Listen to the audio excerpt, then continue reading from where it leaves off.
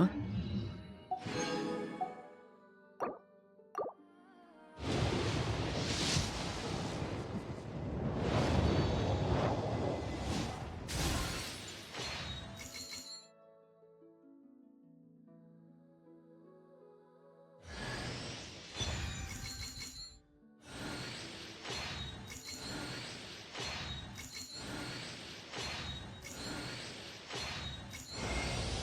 You can call me Columbina, or Kutar, or Moon Goddess. Whatever you prefer. I'm used to having many names. The moon's blessing is yours, whenever you might find yourself in need.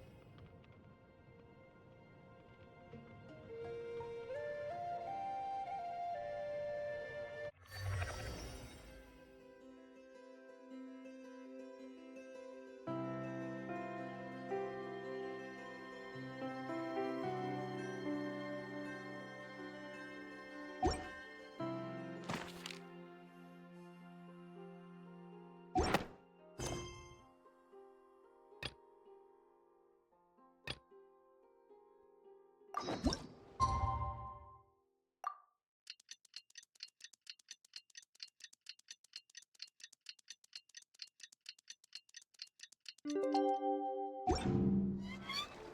about time we headed over to the Curatorium of Secrets.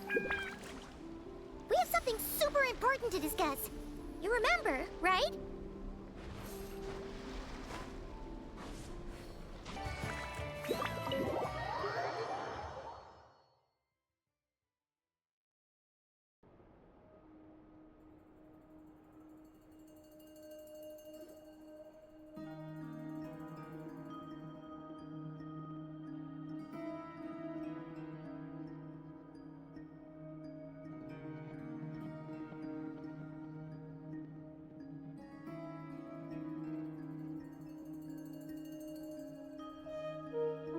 Looks like the gang's all here!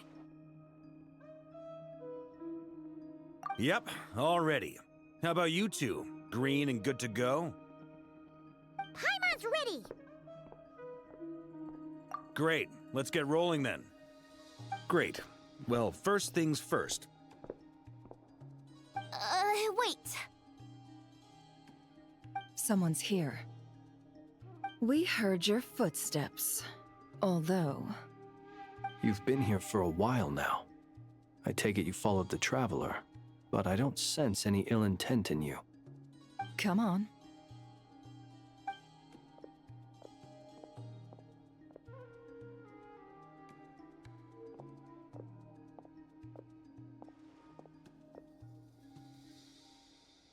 I figured it wouldn't take you long to notice me. I come bearing news from my lady, the Knave. Dottore went through the motions of returning to Snezhnaya, but it was obviously a facade. However, he has not returned to the Kuvaki Experimental Design Bureau, nor has he made an appearance in Nasha Town. Well, in that case, he'll be in his lab way up north.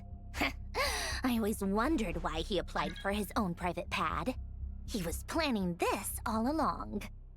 Tell them that Sandrone and I will go on ahead. If they still intend to pursue this matter, they should meet us at the research center in the northern tip of Notcry. Nice of Columbina's two best friends to think of us. We appreciate the heads up. Our sincere thanks to the Fatui for your aid. Lady Damselette may have left our organization, but at least some of her colleagues remain genuinely concerned for her well-being. Not to mention that the Doctor's increasingly cryptic conduct gives us great cause for alarm. We have crossed swords many times before, but it's not personal.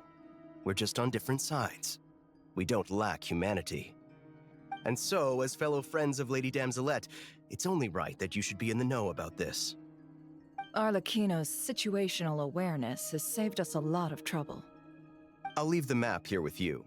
If you do decide to head to the research center, please proceed with caution.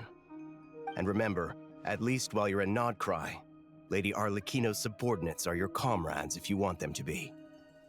This is very accommodating of you. We can't thank you enough. Just doing my duty. I shall take my leave now. If you need us, you'll find us at the Experimental Design Bureau.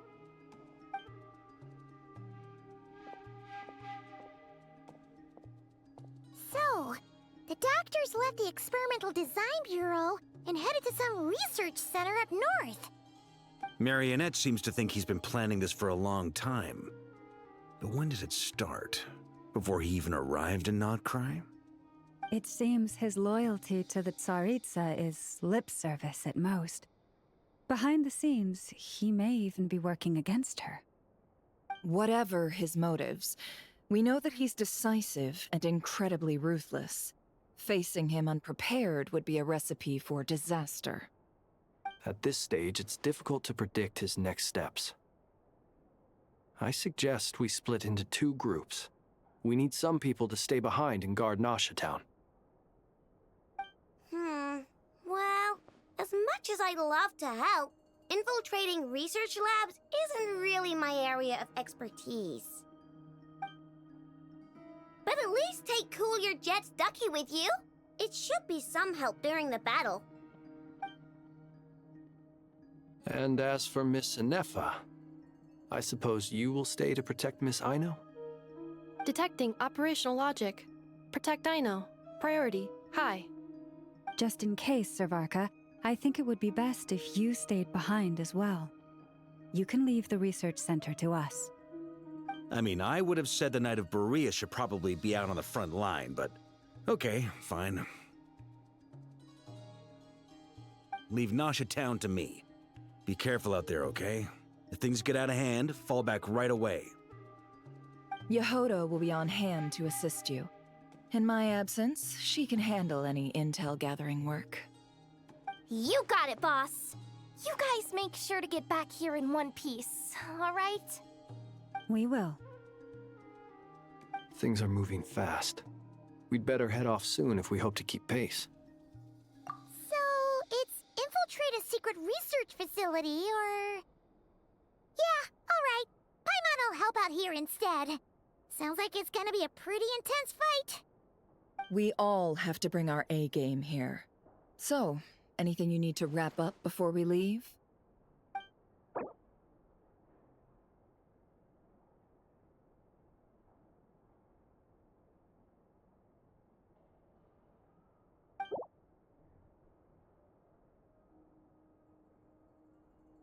Then you'd better get going.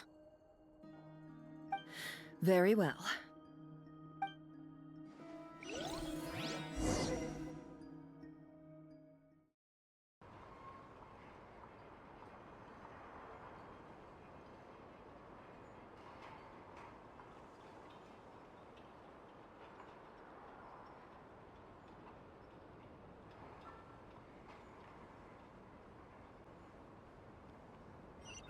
All these broken machines on the ground.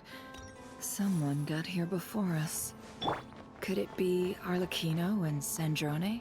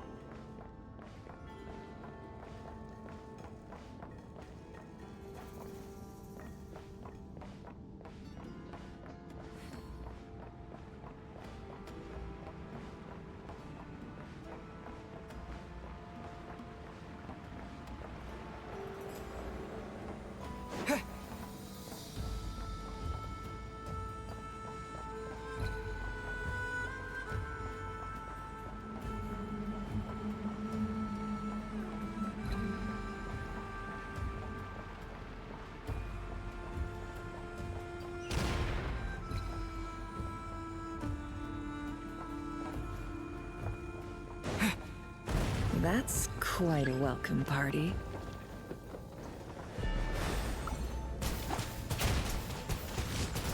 Water jet! Leave this place. Observe.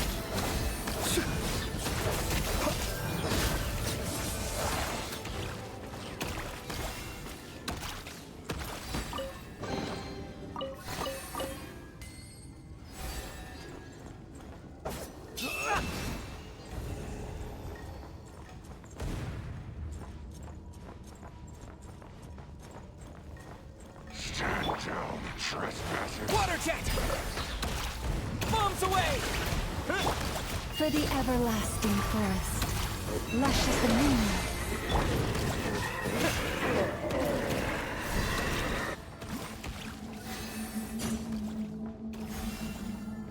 Get back! I said get back! Do you hear me?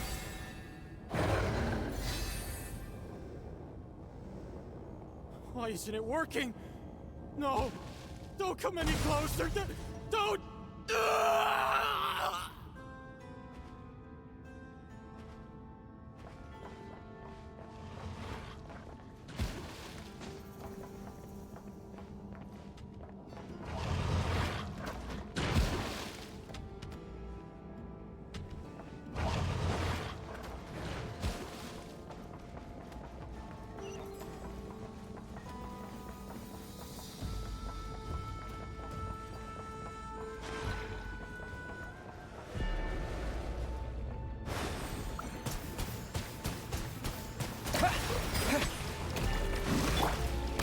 into song.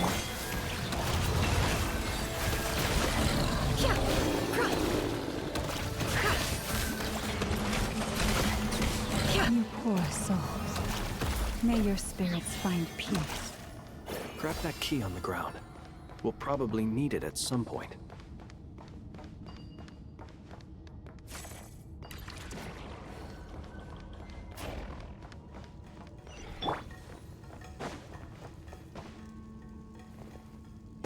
Watch out. Ugh, there's no way through. Let's go around.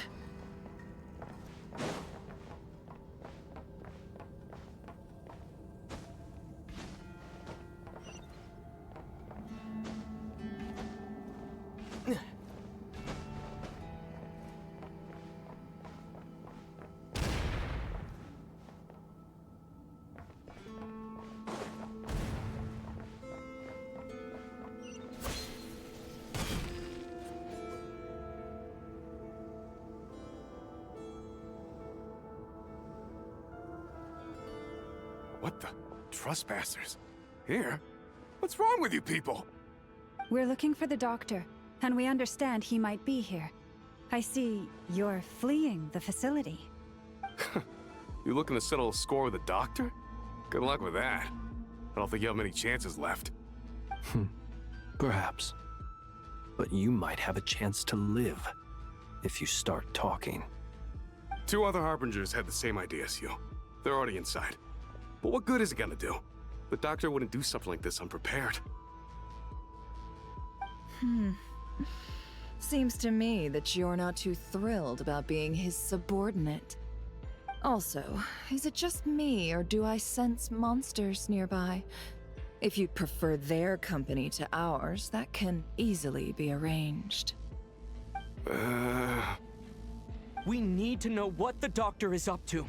Please, if you know anything at all, tell me. This is about more than us versus the doctor.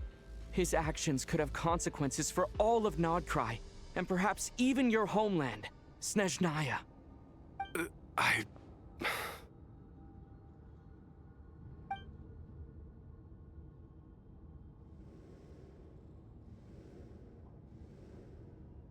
He's building something.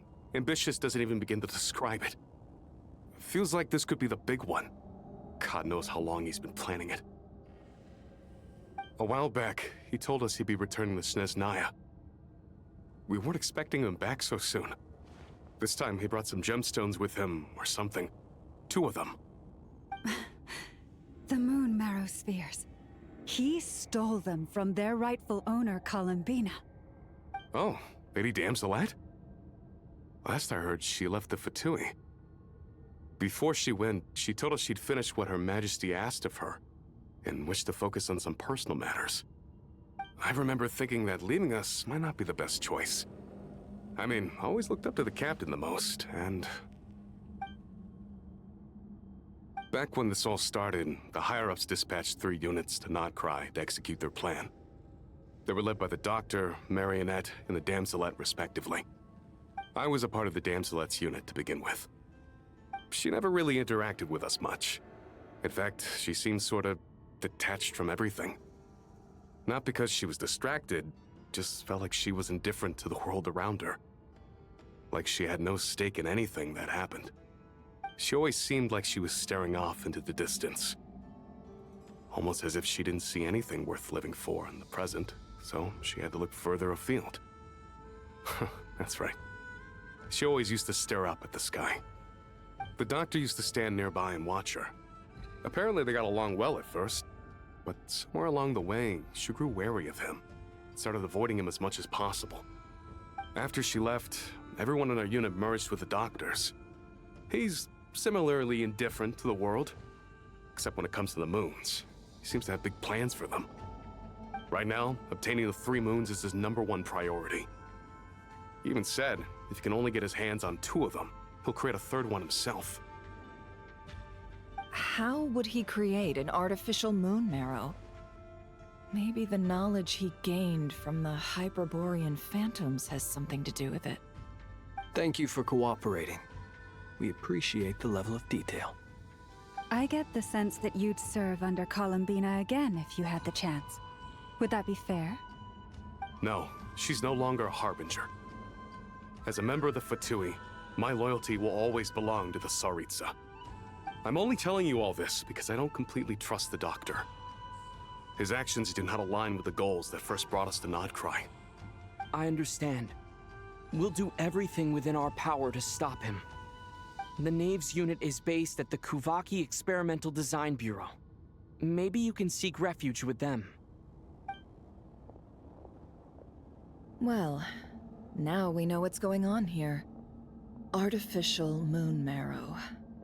He's likely well on the way to completing it. Dottore technological capabilities are far more advanced than I thought.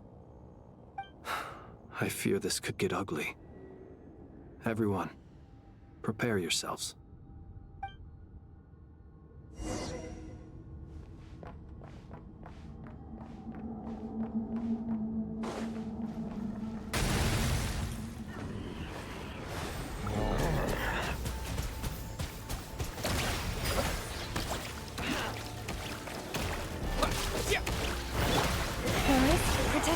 No more lies.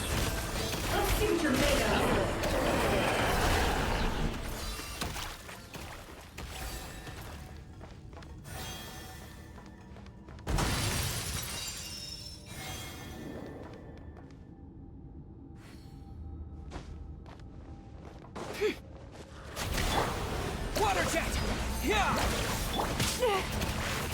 With one heart, we pray. Receive my blessing. Can't hide the truth. It all falls into place.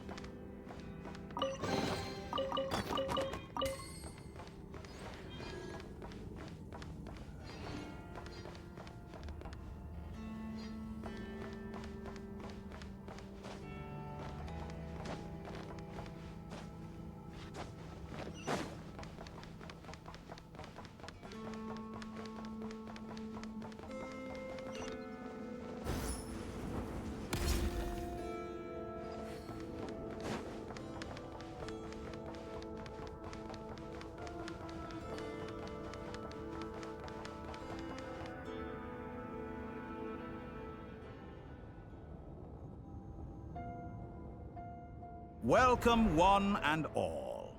I've been expecting you. I hope my humble research facility is to your liking.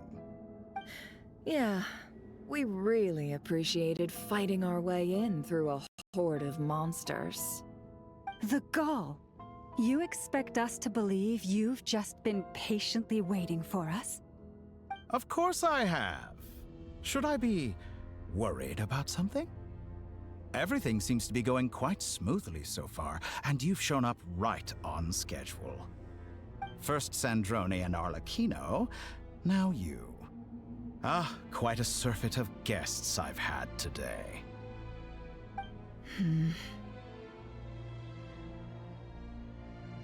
If you were looking for them, I should probably mention that Arlecchino disappeared as soon as she entered the facility.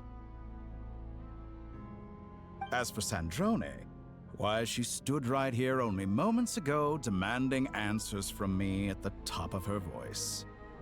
Hardly out of character. She never was one for basic courtesy.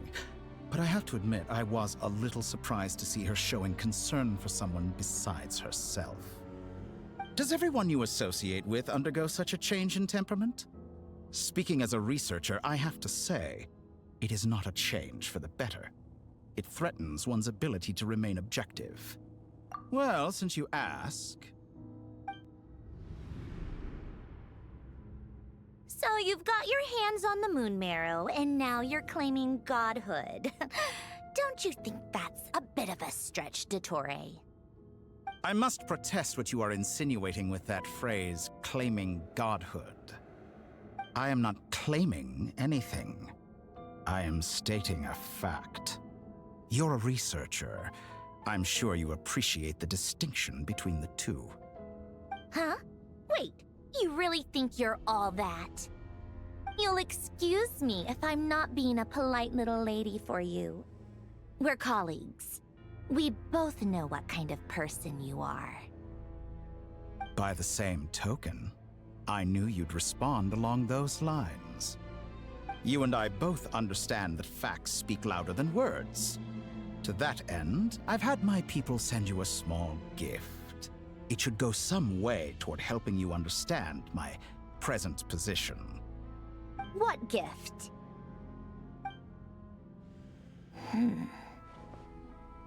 Where have all your troops gone? Who knows? Perhaps they are already marching toward a new world, following in the footsteps of an unknown god. As vulgar and arrogant as you may be, dear Sandrone, I have no intention of taking out my displeasure on your subordinates. They will enjoy equal rights to my own. You sent your people to the Experimental Design Bureau? That's the Tsaritsa's property. Yes, and I am very mindful of Her Majesty's instructions. But you know full well that they do not conflict with my present goals. In which case, all I'm doing is conducting another one of my experiments. Is there a problem with that? Now then, you have a judgment call to make. Am I simply lying to stall you? Or is it possible that every word I am saying is the truth? In which case, your subordinates really are in danger. So now you've turned on fellow Fatui soldiers. You're completely insane. I have set a new rule for myself. Each person gets one chance. Naturally, that includes you, Sandrone. If you wish to leave, I won't stop you. We are colleagues, after all. Scumbag!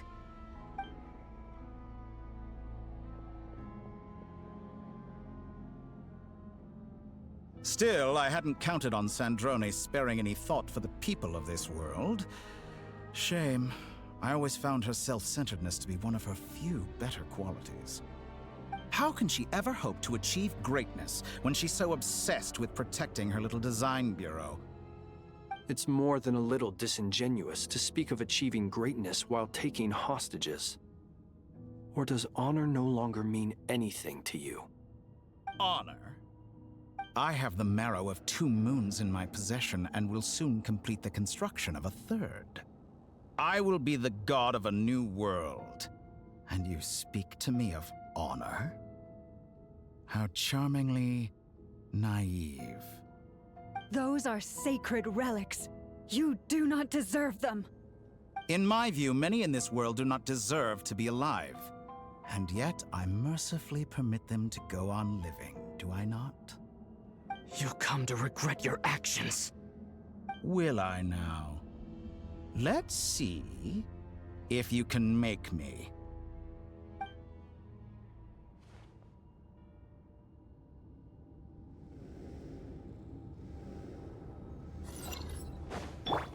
Water jet! Wipe out! By the frost moon of old, lush as the moonlight, the deception ends here. No more lies.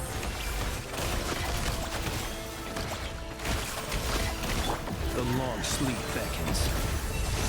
Beside Is that the best you can do?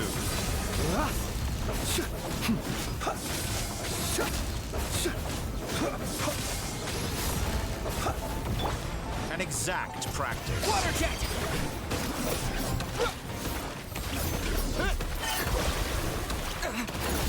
You won't feel a thing.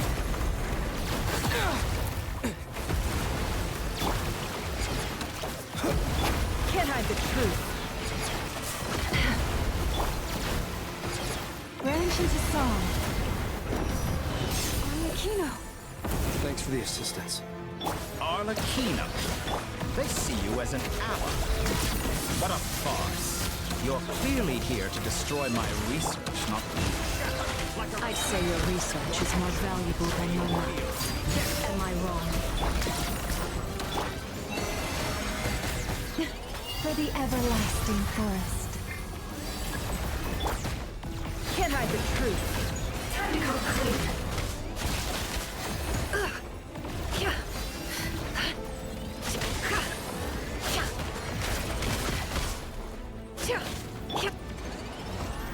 Close your eyes. Is this all it takes to tire you? The night cometh.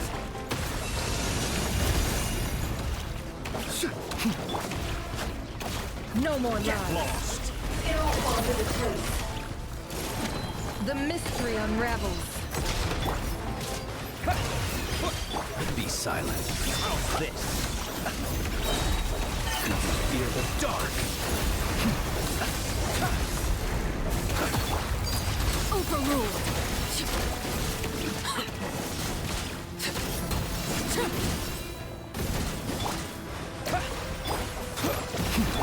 Branch is a song. By the frost moon of old. Is that the best you can do? Get lost. Oh, interesting. Datore is too powerful with the artificial moon mare in his arsenal. Fighting them is futile. Quickly!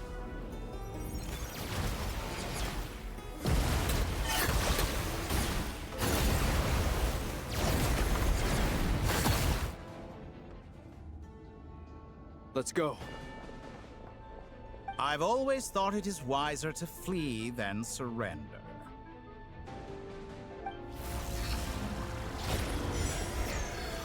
Watch out! What the? Forget about me! You should... Where's the Traveler?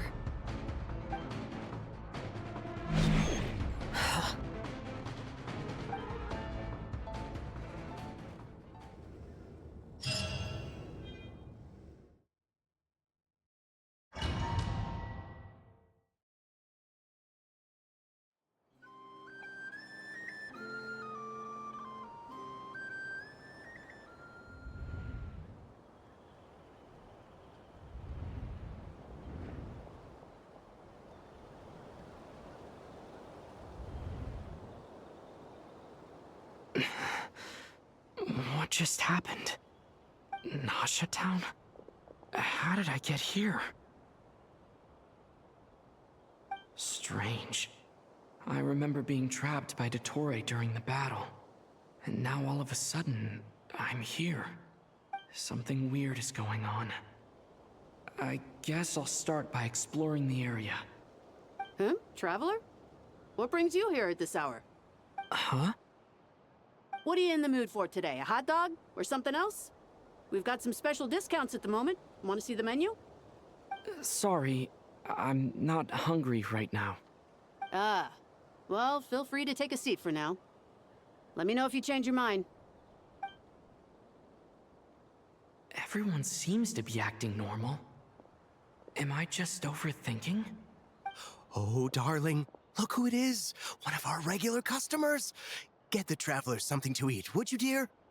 Wait, why is he talking like that? Well, I'd love to, but can't serve a customer unless they order something. Anyway, I take it your business is wrapped up? Yes, thankfully. It was a long trip, and it's left me feeling pretty exhausted. But the upshot is, I won't have to leave again for a good while. We can have some quality time to ourselves. Wait, these two are a couple? I see some kids around too. I didn't know they had a family. Hey there! I haven't seen you in ages! What's keeping you so busy? I've been looking forward to playing with you again. You forgot already? You're silly. Daddy brought you over to our house recently. We had some snacks together. What is she talking about? We've had a lot of customers over the last few days, so we've been real busy. And like my mom always says, some people are more than just customers. They're friends. Oh, another customer's arrived. I better go see what they want. This is all wrong. I never once heard the owner of this restaurant talk about their family. It certainly isn't a family-run business. And that child? I don't recognize her at all. Could this be... A false memory? Very good. I knew you had it in you. Aren't you going to try the house special? When did he show up? No. None of this is real. You don't seem to like it here. That's fine. We can change venues.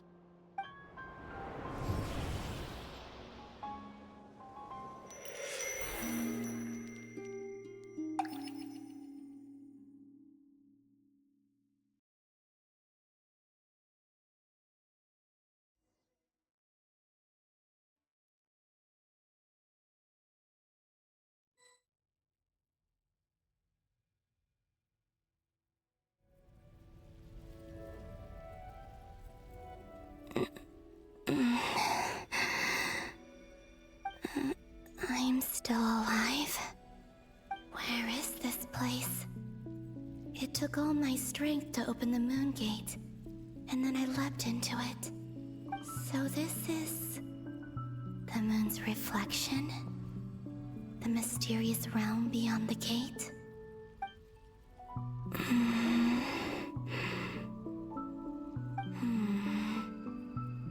I can't sense anything. I guess I could try opening the gate once more.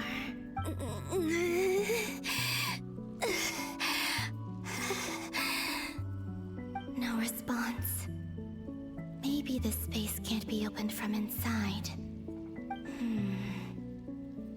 If this was the space that killed both Revier and his lover, then why am I unscathed? Or... no. I'm not unscathed. Even the air here feels frozen in place. There is nothing here with which I can restore my power. I should conserve my strength and proceed with caution.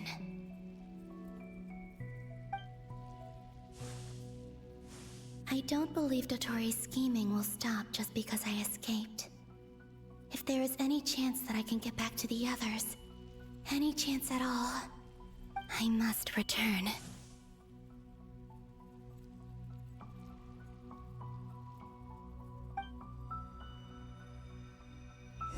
Emptiness.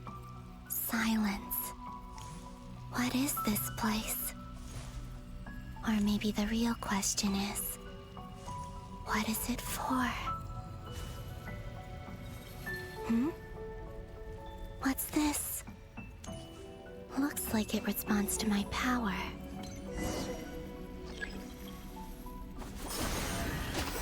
Golden. Like Kuvaki.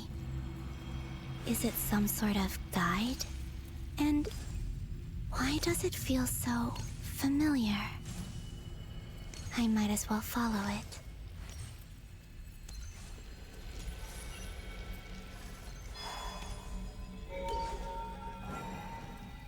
Where does this lead? Could it be the exit?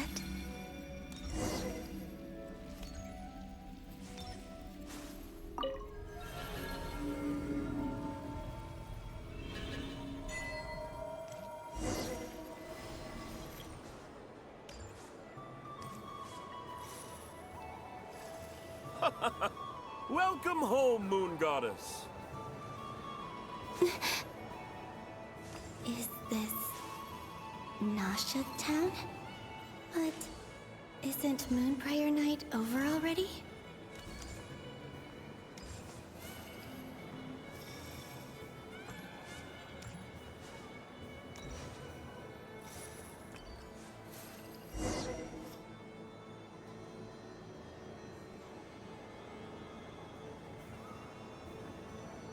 Goodbye for now, Columbina.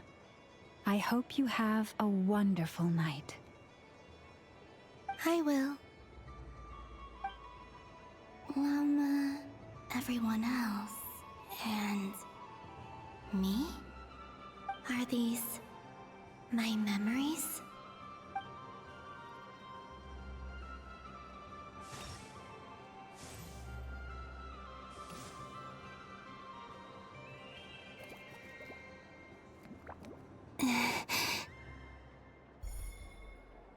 I can't touch them. It's as if we're separated by some impenetrable power.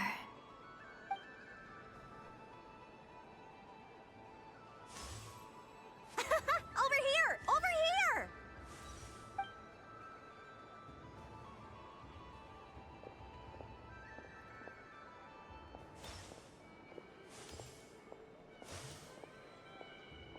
But the people in these memories pass right through me. Just like when I disappeared. If only I had known what would come to pass after that. Even so, I should still take a look around. Just being back here, it gives me the strength to keep going.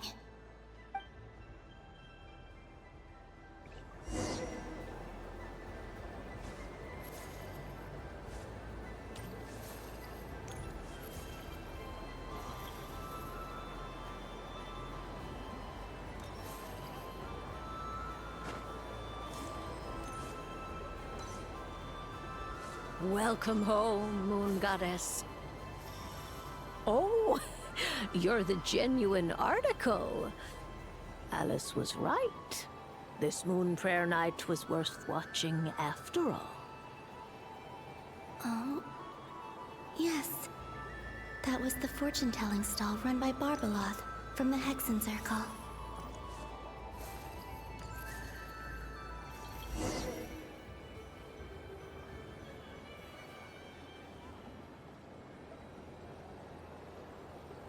Please, draw the first Lunar Arcana. This represents destiny and is the foundation for the divination as a whole.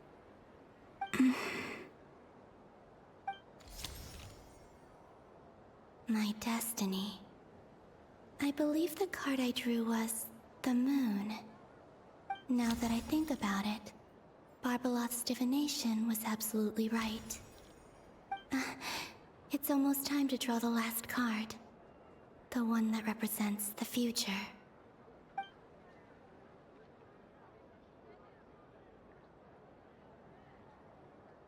That was the card that popped out on its own. From here, I think.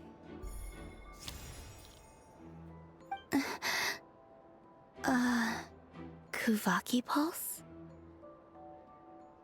What? Fascinating. I've never encountered this before in my role as a diviner. What's going on? Did that card leave the deck? Because of my influence? All I did was try to touch it, and then... Maybe this memory space is not untouchable after all.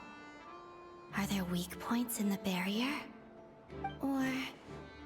is it possible that there's more to this space than my memories alone? This card is death. I need to get to the bottom of this. I'll try touching something else. Hmm? Is this... the wind? No, it's gravity. It's pulling me outwards. No, Traveler!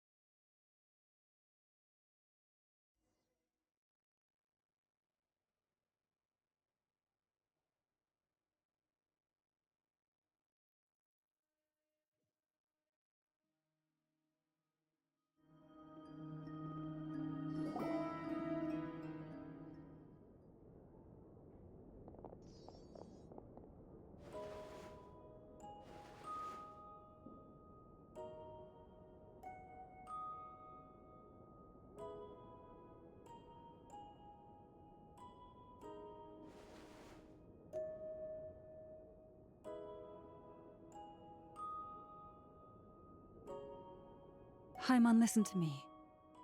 From the bottom of our hearts, we are so sorry. We completely understand how you must feel.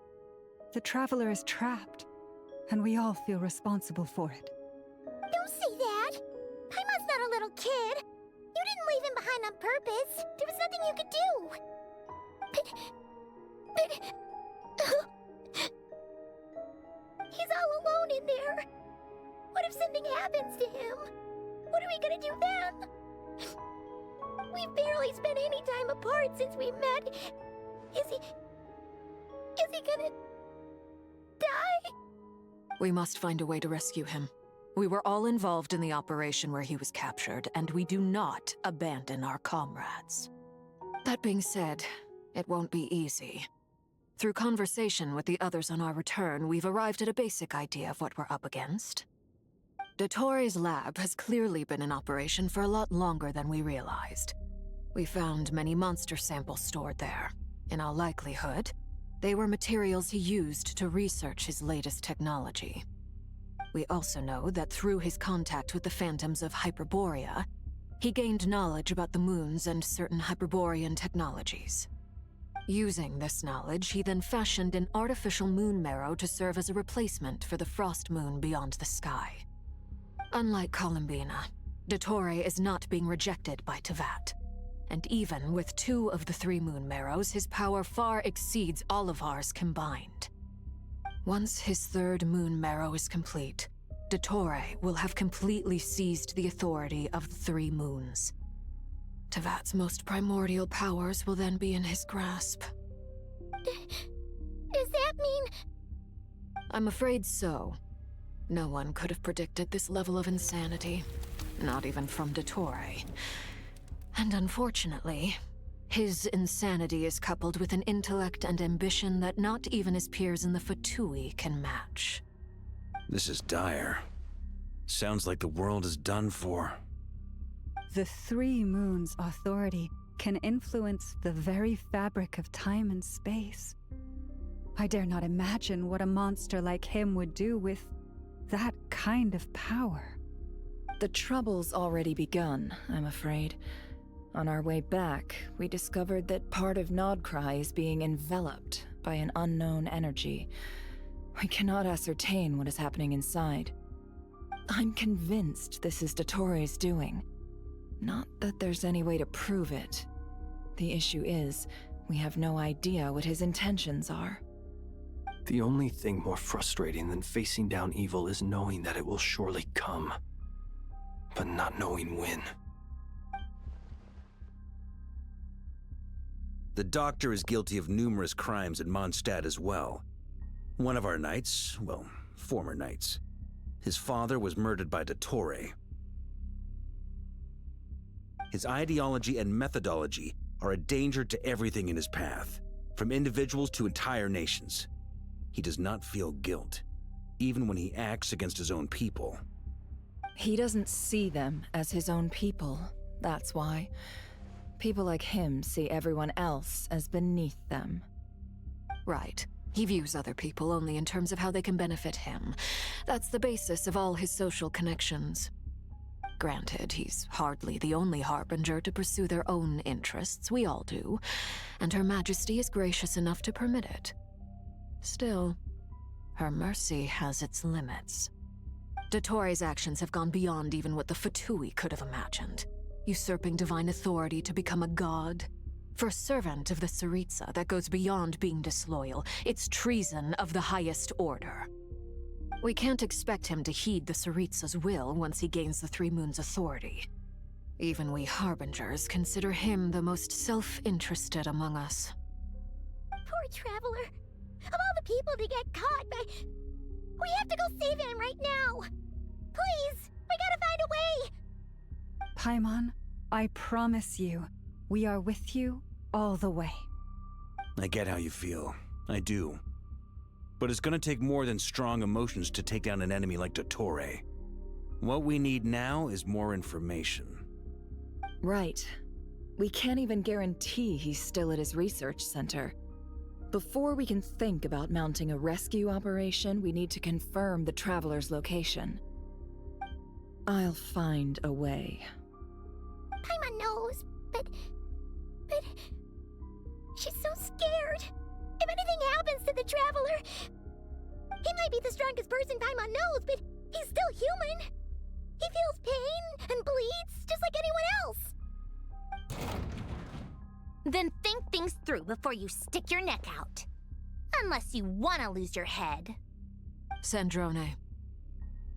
Miss Sandrone, you're okay? Put the stuff over there, and be gentle with it. Am I okay? As you can see, I've had to move my whole livelihood out of the Experimental Design Bureau. It's been swallowed up by Dottoro's energy field. If I'd left it any longer, I probably would have gotten stuck there. Ugh, Dottore always goes a little loco when he finds a shiny new toy. Not that he'd ever admit that. But this time, he's gone full psycho.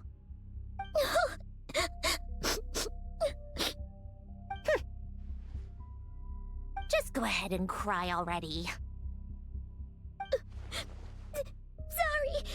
Paimon's not trying to make a scene. It's just... She can't. Oh, Paimon. Let it all out. There's no shame in it. When you're overwhelmed by fear and despair, crying can help get it out of your system. You'll feel better for it. Okay then, while the baby of the group is having a moment, how about the grown-ups get to work? Give me your hand. You've made a discovery? Polonia, scan.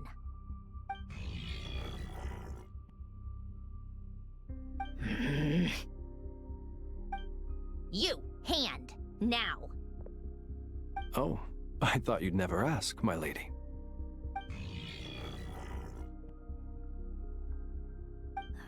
Curses! You're next, then you.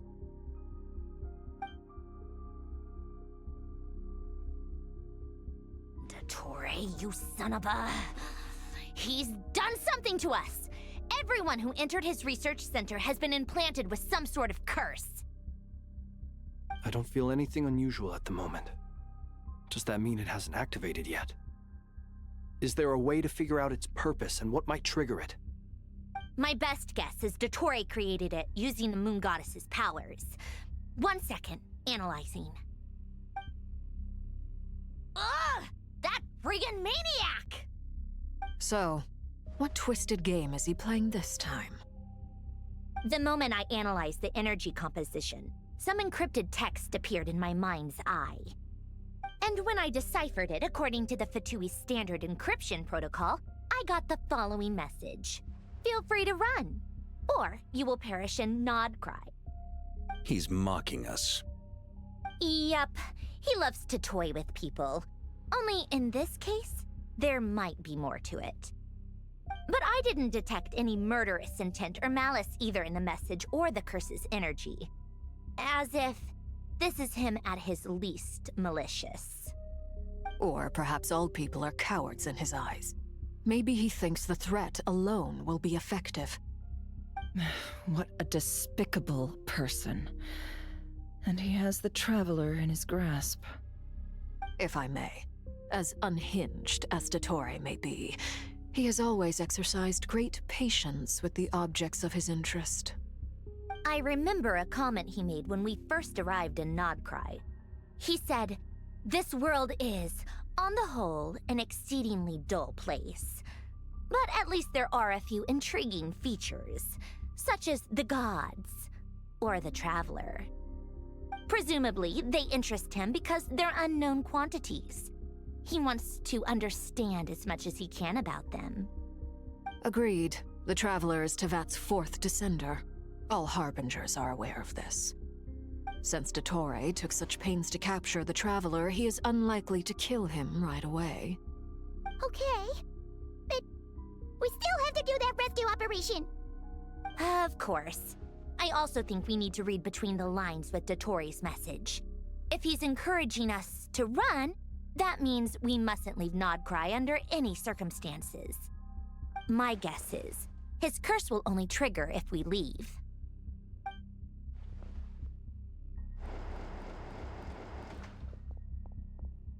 We've discovered multiple energy fields. Albedo is still attempting to analyze their structure. He told me to report back first. Each field is slowly growing, swallowing up more of the surrounding area in the process. And the pace of their expansion has increased since we first examined them. He's probably trying to swallow Nodcry whole.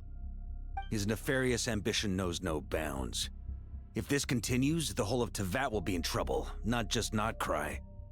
The loss of Columbina could not have come at a worse time.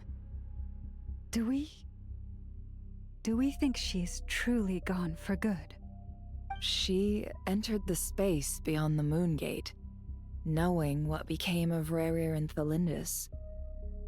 I'm sorry, but I fear the odds aren't good.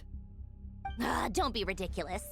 If I know her, she's busy finding a way back as we speak just so she can annoy me. She isn't dead.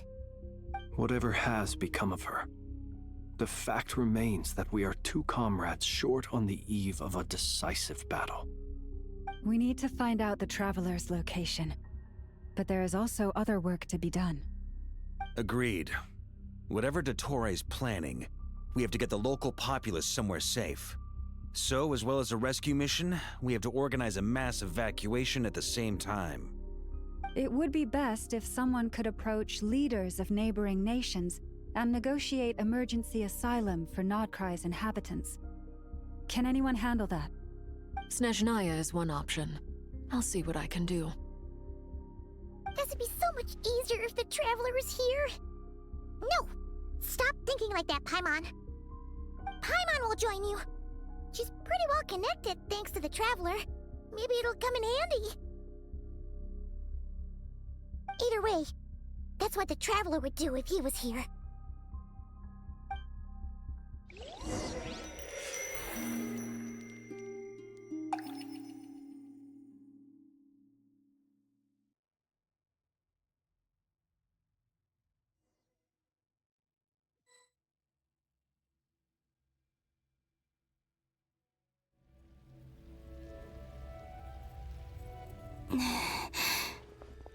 Back here again.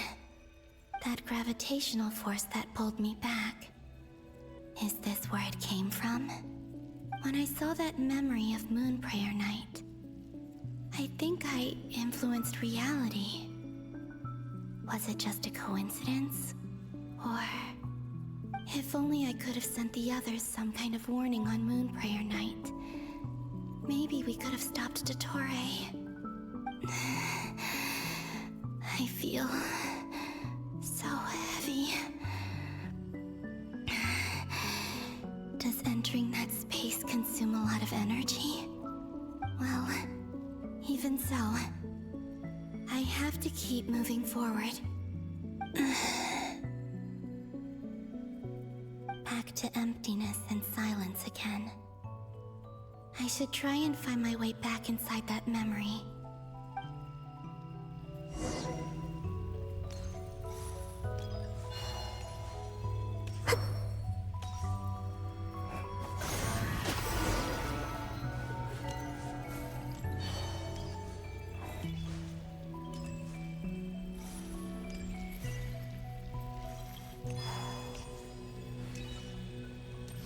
The entrance from last time isn't showing up.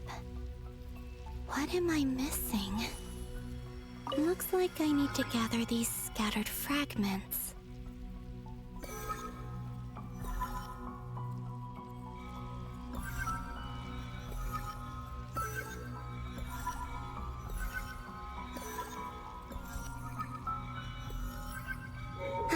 It worked! Hopefully I can stay inside for a bit longer this time.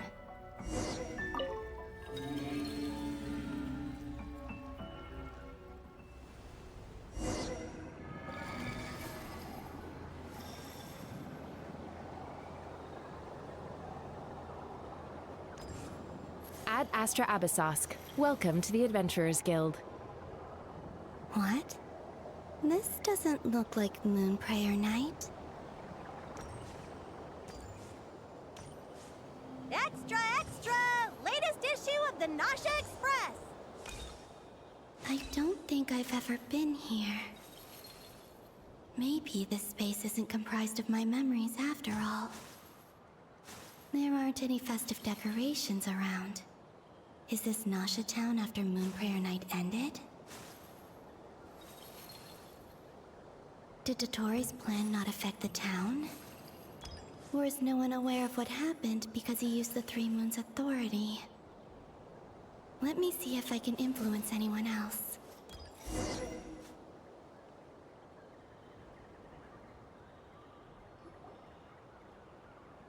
So, what do we do next? Wait, that voice. Paimon? The most important thing right now is to find that mage. Lauma the Traveler and Mr. Varga are here too. I'd better go pay the Fatui a visit. Traveler!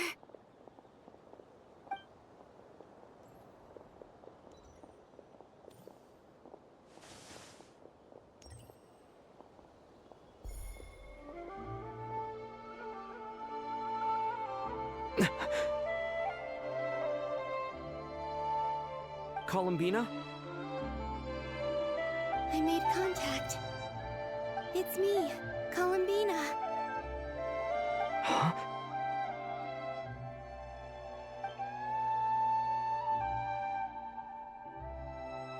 Traveler? Let's go! This is no time to be spacing out! Huh? Wait a moment. This has happened before. Huh? This is what happened when I disappeared.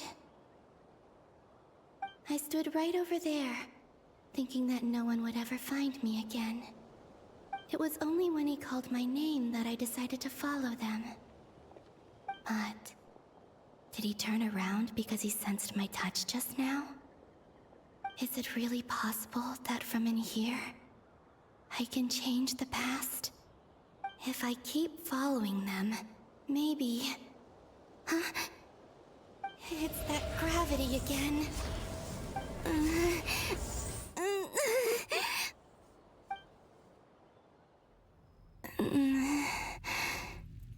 Every time I influence reality within that space, this force intervenes and pulls me back. It's as if it's trying to stop me from leaving.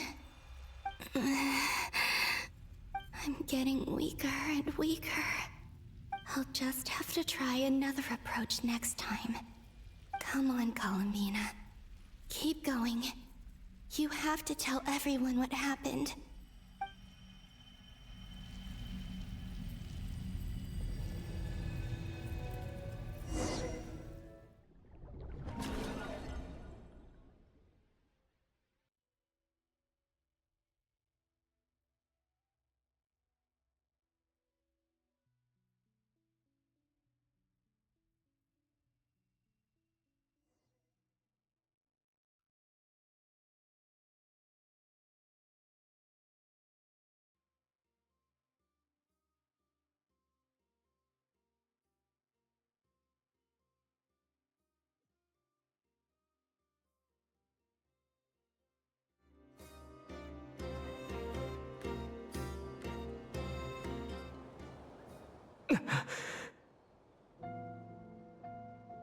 Suddenly, I've been plunged into darkness. Alone. It feels strange. As if something has grabbed hold of me. Is Dottore now powerful enough to interfere with space itself? Look at you, standing so still in total silence. I almost didn't recognize you. Hello there, traveler. He seems to be in a good mood. Wait, what's that behind him? Ah, so you noticed. This is the completed Trilune. 2 primordial moon marrows and 1 artificial specimen. You are wary of it. Good. Maintain that reverence. You performed well in that recent battle. Brave and reckless as always. Courage is the sign of a true hero, and impulsiveness is the hallmark of those who strive to advance. I say this not to belittle you. Most creatures are far more timid by comparison. 3 moon marrows? Does that mean the artificial one is now complete too? Well spotted. What do you think? For a replica I built myself, I dare say it looks the part. Dottore, are you planting illusions in my mind? I have no interest in fooling your eyes. On the contrary, I hope to show you the true essence of all that you see before you. Is this not a beautiful city? People live in peace and find joy in their work. The streets are safe. People can even leave their doors unlocked at night. You might say it is the Elysium everyone dreams of. All available data indicates your values and worldview conform with the mainstream. This kind of society should be quite to your taste. False beauty is deceitful. Lies are to no one's taste. I wonder, is it your moral standards that are too high? Or your expectations of reality? Answer me this. If someone existed in a sweet dream from the moment they were born, a dream in which they never once felt pain, which do you think they would consider superior? The dream or the reality? That's pure sophistry. It has nothing to do with your actions. As I suspected. You have yet to understand all of this for what it really is. What do you want from me? You sound impatient. Do you think the only reason I'm keeping you is because I want something from you? If it's not, then why haven't you killed me yet? No one can stop you if you're as powerful as a god. I'm delighted you recognize that fact. I believe we last squared off in Sumeru. Ah, the memories. How time flies. You and I have both grown. I'm not surprised that Arlecchino and Sandrone worked with you. You've always a way of slowly but surely ingratiating yourself with all levels of society.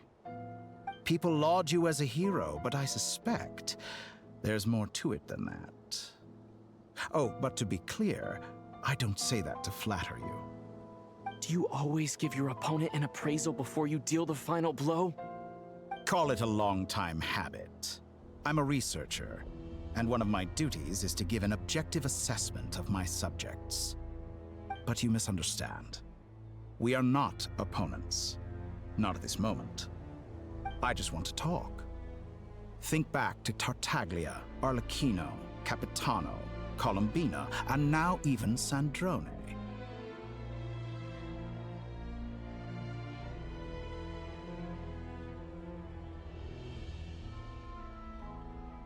You've worked with each of them in the past.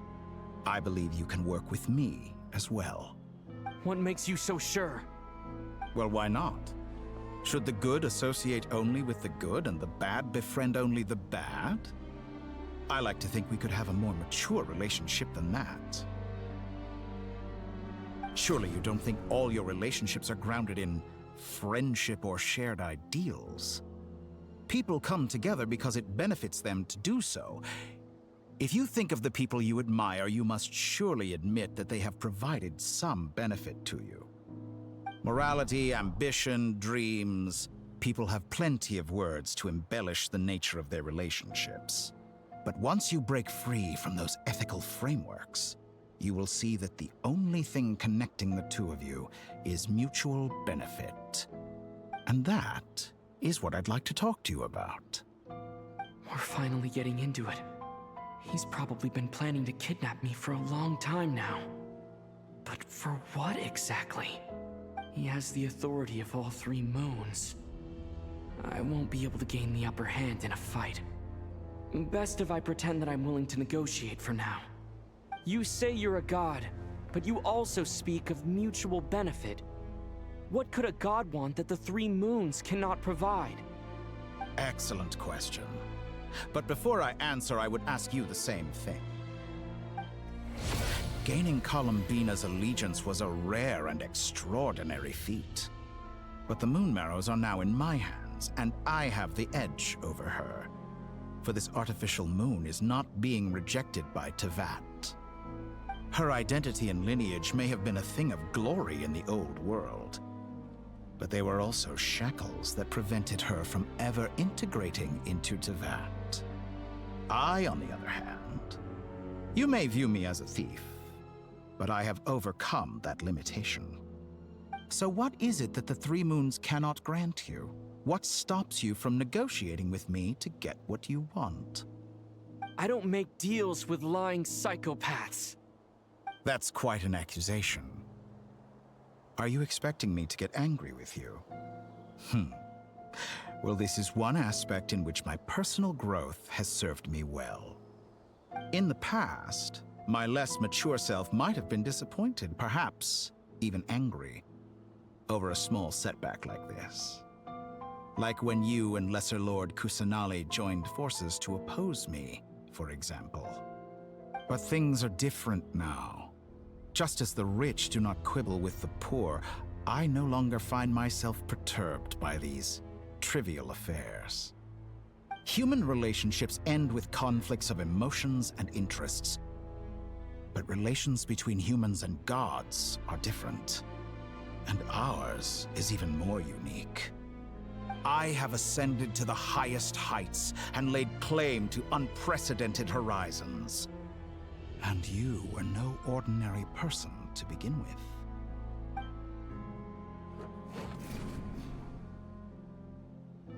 Allow me to show you the world, Descender.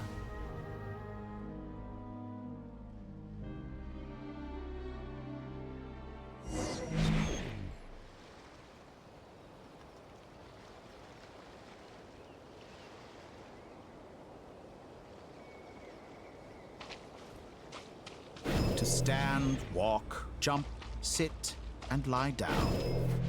These are the most common of behaviors.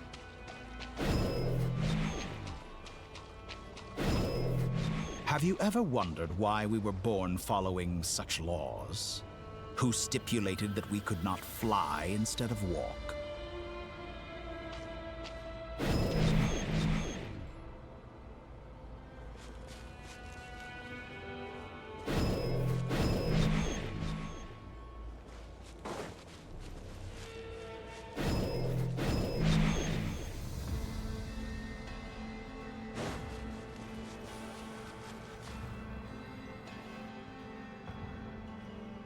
Someone of your talent and experience must surely know of the 4 great rulers who serve the heavenly principles.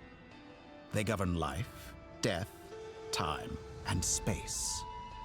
One wounded by a blade will die from blood loss or infection, and one who falls into a lake will drown in agony. The elderly wallow in solitude, and the solitary age faster. Eventually, new life is born, only to embark on the same path of suffering. These 4 divisions anchor the world and shackle those who live in it. But they themselves transcend its boundaries, squandering the power bestowed by the heavens. All who live yearn for equality, but unless the gods prostrate themselves and profess that they are mere servants of the living, equality can never exist. Who makes the rules we must live by? Who has the right to restrict us?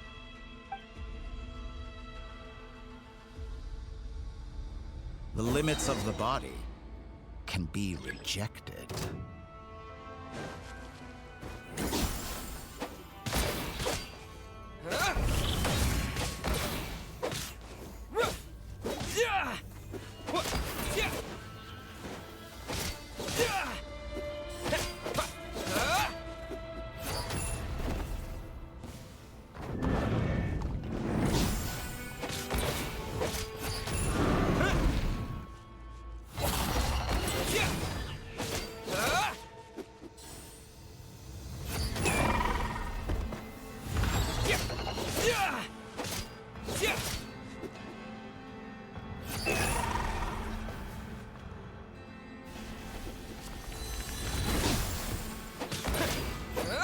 How does it feel to be among those with absolute power?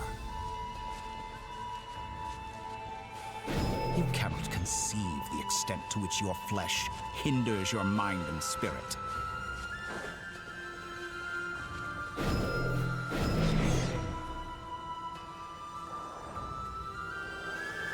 Only by discarding our useless, primitive eyes can we perceive a new world.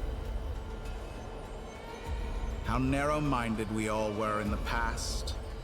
Why should the final answer of the world not be the power that predates those of life, death, time, and space? The power of the Trilune. Through it, I have glimpsed new experimental possibilities. Nature suppressed, authority exiled, souls controlled.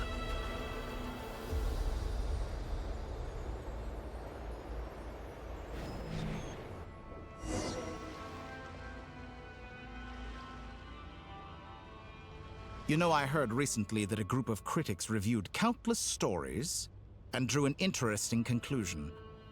They found that it is more often than not the villains who strive tirelessly to push the boundaries of progress. In fact, long before this, someone voiced a similar idea in an academia editorial. I felt a great affinity with this perspective. I have never been afraid to step up and play the role of the villain. Fanatics are trampled down for their transgressions, and those who transcend are rebuked for their audacity. And so, the majority of creatures are too timid to follow my lead. But all sacrifices made during my experiments have been worthwhile, as you can now see. I can offer you something new, something unique, precisely because I am a villain. Think about it. We are eternally bound through mutual interest. Can you truly say you would never turn to malice if it could give you the life you dream of? After all, what value do perfection and purity really have? They are fragile and feeble things, utterly tedious. I say, better to be governed by a flawed humanity than a gnosis. The true seeker of knowledge is the villain who undergoes countless tribulations in pursuit of their goal. I'm sure many people have told you that you're different. Because I'm a descender? Exactly. Very clever. But what does that got to do with you? I do not conceal my wicked deeds, my selfish desires, or my greed. A true researcher must act as I do if they are to understand and speak of the truth. And yet, a knowledge seeker like myself will inevitably grow tired of studying Tevat beyond a point. You have traveled to all corners of the world and met many people. Along the way, there have been moments when you were misunderstood or even became a wanted criminal. And all the while, you have spent your days doing some of the most mundane jobs in the world. You fight and toil, claim minuscule rewards from my friend Pantalone, then you fight some more, winning some battles and losing others as your search goes on. And this cycle continues, with no end in sight. Surely you must sometimes grow weary of being stuck in this same loop day after day. We're completely different. I embrace everything that life throws at me. I am engaged in every step of my journey. How does that make us different? I too embrace what life brings, researching everything that interests me. Think of all the novel things I've managed to create, like the artificial moon marrow. Don't you see? As unique a specimen as she was, even Columbina is not irreplaceable. Take that back. She's gone because of your actions. I didn't say that to anger you. Though admittedly, I don't see what there is to be angry about. Anything Columbina could do for you, I can do better. I know what your ultimate goal is. You wish to walk the path your sister walked, and seek answers from her at the end of that journey, don't you? Someone like you could never understand what it feels like to care about another person the way I care about her. Perhaps not. But that doesn't mean I can't help. I could find your sister right now, bring her before you, and make her give you the answers you seek. Don't be so presumptuous. You'll never begin to understand the situation between us. Oh, no. This is no presumption. I'm only offering what I know is possible with the power of the Triloon. But it seems like you would sooner continue with your journey through this world. Why? Do you truly desire this journey?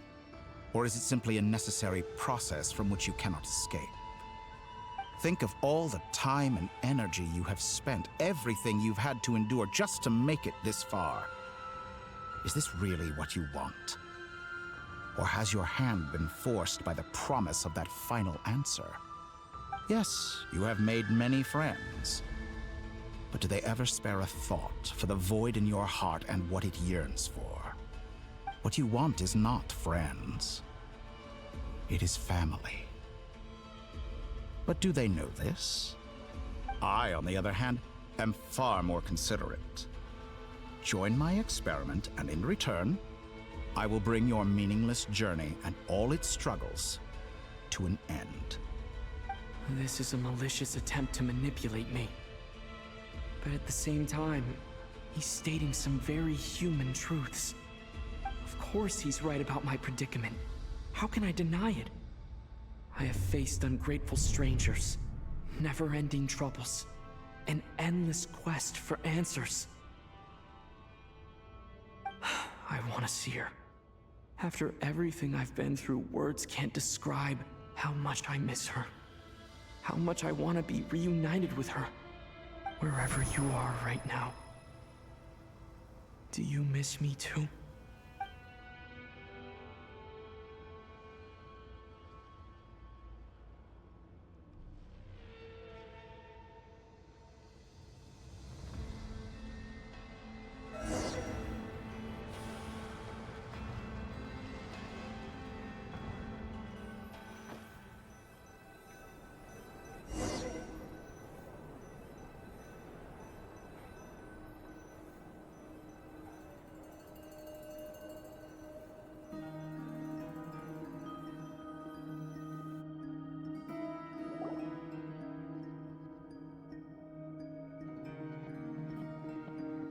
All right, everyone. Our next mission is clear. We need to contact all the major organizations, explain the situation to the public, and then begin the evacuation. The residents of Notcry are quite dispersed. The two most populated areas are the Southern Isles and Pyramida. Miss Lauma, I will leave Hisi Island and Nosha Town in your hands. I will liaise with the Fatui and Pyramida. Agreed. We will reach out to Natlan and Snezhnaya. Anyone found north of the Experimental Design Bureau should follow the Fatui to Snezhnaya. As for those dwelling south of that line, I will ask the Voynich Guild to help persuade them to leave. Then I, Mr. Varka, and the Frostmoon Scions will escort them to Natlan. The Voynich Guild has dealings with the Curatorium of Secrets. I will send them a letter vouching for your credibility. Yehoda, you should help Lauma. This is too big of a task for one person. My wish has come true. You're willingly lending me your most capable employee for the day. Well, good for you if all this only takes a day.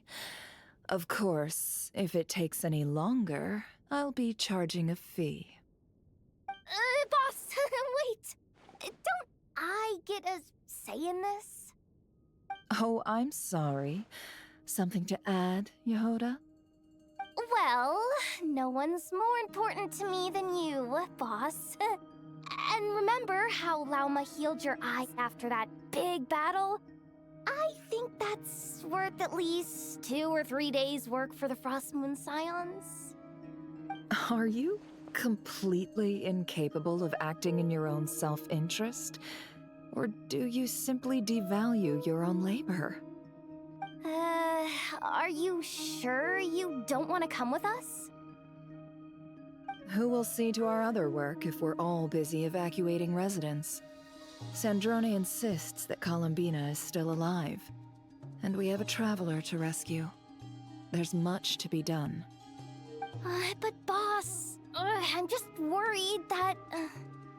Well, Nefer, I'll link up with you once my tasks are complete. What makes you think I'd need you to do that? I'll need it. And considering the way you approach certain matters, I think you'll be better off with me present. That's quite enough. Just focus on your work first. I bet we're in for an uphill battle here. But we can help out too. Inefa and I are gonna help Nasha Town's residents carry their stuff. Loading schedule. Store essential local research data and technology samples, then escort the people to Natlan. Understood. I will execute this to the best of my abilities. Great stuff. Thank you, ladies. I've contacted the Lightkeepers. A colleague of mine will join us shortly. I will persuade them to conduct a thorough search of the region to ensure that no civilians get left behind. As for me, I guess I'll be making an early return to Sumeru. I think it's important that someone informs the Dendro Archon of what's going on in Notcry. Roger that. Someone should inform Mondstadt, too. Mr. Duran, can I trust you to handle that? I think you fly faster than any of us can run. As an added incentive, get there fast enough and I'll see about getting your gliding exam waived. Really? Ha! Mission accepted, sir. I intend to stay behind and help Miss Sandrone with her research. She has some alchemy-related questions that she'd like me to explore. She recognizes your expertise, then. I wish you a fruitful collaboration. Thank you. In truth, I was surprised to hear her express an interest in subject matter outside of machines. I believe she has been investigating some Fontanian technology recently. She made a point of bringing the relevant materials with her when she left the Experimental Design Bureau. She's sorting through everything in her room as we speak. I should mention that we have one other friend who isn't present. He hasn't made his position in all of this clear. But if we know anything about him, he's likely investigating on his own. Paimon's been very quiet today. But I know how close she and the Traveler are with the Natlanese. She should come with us to the border. Okay. Paimon will do her best. Make sure to heed Sandrone's warning. Many of us have been cursed by Dottore. As such, under no circumstances should anyone cross national borders. Remain within Notcry. That aside, personally I have faith in Columbina. Things look grim, sure, but who knows how it'll play out. Same goes for rescuing the Traveler. Both of them are important allies and friends. We'll be counting on you to gather intel on them, Miss Nefer. Oh, wonderful. You're all here. That voice again. Nicole? Whoa, that was loud. And it came out of nowhere. So mysterious. Sorry, this is the only way I can speak to you all right now. Please accept my apology. Anyway, time is short. I'll cut to the chase. We're still facing quite a catastrophe here at the world's borders. Alice has roped in every Hexen Circle member she can get a hold of. Except for me. She told me I had to come and help you all out as a matter of urgency. I quote, "You love talking, don't you? Well, now it's finally your time to shine. Take these. Make sure the whole party gets one each. You'll be in charge of making sure everyone stays connected." Huh? Is this a Dodo communication device? Scanning. Unknown device. Analyzing. Unknown device. Conclusion. Cute. Affirmative. It is cute and good. I believe that I quite like it. This is no ordinary Dodo communication device. It's my very own special modified version, specifically... sorry. I almost went off on another tangent there. Anyway, help yourselves. It will allow us to communicate over long distances within Notcry. No more worrying about shuttling messages back and forth. What astounding technology. Am I right in assuming that it relies on your personal abilities to function, Miss Nicole? Yes, exactly. Right on cue, Albedo. Ah, I'd love to brag to you all about how it all works. But no, next time. Anyway, I'll be right with you all, serving as a communication hub. That's all from me. Head off as soon as you're ready. I'll be staying here to keep watch, and I'll be sending you my blessings.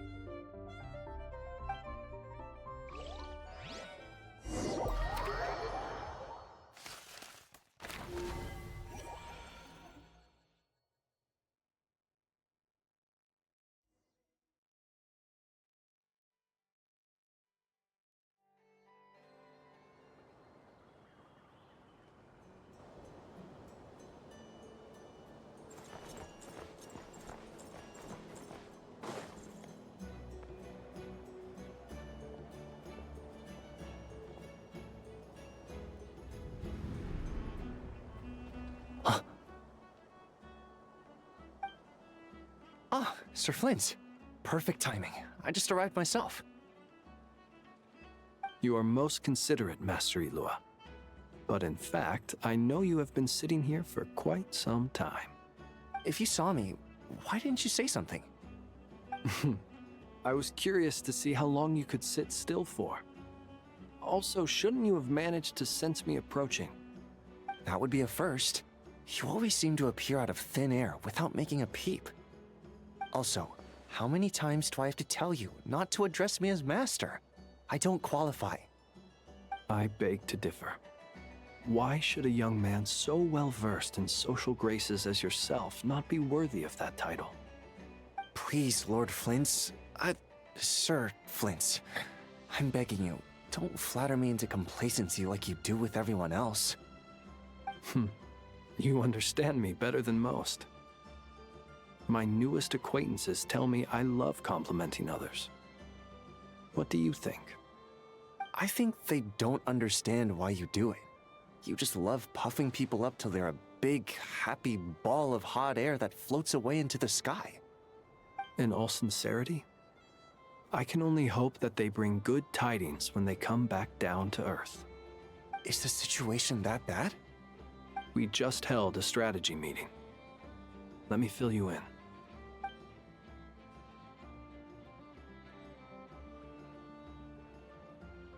In short, we need everyone gone from Pyramida. We also need a team of Lightkeepers to scour the more remote regions of Nodcry for civilians to evacuate. I only hope we have enough personnel. We do. Old Man Nikita will definitely help, and we can recall anyone out on patrol to focus on this instead. Good. I'm sure you and the others will make short work of this. Now, don't forget.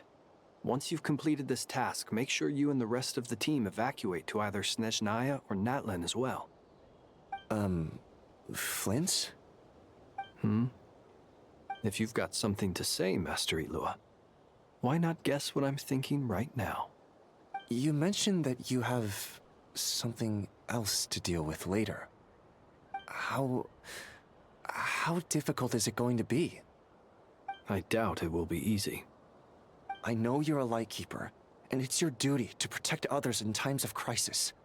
But I have a feeling that you'll be walking into grave danger.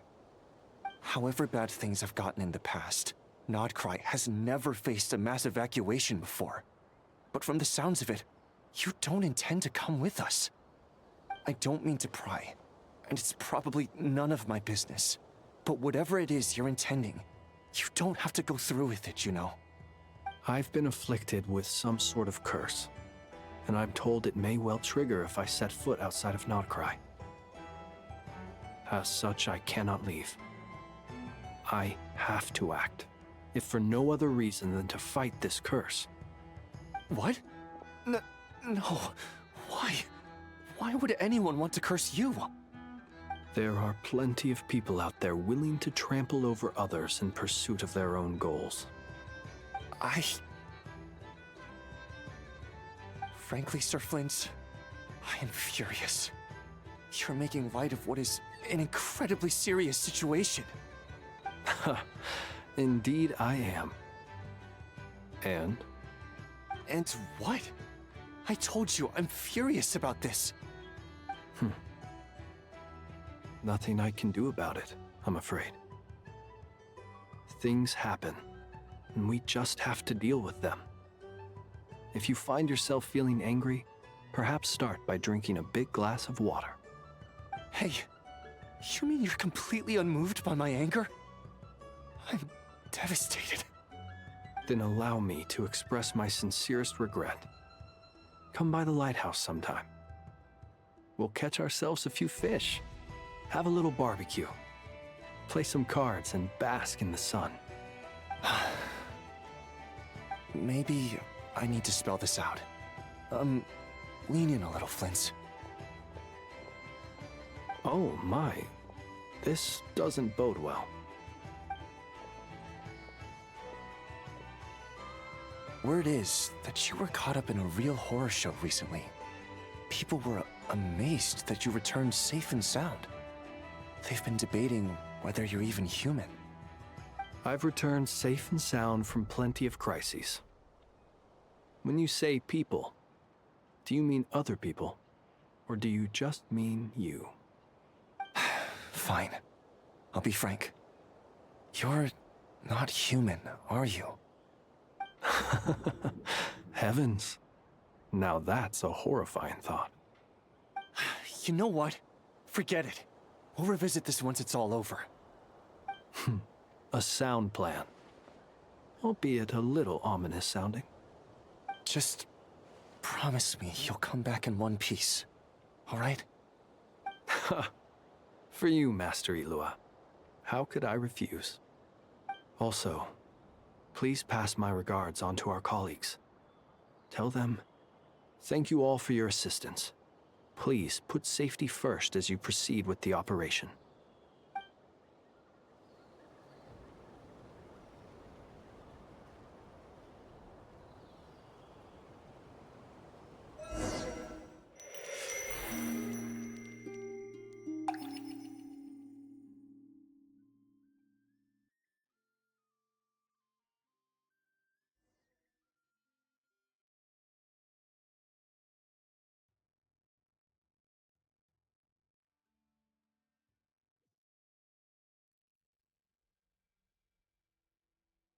I have to keep searching for a path toward reality.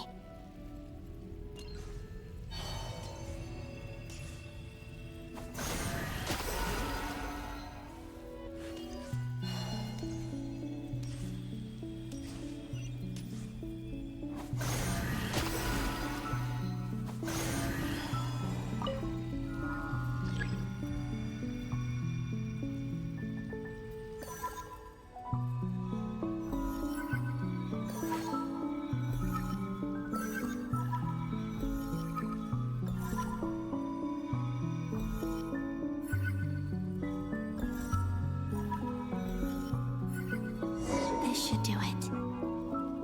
The last 2 times I tried to influence reality in this space, it consumed a lot of Kuvaki. I'll try and be more careful this time. I need to leave key clues behind using less power. I hope everyone still remembers what I said on Moon Prayer Night.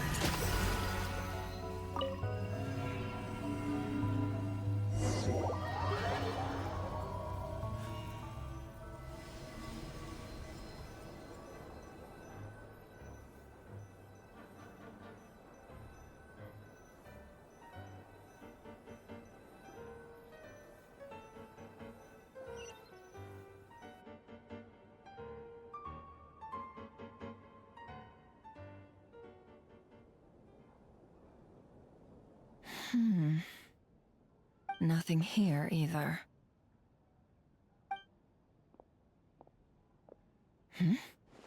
Flint's? Ah, Miss Nefer. What are you doing here? Unless... I just spoke with Helloooooo about arrangements for the search and came for a walk nearby. As for you, why would... It appears we think along similar lines. and neither of us likes to accept things at face value. As well as figuring out how to gather intel on the Traveler, I wanted to confirm some of my own suspicions. Also, we'll need to bring a lot of force to bear against Ettore, even if we're only looking to rescue the Traveler. We can't leave anything to chance. You don't think Columbina perished either, do you? I'm merely considering the possibility that she survived, just as you are. How much can we really know about a deity like her anyway? Do you remember what she said on Moon Prayer Night? About using moonlight to send messages to us? Of course. I think that's why we're both here. Where have you checked so far? I've been focusing on the outdoors. Anywhere the moonlight shines. I checked most of Nasha Town, but didn't find anything. I checked the Curatorium of Secrets, and a few rooms where I thought I might find some leads. But no luck here either. The only places I haven't looked yet are the rooms in the flagship. But process of elimination isn't the only thing that brought me here. Oh, really? What's your other reason? After all that build-up, our mystery ally never showed up even once!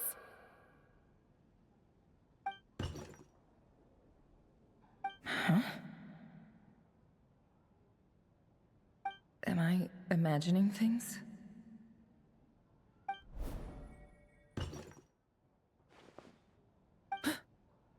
Come on, let's see what's going on. Oh no. I knocked over a vase as soon as I came in. It must have been caused by a Kuvaki fluctuation when I entered the space. Although, it seems like I'm not about to be pulled away this time. It looks like as long as I'm careful with my actions, it doesn't count as influencing reality. Anyway, is this the flagship? The Traveler mentioned that's where he was staying. I only went into the lobby last time, so I've never actually been here before. How does this space work? If nothing else, I can now be sure that it is not simply memory. He mentioned where his room was. I think it's this one.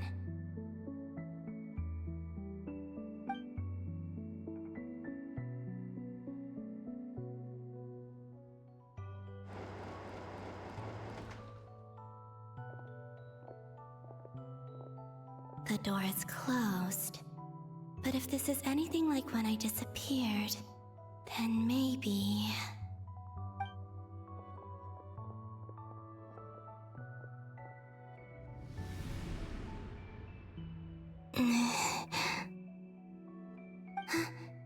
I'm in. He and Paimon aren't here at the moment. I hope he's okay. I wonder what happened to him after that battle with Ettore. Best not to dwell on that for now. I need to try and leave them some clues.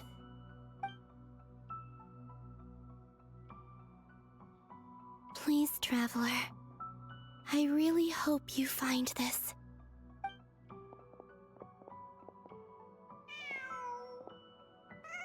Huh. Just a cat. Nothing else here strikes me as noteworthy. Didn't you stay here for a couple of nights once? Before Rerir showed himself, yes.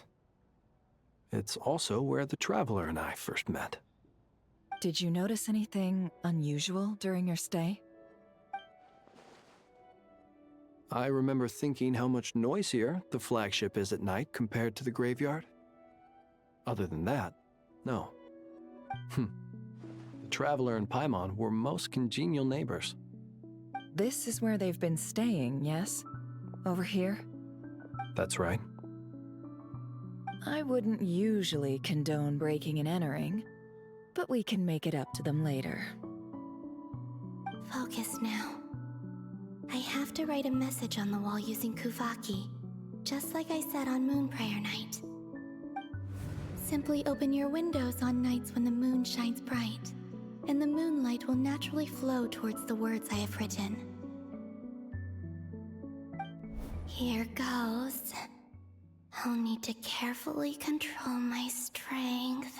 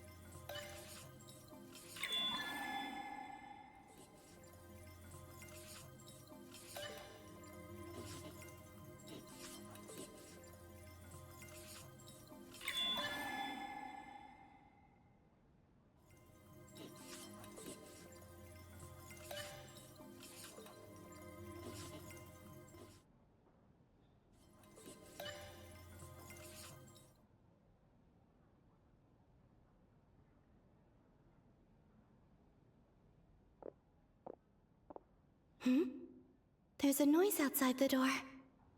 Is he back?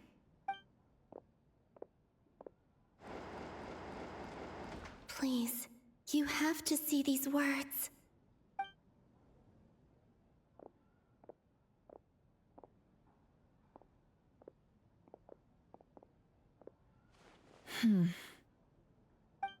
Well, do you sense anything?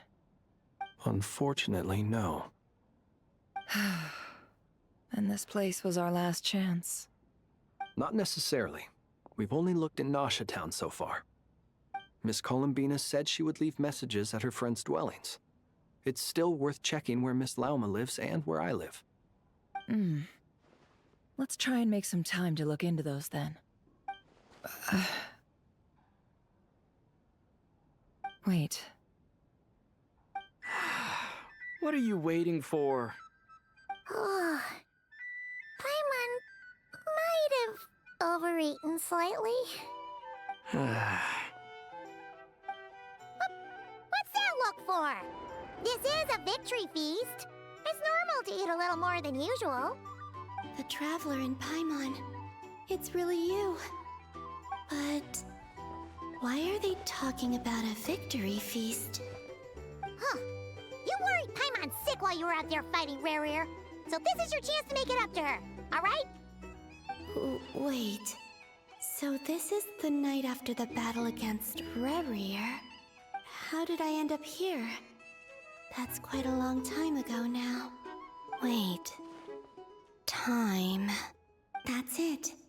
Every time I've entered reality within this space, it's been at an earlier point in time. Every one of those points has been before I fell into the moon's reflection. And everything I've done to affect reality really did happen in the past.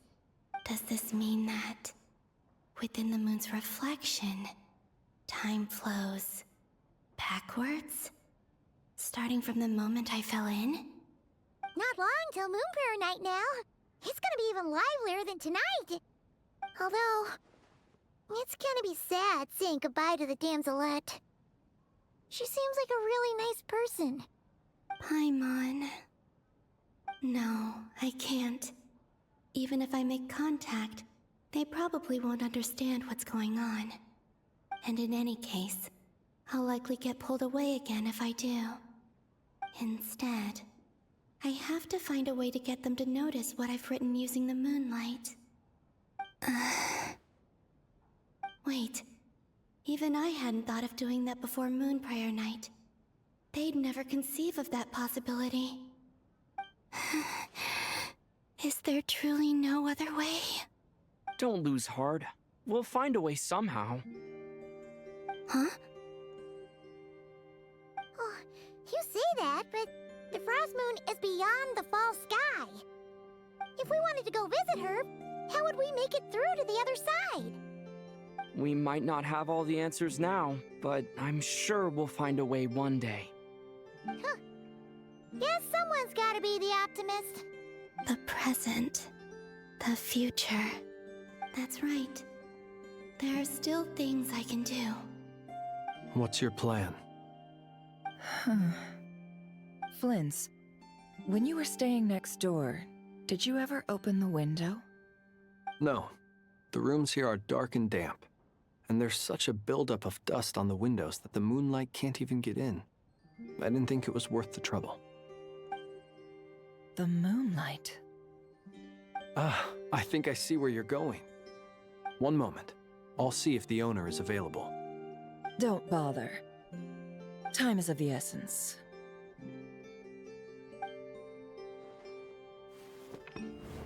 Time. Even if no one sees what I've written at this moment, maybe someone will remember what I said after Moon Prayer Night. I need to write down as much information as I can. And maybe one day...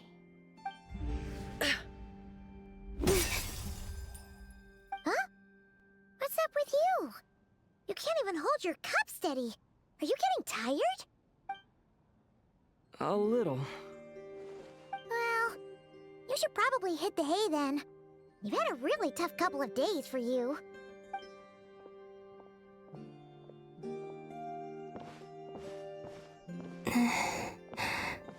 You truly have. You helped defeat Rerir, helped me reclaim my name, and you helped the others organize Moon Prayer Night. Wherever you are right now, I'm sure you're still fighting against the injustices of fate. This is all I can leave for them.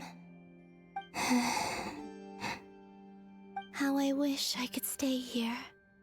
But it's time for me to go. I hope to see you again in the next time. And if the opportunity presents itself. I will surely return to your side. Huh.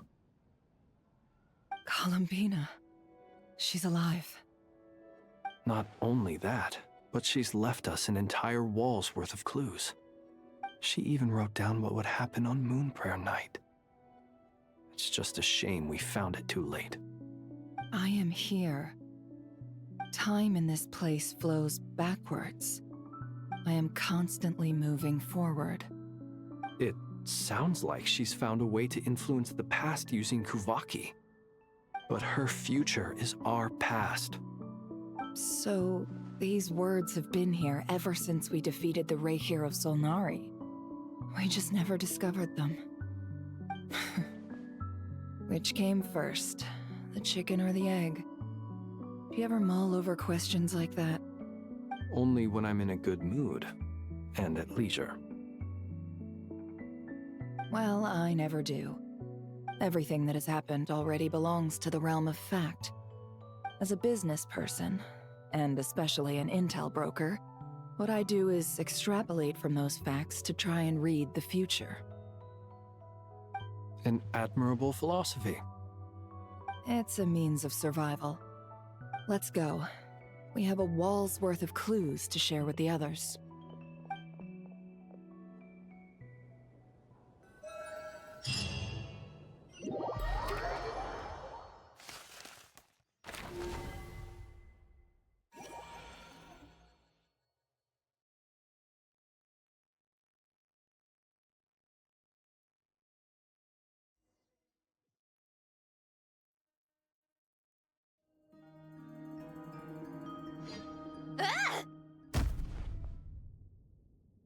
It appears that the doctor's energy signature has changed to something similar to Kuvaki, but not like the Kuvaki we're used to. Nodcry's Kuvaki devices will only have a limited effect on it. I can see why you've chosen to place your hopes in alchemy instead. Also, I must say these books are rather profound. My subordinates just shipped them in from Fontaine. Some of them are from the Narcissenkreuz Ordo. Some are incident reports from Petrichor, and then there's a few test reports for these junk machines. Additionally, after some further scanning, I've discovered something extremely annoying. What's that? Tevat's skies contain multiple moons.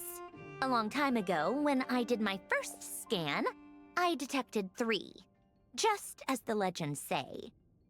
But when I checked again just now, I detected 4 moons. So there's one extra? Yeah. Originally, I thought that if I could still find 3 moons, that would at least mean Columbina's still alive. But then it occurred to me that apart from the frost moon, Tevat's moons are just husks. And husks surely shouldn't show up in the scan, since they're not alive. It's weird, isn't it? If we can't even distinguish between a dead and a living moon, how are we supposed to know whether a moon goddess is still alive? Or does this mean that the moon marrows are equivalent to the moons themselves? It's certainly possible. In which case, the 4th moon you detected may be Dottore artificial creation. So he wasn't bluffing. He really built his own moon marrow. Ugh! I'm so mad right now! It's easy to get overwhelmed when you have too much on your plate. Maybe you need to relax. Perhaps try going for a walk. Or simply take a few deep breaths. Nothing can calm me down at a time like this. I need more time, and I need progress.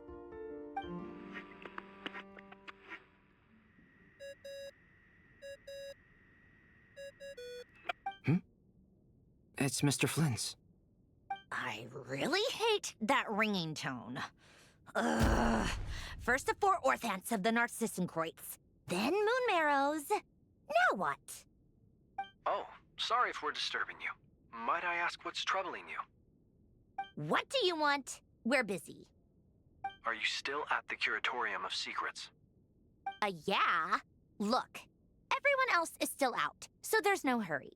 Plus, I'm busy, so I would appreciate if you gave me some space. Even though we have crucial intel to share? Fine. I'm listening. Do you intend to share it via the Dodo communication device? Ordinarily, I would, but this is a unique situation. I think it's best that we discuss it in person. See you at the Curatorium.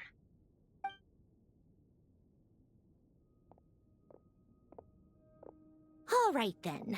So, what's the situation? The rest of the team is still out working on their missions and evacuations, but we've decided to fill you in on the most crucial information first. Sandrone, you were right. Columbina is most likely still alive.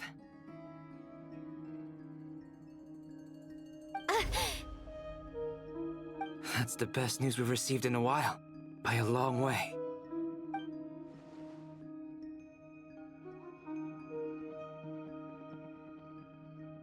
Random locations. Appearing in reverse order? Are you serious? So not dying isn't enough for the moon goddess, huh? She has to show off too. Anyway, does this mean we can deduce her condition from the moon marrows? Miss Sandrone, there's nothing wrong with simply admitting that you're happy to hear the good news. I'm not. And she's the least of our problems. We're facing a huge crisis. If she can't control the flow of time in there, she's just gonna keep moving backwards. Different points in time won't intersect, and she'll never find a way out. Let's say life begins with a drop of water. When did time begin? The moment this planet came into being? No, that's not right. Her final destination would be the moment at which the space she is in was created. But it doesn't seem like we can influence that space from the outside world. So how can we help her? Also, if she's alive, Rerir and Thalindus might be too. But as far as we know, neither of them have come back out. That space may not have an exit at all. I'm afraid I must concur with Miss Nefer in this. Can't exactly argue with that. Let's leave it there for now. I've taken notes on everything you said. Will it help with your research? I doubt it's gonna help with breaking Dottore's energy fields. But who knows when it might come in handy. Better to have it all written down than try to remember everything when I need it. All right, I need to get back to my research. Mr. Albedo has made a lot of suggestions that will require my undivided attention. Sure, I'll stay here. I have things to work on.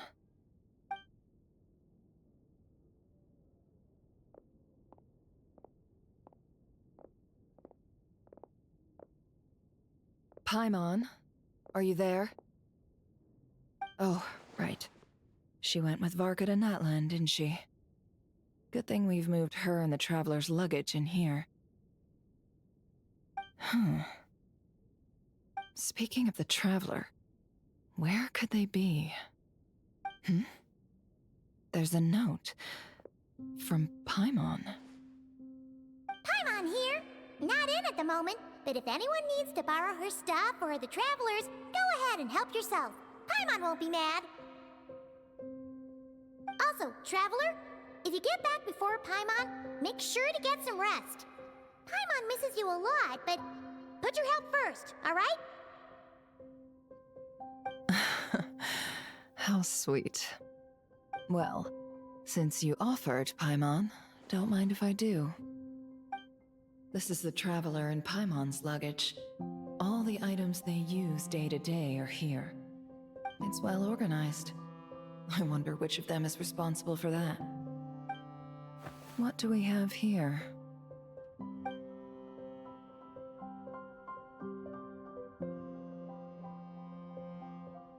The camera captured a special moment that can only occur between people who are close to one another.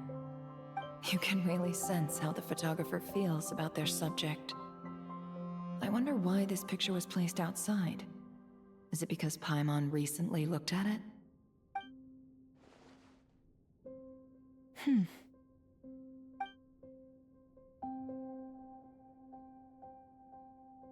This must belong to the Traveler. Perfect. I'll use this. Hang in there. We'll find you.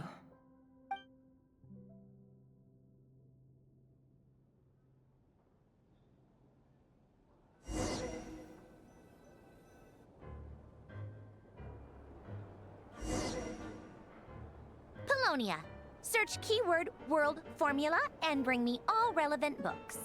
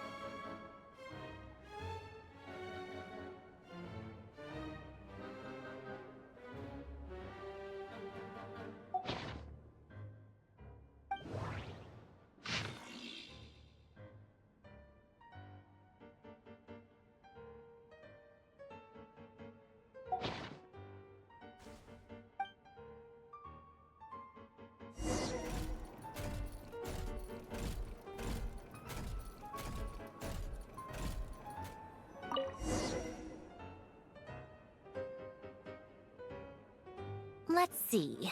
This one is on Tonki's sermon dictation concerning the apocalypse. I believe that the correct term for this is Fortuna. This was an ancient Romorian technology, a wisdom unparalleled. I never imagined that Romorian ideas would be so similar to the diagram I have named, the World Formula. This is strong evidence that human civilization should gradually shed possibilities as it continues to explore and evolve. The end of humankind may well be upon us right now. The sparks of civilization shall run out, unless we consider introducing variables from outside the system. Variables. Surely that can only mean one thing. Descenders? Dottore likely captured the Traveler because of his descender status. But the Three Moons' authority comes from the world itself. Why would Dottore need anything beyond that? Where does this variable factor in? The world formula calculates the fate of an entire world. Introducing a variable would therefore give us...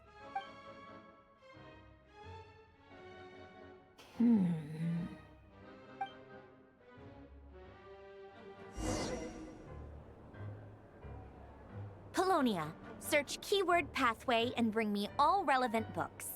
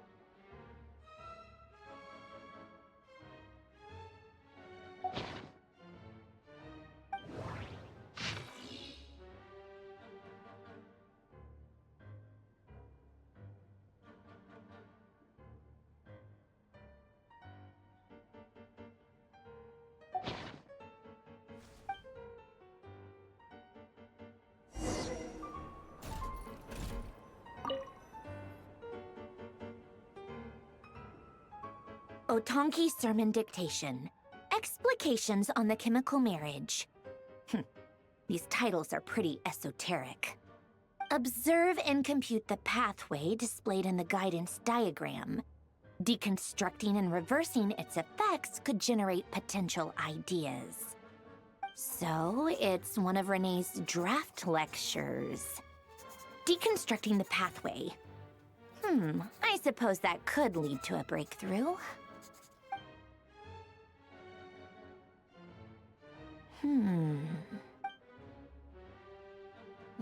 This is so long. This guy sure loves showing off his knowledge.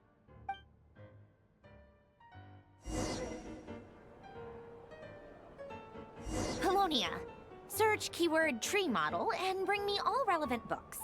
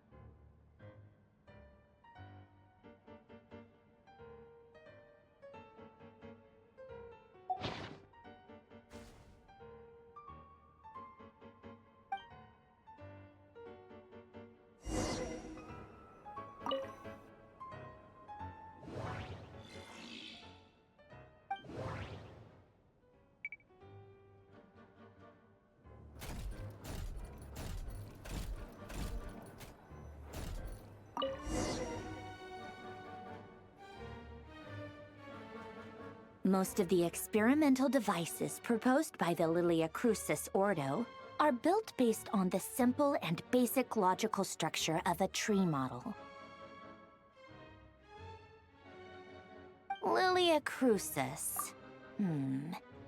Guess they were trying to cover up the name of the Nautitzenkreuz Ordo? When Duke St. Germanus departed, he said, "It seems that there's no going back." Alas, he is only a genius when it comes to machines. In all other things, he is but ordinary. Excuse me? I'm sorry. That's just ridiculous. What kind of book is this? Great Detective Herlock, the Alchemist and the Clockwork Saint? Isn't this a novel? Come on. Still, the author swears that they knew Renee well. Whatever. I guess it's not beyond the realms of possibility that Renee would say nonsense like that on occasion. Memory, wishes, souls, and persona. Frankly, this sounds more like occultism, but if Albedo vouches for it, I suppose there must be some alchemical basis to these techniques. The way Alain Guillotin saw it, the world was comprised of machines. The universe needed machines, and thus his technologies were created. That's why I was born. René, his full name was René de Petrichor, if I recall correctly. Sounds like he and the town must be intricately connected. That place was also the source of most of our information regarding Remurian civilization. Seems like some of his projects were based on their technology. The cutting of souls and storing them in vessels. These seemingly unrelated techniques underpinned René's research. Assuming that the four orthants correspond to alchemical categories. The chemical marriage model? Alain would have scoffed at that. He never would have let those theories or parameters anywhere near his mathematical formulas.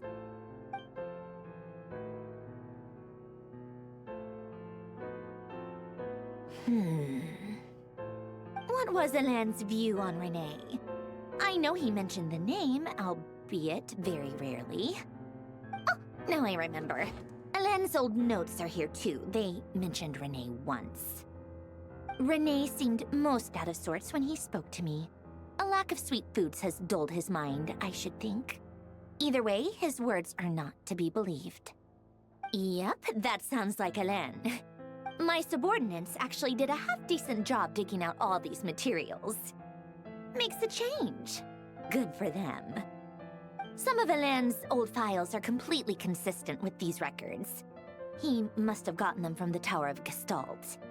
I never knew he got his hands on Renée's records that early.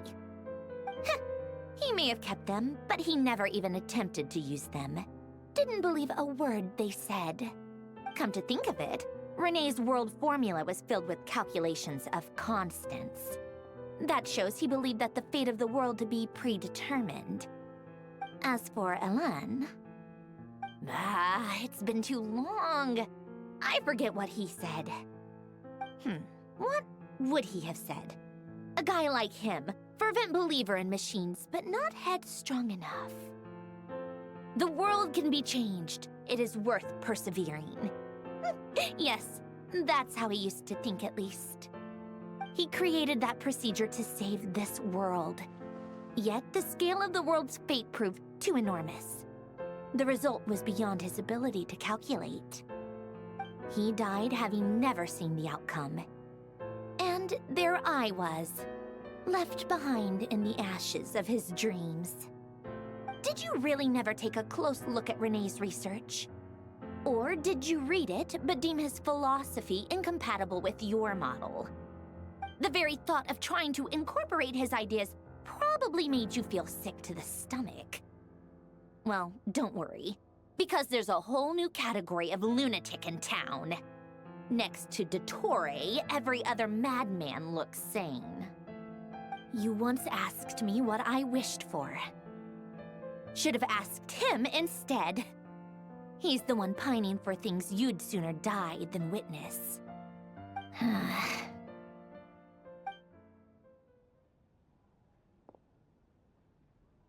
Even the tiniest variable can make big waves in the present. Now then, allow me to put these incompatible fragments together in your stead. First, establish and verify the existence of the Great Circle. Absolute nihil on one end, absolute reality on the other. Now, search between these two extremes. Then, the construction criteria. Variables. The sparks of civilization shall run out unless we consider introducing variables from outside the system. Input variables.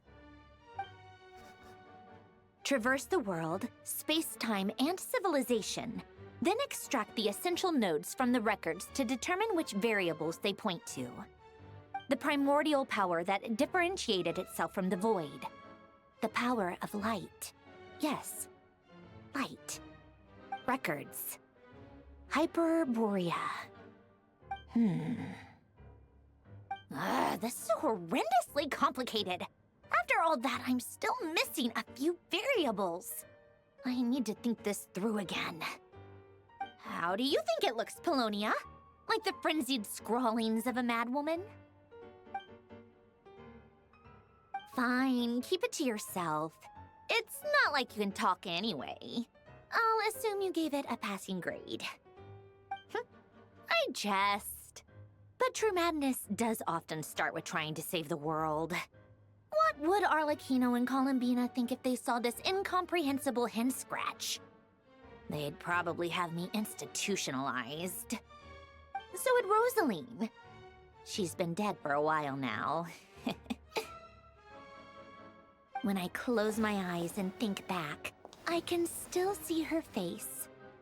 And that enormous dress she used to wear. Such a bizarre choice. What possessed her? Oh, and the clack-clack of those heels used to drive me insane. No one's asking me, obviously, but I hope you all know that I never wanted to save the world. I'm not crazy. I don't have delusional ambitions, and that's a clinical fact. The world needs a solution, but I don't need the world's validation.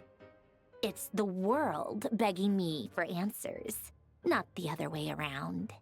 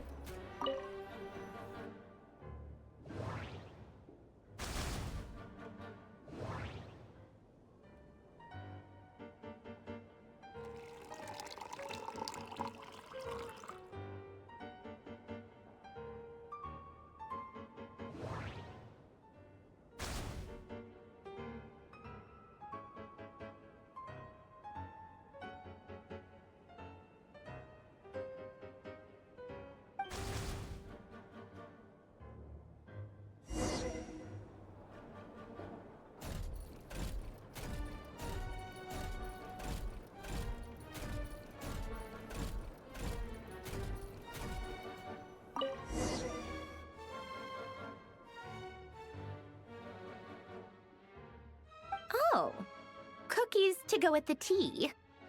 Let's see. They must be from that person who brought those documents. I see they're from Hotel de Boer. Something's written on the box. We are proud to present this homage to the Fortress of Meropede's fun-filled mill collection system. Fortune cookies. Have a lucky start to your day. Sounds like a dumb gimmick to me. Be early to bed and early to rise. Get plenty of sun and drink plenty of water. Then things will surely go well for you. What? Are you kidding me? Somehow I doubt that an early night and a glass of water is magically gonna save a world on the brink of existential peril.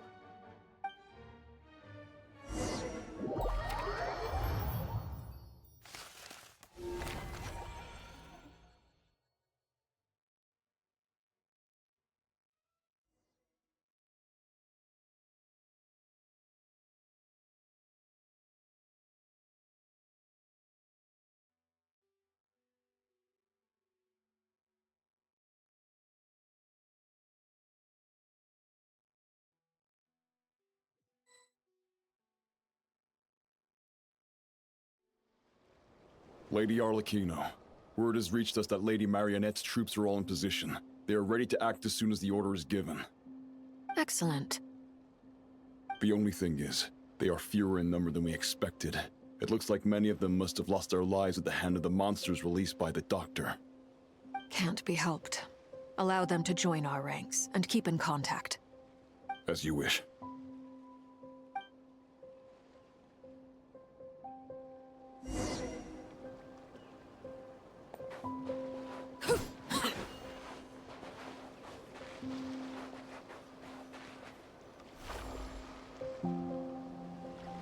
It's been a while, Arlecchino. You look well. Did Dottore really have to build his lab right on the sole path between Snezhnaya and Nodcry? Had to go on a huge detour to stay out of its line of sight. Sounds like an arduous journey. I assume you've brought word from Her Majesty? Of course, all part of the job. Firstly, the Tsaritsa has authorized Fatui Internal Affairs to review Dottore's case. They will reach a formal verdict on whether he has turned traitor and whether he poses a threat to Snezhnaya. While they're working on that, I've been ordered to come and receive the refugees from Nodcry. They are nearby. My team will escort you to them shortly. Great.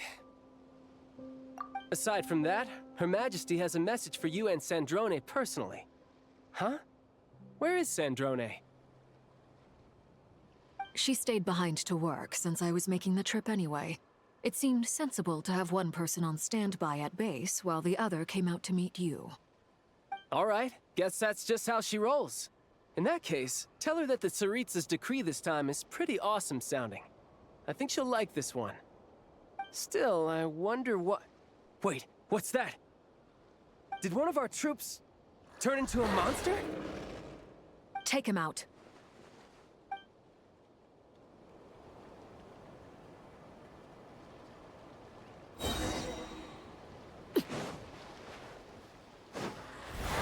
Transfixed.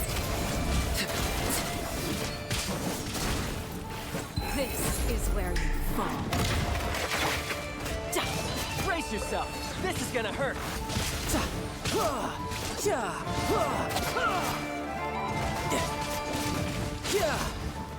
You've gotten stronger, Arlecchino. Nice. Stop that right now. I appreciate the praise, but I am not fighting you today. I knew it.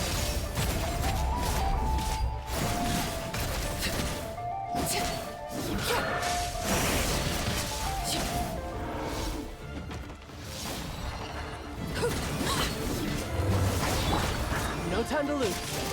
Yeah.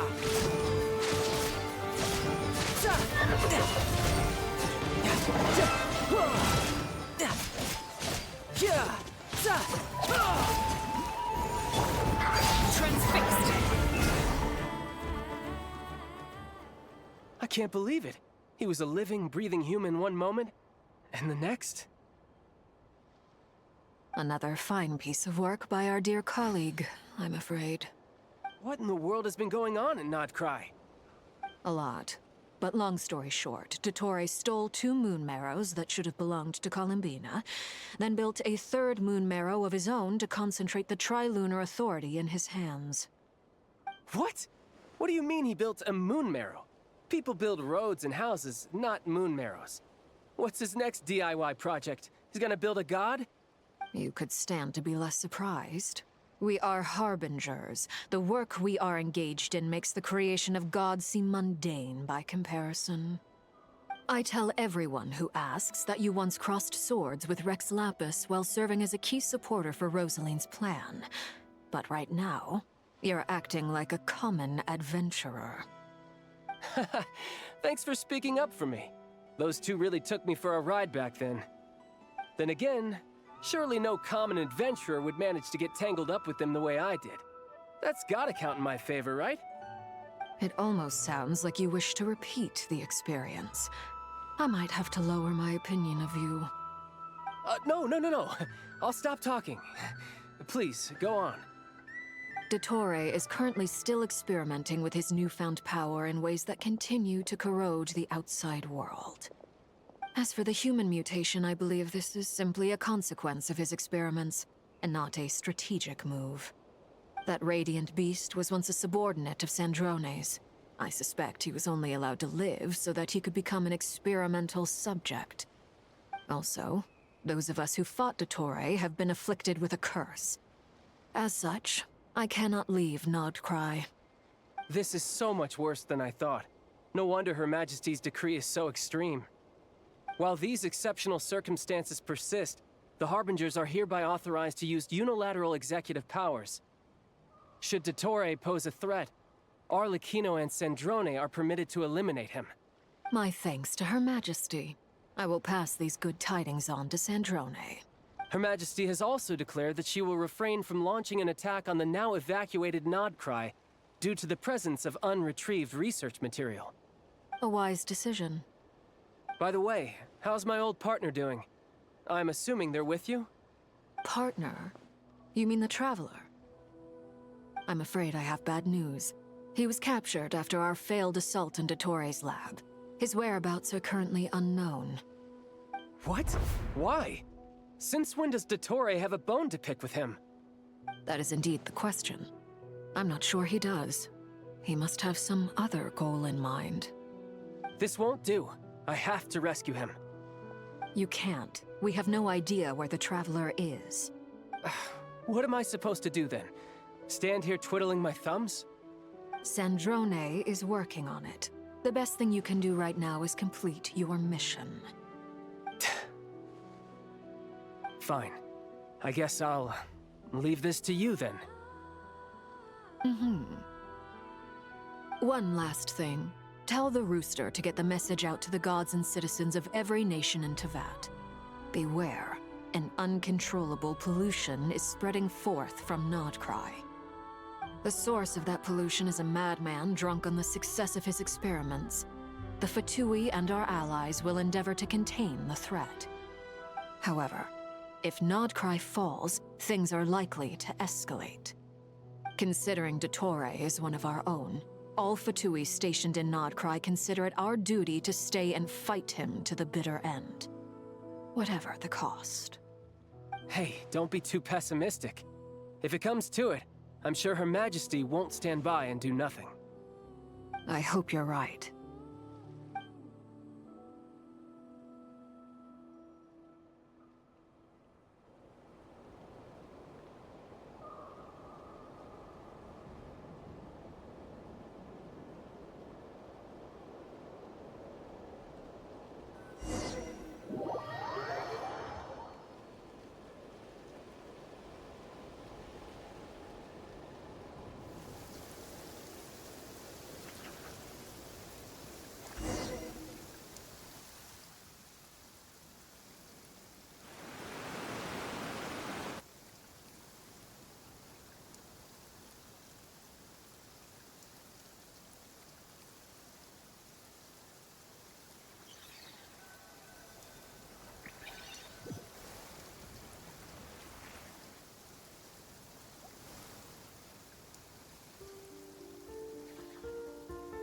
You're right on time. Thanks. Hey, do you think I'll get that gliding exam exemption? I made sure I was on my best behavior in Mondstadt. I landed well outside the city and walked in through the gates. I'll help you apply, don't worry. For now, let's see what we have here. What are the Doctor's energy fields even made from? The usual attract and repel principles that govern Kuvaki don't seem to apply to them. They are very mysterious, but ultimately, they appear to be comprised of energies from the three realms. Thanks to research by Master in the Hexen Circle, we know that Tevat's 7 elements are derived from the more primordial power of the Light Realm, which is antagonistic with the power of the Void Realm. Since you have the power of the Dragon Durin within you, I'm sure you can already tell that this energy field contains no abyssal energy. That's true. It's not abyssal energy. It's something pure, wild, and untamed. I've been thinking about something. Do you still remember the device that Dory supplied from the Academia when you and Miss Columbina fought Raria? That was one of the most marvelous feats of ingenuity I've ever seen. The design, the craftsmanship, the material selection. I couldn't fault any of it. Not to mention the operating principles. Surely the most ingenious feature of all. Dory didn't go into detail on how it functions, but I have a working theory. The clue was that Miss Columbina was somehow able to use the pyro energy that you provided, despite the fact that, as a moon goddess, she should only be able to use light realm energy in principle. Now, all elemental energy is, of course, derived from light realm energy to begin with. Hence, I suspect that the device works by restoring elemental energy to its original state. This presumes a theoretical model of the 7 elements akin to that of light refracted through a prism. Perhaps it is no mere analogy. Maybe there is indeed a prism in this model. I almost wonder if the idea for the device was conceived based on direct observations of said prism. It would explain how such an ironclad design concept was achieved. It is at once a masterwork of engineering and a groundbreaking application of the Academia's latest elemental theories. I suspect only Lesser Lord Kusanali herself could have devised such an ambitious technology. But back to the energy field before us. If this is pure light realm energy, its relation to elemental energy is one of integration versus division. Or you could say that the former contains the latter. Could this mean that elemental energy can dilute the power of the light realm? Should we give it a try? We should.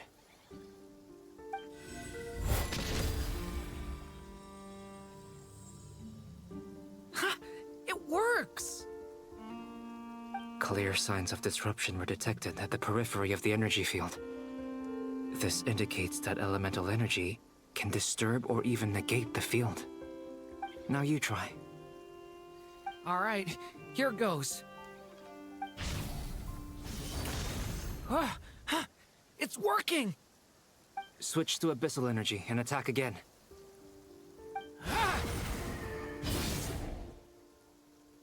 No surprises there.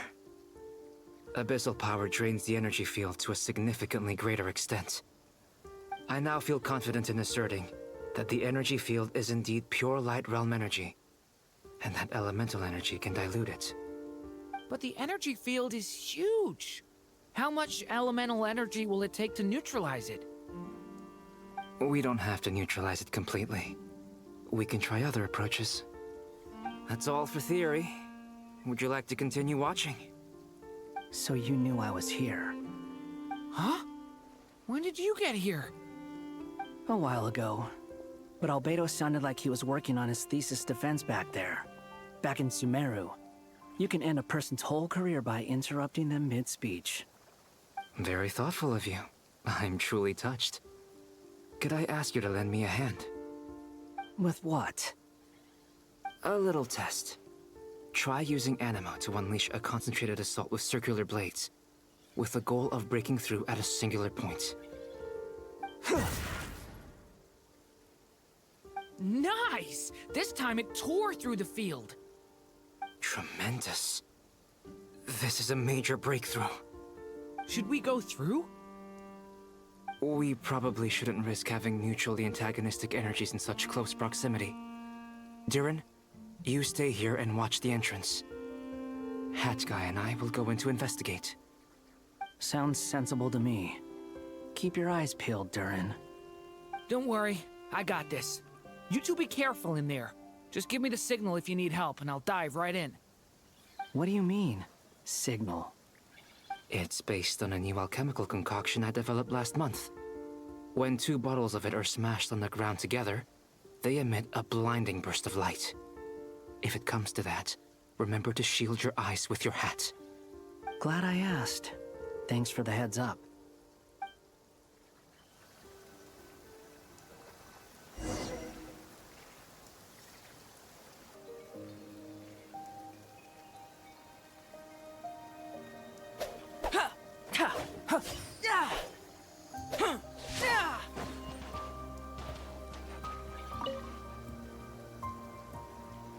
like I thought. Beyond a certain distance, we can't see the opening where we came in. Maybe that's to prevent people from escaping. Sounds like Dottore style to me. Not much has changed. Things are basically the same here as they were before the energy field appeared.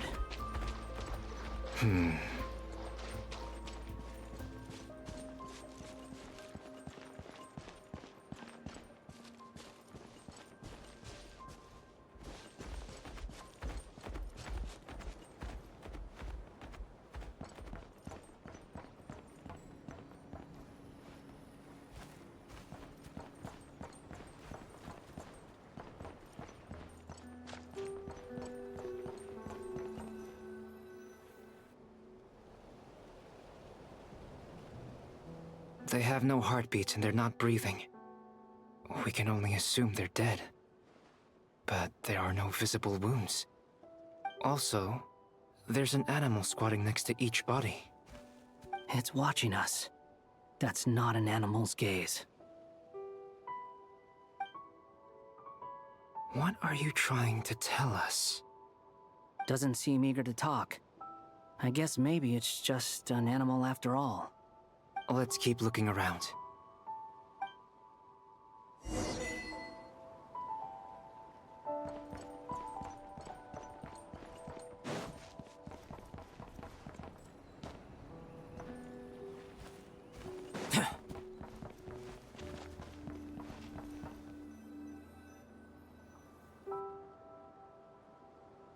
Same situation everywhere.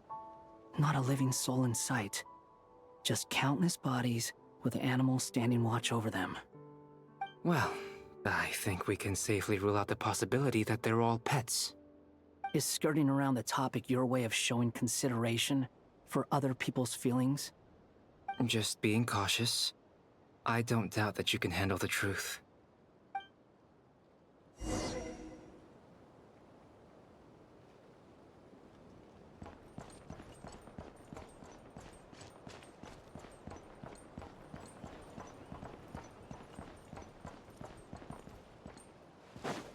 Careful. Please, help us. Please. Over there, I hear a voice.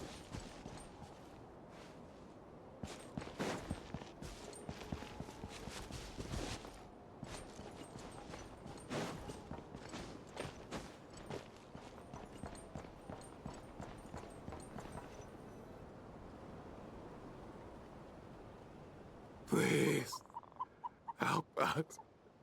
Please. What happened here? I don't know. Suddenly, everyone collapsed. Then my line of sight got lower. I still have some of my senses left. I gotta get out of here.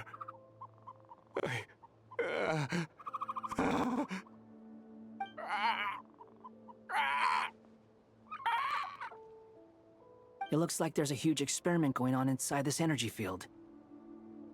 Maybe each energy field is its own giant experiment. Vile. He's swapping human minds with those of animals. Even without the other circumstances, this would be an extremely radical experiment. Those people may have lost their sense of selves, but they are not fully animals either. If they were, they would have left. But instead, their instincts are driving them to remain by their dead bodies. We should go. No sense in sticking around here longer than we need to. Agreed.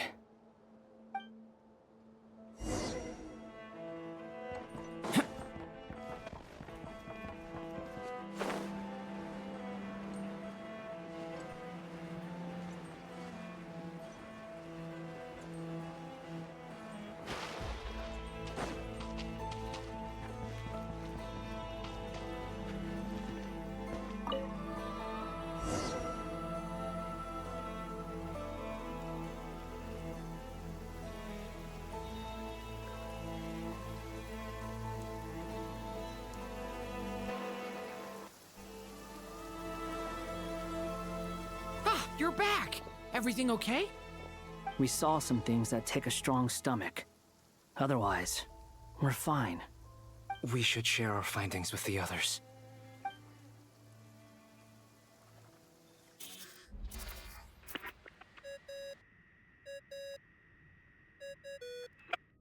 Yes? Who is it? Miss Nefer, it's me, Albedo. We found a way to break through the energy fields. With enough control, it's possible to tear them open using elemental energy.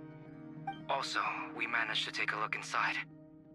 Dottore is carrying out his cruel experiments on an immense scale. Any residents who have failed to evacuate in time will likely meet a grisly end. Sounds like he's living down to our expectations. Might I ask how things are proceeding on your end? I'm just about to get started. I'll be in touch once I have a result. Understood. Stay safe. I will.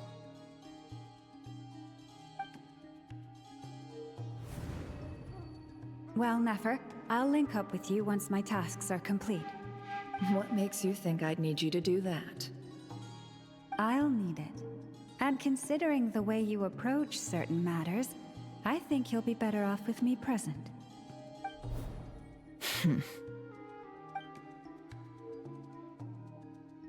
Let's begin.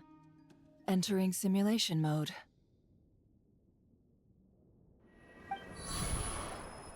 A vast wasteland. Is this the Traveler's inner world? I was expecting something more vibrant, to be honest. Wait, someone's there. What are you looking at? In that case, I'll look at it with you. I want to know all about everything you've seen and experienced. Is there somewhere I should return to? Or should I stay here and be the hero everyone says I am? I don't dislike my current life. Roaming the land, fighting battles, accomplishing missions, earning a living, looking after Paimon. It's not so bad. I guess the only thing that's missing is that you're not here with me. This is the conscious layer, which contains a person's true feelings. It is filled with both longing and kindness. I suppose anyone who lives long enough ends up wishing for someone who can't be there. Maybe it's the only way we can feel truly alive. Time to delve a little deeper.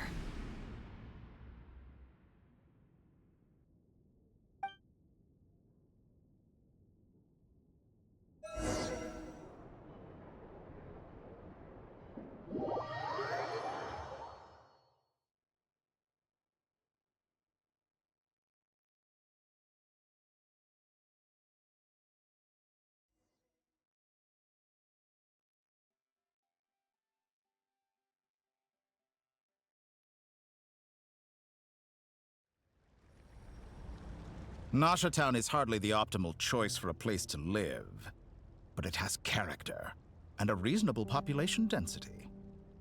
What are you trying to say? Oh, don't be nervous.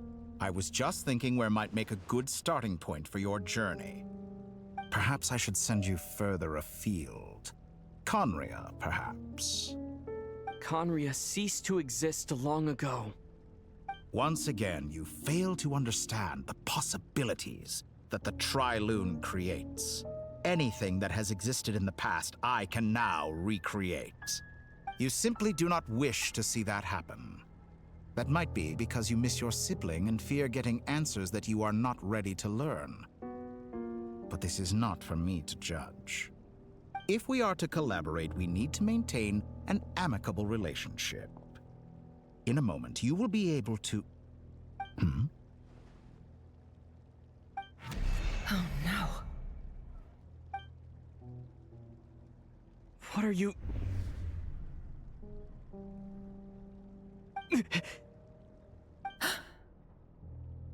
What are you gonna do? Don't move. Something unwanted has crept into... Oh? Gone as quickly as it came.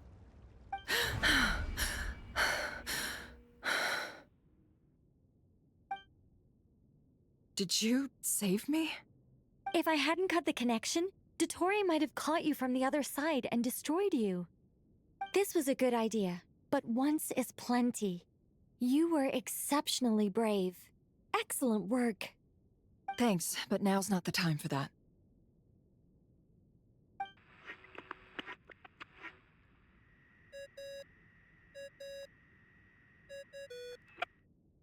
Albedo speaking. I think I know where he is. What is this endless darkness? I can't see anything, even though my eyes are wide open. But why? What happened? Ah, sorry about that. I take it you didn't notice. Just now, a friend of yours took a little peek into your mind. Could it be Nefer? How did she do it? Did she use something as a medium to connect to me? Do you think she's aware of your current circumstances? Oh dear. Have I stunned you into silence? I only wanted to slow down your time a little so I could stop your intruder in her tracks. It would have been nice to capture the spy. I must say, I'm finding the ability to adjust the flow of time rather intriguing. The moment you closed your eyes, time seemed to grow impossibly viscous, didn't it? A whole month passed before you opened your eyes again, but only for you. No one else was affected. I dare say this is something only a god can achieve. Point taken. You've proven once again that you have god-tier powers. Oh, you misunderstand. This wasn't about proving a point. I was testing things out. I find I learn best by doing, and I have to admit, time is not the easiest dimension to control. I only wanted to make you sleep for a short while, but it ended up lasting a whole month. Clearly some finesse is required to wield the authority over time as I wish. I hope you're not angry with me. It was only a month's discrepancy, nothing too serious. Had I been off by a year, a decade, or even a century, that would have been quite a different story. You could have frozen me for millions of years. So much for collaboration. You aren't showing much sincerity. Millions of years? To what end? I wonder if you don't understand humans all that well. They are very pragmatic creatures who understand only that which they can perceive with their senses. If I had you sit here for a week, I imagine people might sympathize. But if I left you here for 100, 1,000, or 10,000 years, the sheer size of that number would cause it to lose all meaning to them. They would not have the capacity to comprehend your suffering, and thus they could not empathize. Unfortunately, while gods do exist in Tevat, it is ordinary humans that account for most of the population. Their lifespans are so limited, their bodies so fragile. Did you ever really hope that they could begin to understand someone like you? Your long life and unique origins make you fundamentally different from them. How long will it be before they start to treat you like the alien you are? Before you are ostracized, outcast? Alien? Even I feel bad for you sometimes. This world has made you into a slave.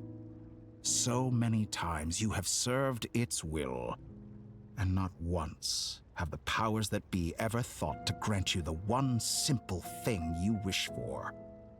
You have been treated most unfairly. I can change that. I will grant you special privileges and give you back the status you rightly deserve as a descender.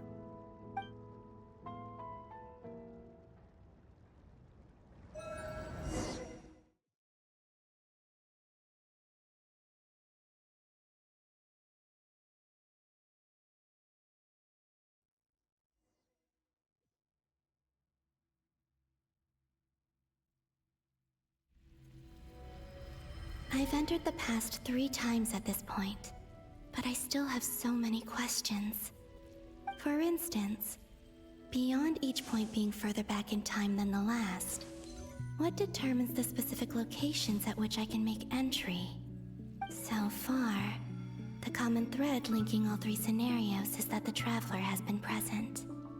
But it's more than that. I know I sensed something familiar around him. What was it? I'll keep this question in mind as I carry on.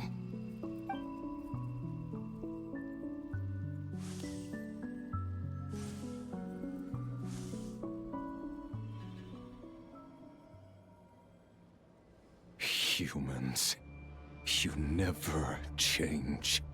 Always trying to use powers you neither comprehend nor control. This looks like Star Sand Shoal. Was this before Rerir regained his physical form?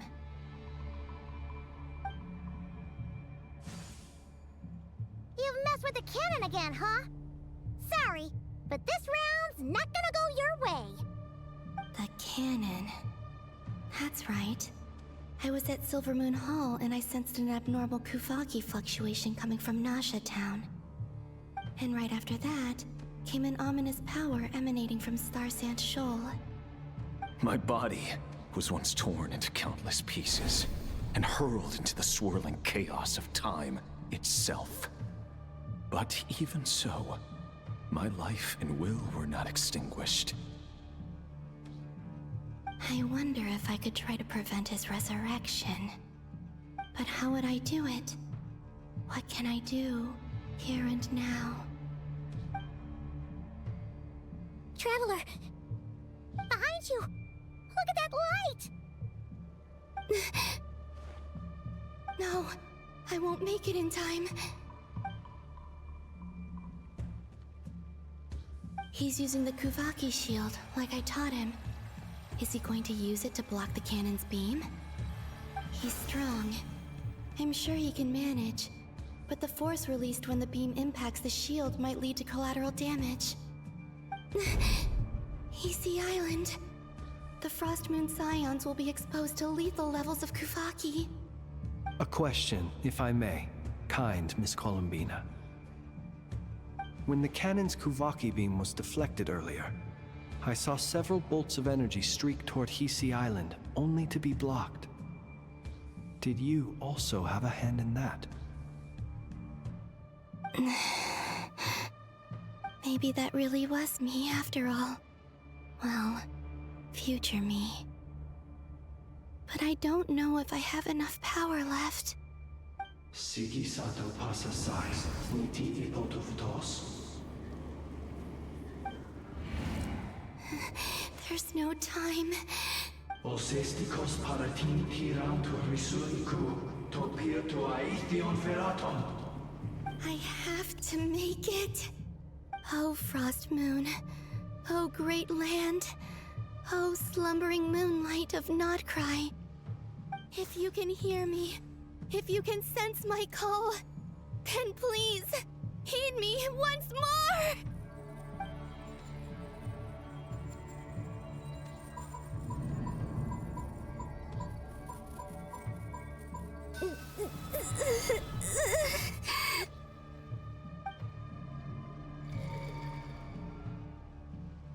Did it work?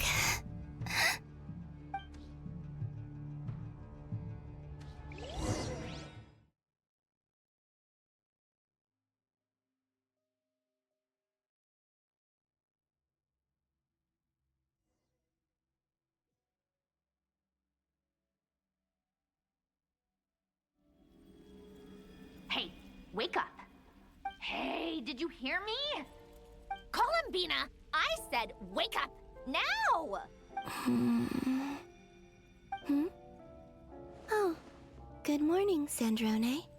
It's 3 in the afternoon, actually. And could you kindly not use my quarters as your personal nap room next time? But I feel so safe here. And your coffee, right? It's so bitter, but it smells lovely. It's like you were raised by wolves in a forest or something. What did you drink growing up? Grass tea? The Frost Moon Scions certainly led a more frugal existence than the Fatui. Then I'll bet you've never eaten one of these before. It smells delicious. That's because it's a Fontanian recipe. I had a little free time today, so I made a batch. Rosaline will be here shortly, but if you really can't wait, I guess you can go ahead and... Hey, at least let me finish before you start eating! Did the Frost Moon Scions not teach you basic table manners? Or did the rules not apply to you because you're the high and mighty moon goddess?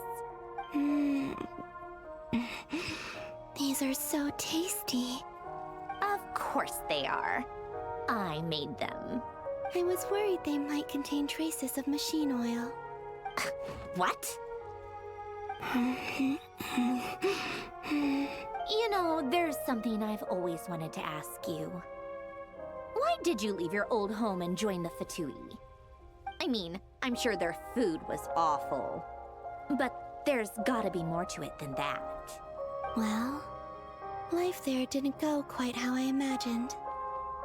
What were you expecting? You're a god. Your followers are gonna make some demands of you, right? Surely you can just answer a few prayers here and there in return for the free food and drink. How bad can it be? Well, would you help other people just for free food and drink? The doctor told me that you were created by a great mechanic, Lord something Fisher. The Lord Artificer. Ugh, some people can't keep their mouths shut. Oh, Lord Artificer. And didn't he have something to do with the, narcissist? Narcissenkreuz Ordo. Yes, that was it. Narcissenkreuz Ordo. So, would you try to fulfill their wishes? You must be joking. I wouldn't go even if they paid me. I don't even know them. Exactly. Well, I felt the same way. I did not know the people who made demands of me. Huh. What do you know? We're on the same page for once. In his later years, Alan did ask me if there was anything I wanted to do. If I had any wishes of my own. Well, I don't. And I'm not in any mood to fulfill someone else's either. Who's Alain? He was the... You know what? Never mind. You're not gonna remember. Anyway, the point I'm trying to make is, neither of us is the self-sacrificing type. Let me ask you this. What sort of place would you like to live in, if you could choose? A place where people don't ask me for things I cannot give them. Where they don't worship me, or fear me, but just want to chat with me like a normal person. I'd also like the freedom to come and go as I please. And ideally, it would be somewhere with the smell of coffee and snacks. Not to burst your bubble, but no such place exists in the world. Now, take your snacks and scram.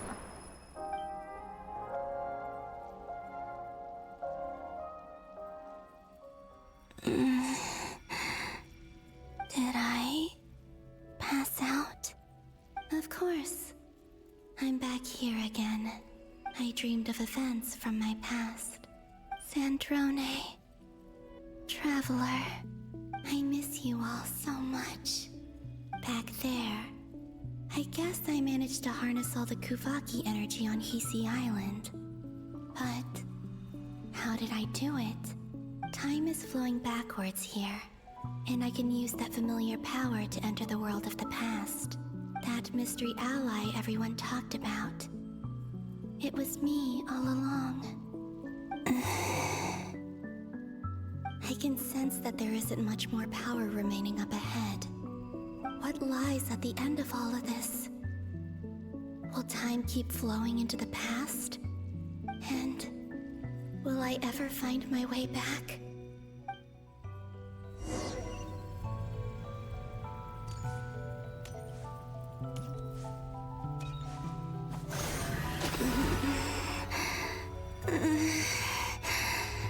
It's getting harder and harder to use my power.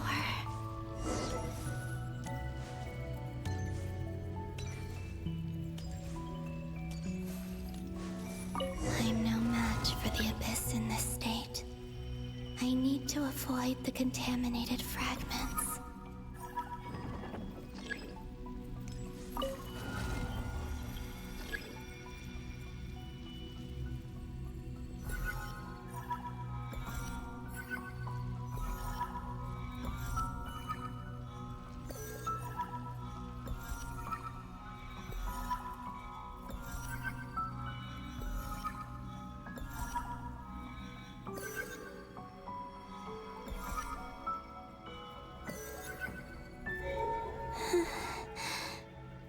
Time to go. I wonder where I'll find myself this time.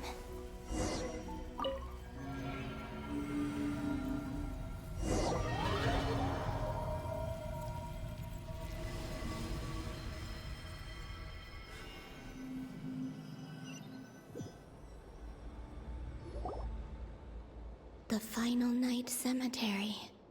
This is where Flint's is based. Or not! How are we supposed to read through this many files? Difficult, yes, but it is also our most efficient option.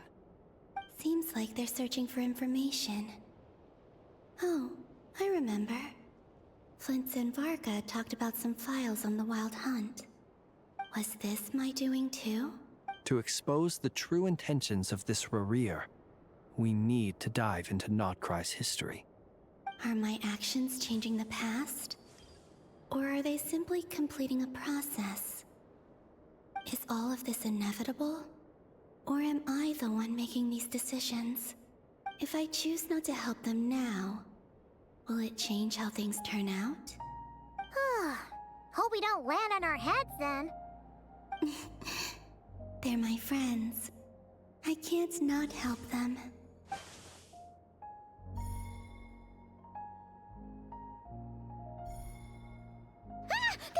Ghost!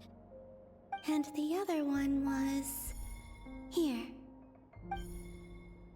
Hey! Another file's moving!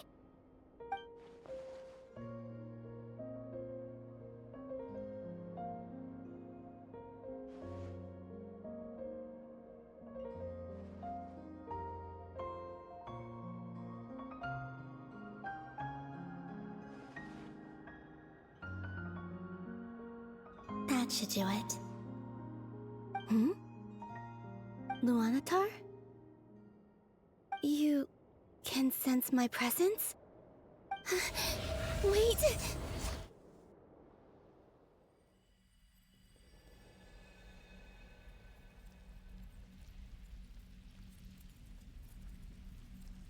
Luanatar. So she's that familiar presence I've been sensing all along. She's always been by the Traveler's side. That explains why the Traveler has been there each time I've entered the past. But why Luanatar? Is it because she has a connection to me as the Moon Goddess's familiar? If so, why not any other Kuhenki? That's...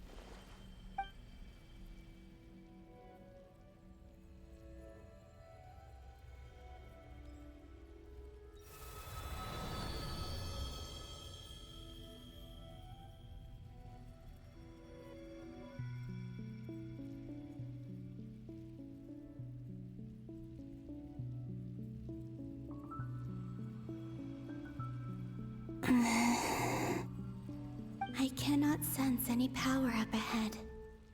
Just a void, stretching out into infinity. This is likely my final chance to enter the past. It's now or never. I have to find a way back.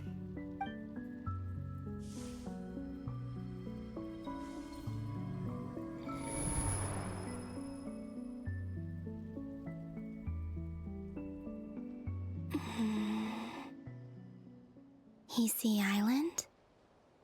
How far back in time is this? Where's Luanatar? I can't sense her presence this time. Oh, seeing Anafa and Aino reunited like that sure was heartwarming. Traveler, Paimon. No, stay calm. I don't have much power left to change things. I don't even have that much time left here. Think, Columbina. How do I find a way back? A way back... to where? Do I go back to Moon Prayer Night? Or to the future that followed? And if I return in my current state, what will become of me then? Dottoro's actions that day proved that he'd been planning that for a long time. He had already seized the power of 2 moon marrows before capturing me. Even if I managed to get back, how can I fight against him when he wields the Tri-Lune Authority? I can't. If I go back like this, I'll be playing right into his hands. I have to find some way of rivaling the power he has usurped. Wait. Time flowing backwards. The Tri-Lune Authority. Does that mean... I think I know what the final destination of this lunar reflection might be. I know what I must do. Speaking of homes, we must already be close to where the Frost Moon Scions live. The vibe here feels different, just like the scenery. But how do I communicate my plan to my friends? Should I write it down here? No, someone else will see it. I need something with a close connection to me. Something I can use as a medium to tell them what's happened to me in here.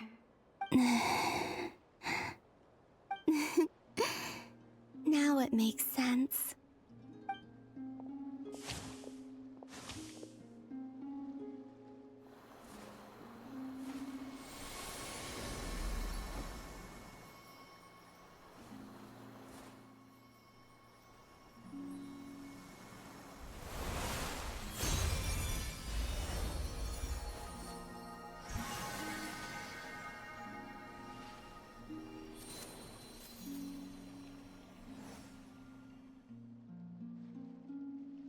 Hey, what was that? I feel like some sort of breeze blew by, and then the petals suddenly turned into... Huh? It was I who brought Luanatar into being. I gave up a piece of my own soul to create her. That's why I could sense a familiar power from the moment I entered this space. It also explains why she's been present in every past location that I've entered. Because we have a deep connection. Hey there! What's your name? And the reason why there are no more gates to the past after this point is that Luanatar hadn't been born then. No wonder I sensed the trace of a blessing when we first met. But I still didn't recognize the soul hidden within you. Back then, I was just a little lost dove. I had yet to become Columbina Hyposelenia. Go on now. We've got stuff to do. Best you find someone else to hang out with. Hey, you scared it off.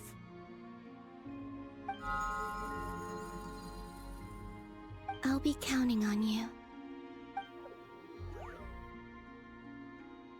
Remember to stay by the traveler's side, guide him, and help him in my stead. Oh, and bring him to the garden where the moon prayer blossoms grow. There's a little lost dove there who will need his help.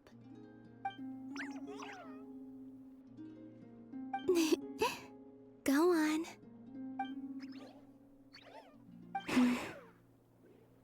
You too. Go and live your story. As for mine must go in a different direction.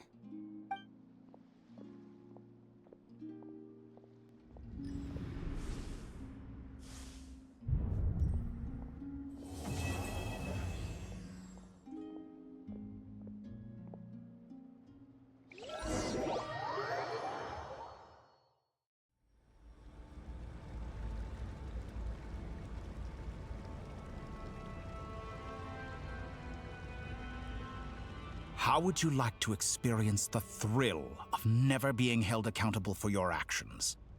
You could crush people like ants without consequence, or tear off their heads or limbs as you please. Believe me, such a life is but one small step away.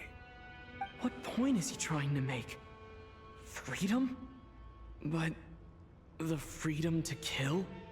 To do evil and get away with it? Why would you offer me that? The creation of a world is the ultimate scientific experiment. I have taken my research to the highest level, where I shall be not just a god, but also a servant to many sacred spirits. I shall heed the truth and perform holy deeds. A god's laboratory is the perfect playground, but it needs the right occupant to explore its full potential. Mortals are found everywhere one looks. Not so with Descenders. I'd prefer my first guest to be a distinguished individual such as yourself. And I know you could make the most of the opportunities it offers. So the condition for entering the new world is to take innocent lives. The same dilemma that Rerir once faced. Could I really bring myself to kill others for my own benefit? Rerir did. And look where it got him. Have you made up your mind? I can't do it. Your playground is no place for me. You're putting your hopes in the wrong person. But we both know I'm not quite the hero you say I am either. I have my own reasons for the journey I'm on. And they aren't all selfless. You've grown a lot since we last met, but there are still things you are unwilling to compromise on. This will only hinder you. Why don't I lower my requirements a little as a gesture of goodwill? I'll give you a little time to learn to be a less noble soul. That'll make things much easier for you. I really doubt I could live that sort of life. And yet you already sound less defiant than a moment ago. The benefits appeal to you because you can read the signs of the times. Why don't we return to my research facility? Your last visit was so rushed. There is much that I have yet to show you.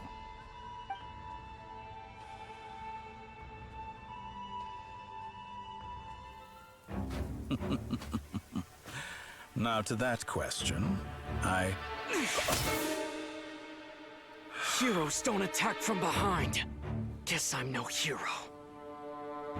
This is most disappointing.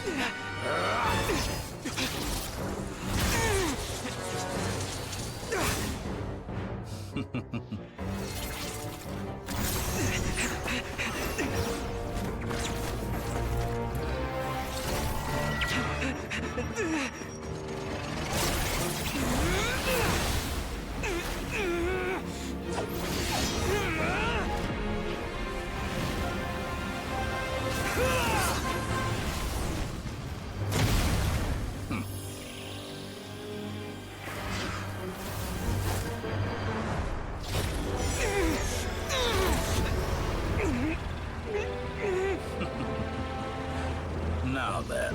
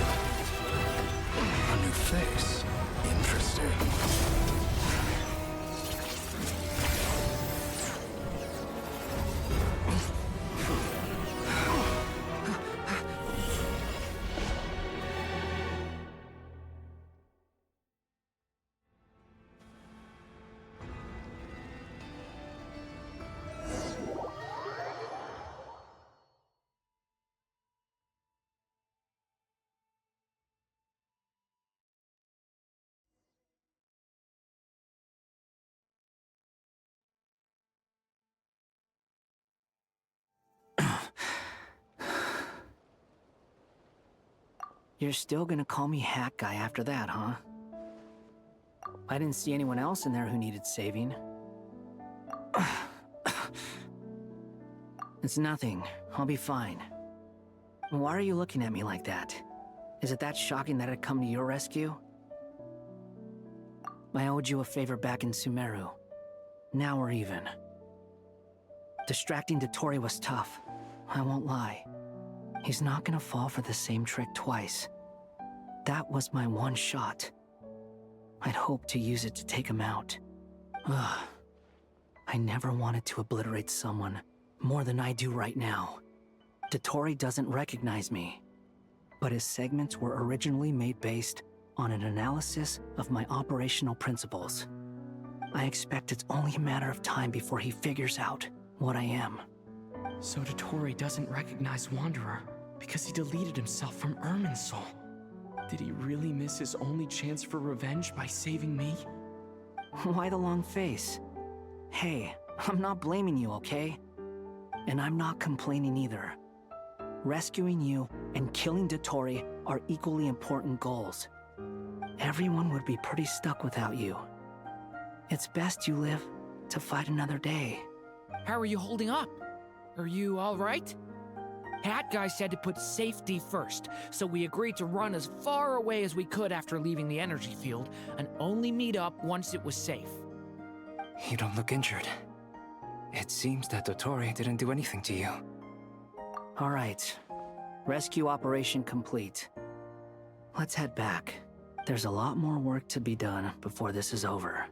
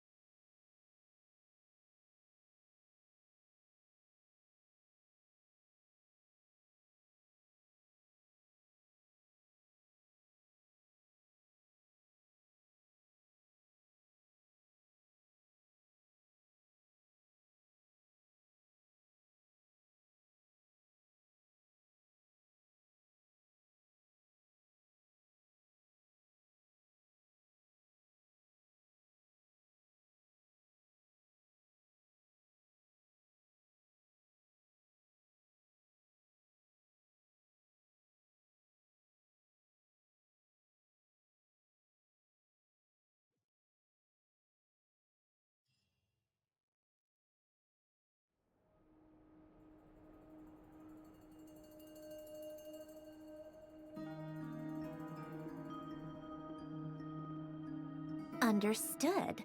I will bear the Tsaritsa's decree in mind. I don't see what's so awesome about it, though. Does he really think everyone else is as immature as him? I'm not stooping to Tartaglia's level. I thought you might say that. How's your progress? Quite promising, actually. That alchemist Albedo gave me a few ideas. Remember how I asked you to look up some files for me? That stuff on the Nachtschitzenkreuz Institute. René de Petrichor and Jakob Ingold. Alain Guillotin despised René's theories and methods, but he never managed to come up with better alternatives either. So I adopted some of René's ideas. I thought Alain was like a father to you. He and René were mortal enemies, were they not? And what would you say if Linny and his friends one day learned something useful from someone you utterly detested? I would applaud them for it. That would mean that they have surpassed me. For all we know, Alain Guillotin might have thought the same thing. Not that it matters, though. He's dead, and I'm alive. So it's my call to make. Once you die, it doesn't matter how great you were in life. Only the living get to decide what happens next. Hey, come on out. They're back. Huh?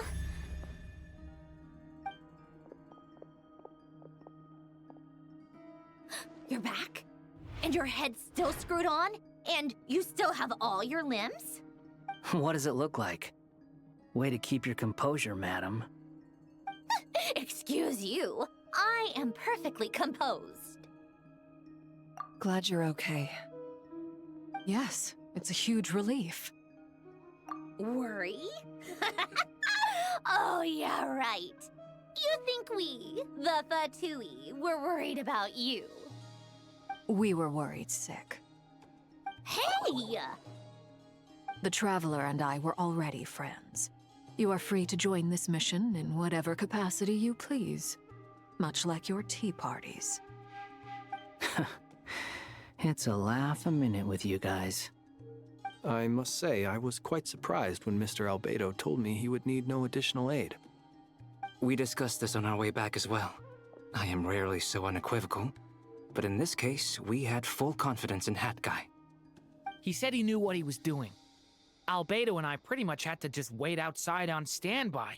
Meanwhile, Hat Guy broke into the energy field and rescued the Traveler solo. You didn't have to mention that. Well, I'm thoroughly impressed. You are a force to be reckoned with, Hat Guy. Is he back? Is he really back? Traveler! It's really you! Oh, thank goodness! Paimon missed you so much! You can finally breathe easy, Paimon. It's great to have you back in one piece! Oh, Paimon's been having nightmares the whole time you were gone! Look at them.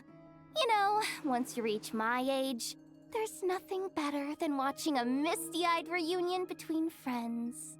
That's nothing. Same goes when you get to my age, too. I bet Aino and Anefa would be tearing up as well if they were here. Varka, I'm not sure Anefa can cry. Oh, yeah, good point. Hey, your eyes are looking a little red and puffy. Come here, let's hug it out. What? Ew, no! No, thank you. You're not my dad, okay? Knock it off! Everyone, I'm sorry for all the trouble I caused you.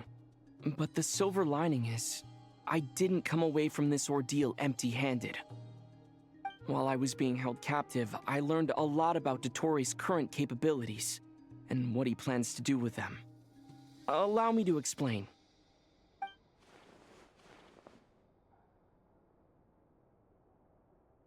The three moon goddesses were even more powerful than we imagined. No wonder Dottore believes himself to be equal to the gods, maybe even superior. Utter blasphemy. While everyone was gone, Nefer and I made an interesting discovery, and I believe Miss Sandrone has something to share too. Ma'am, perhaps you could do the honors?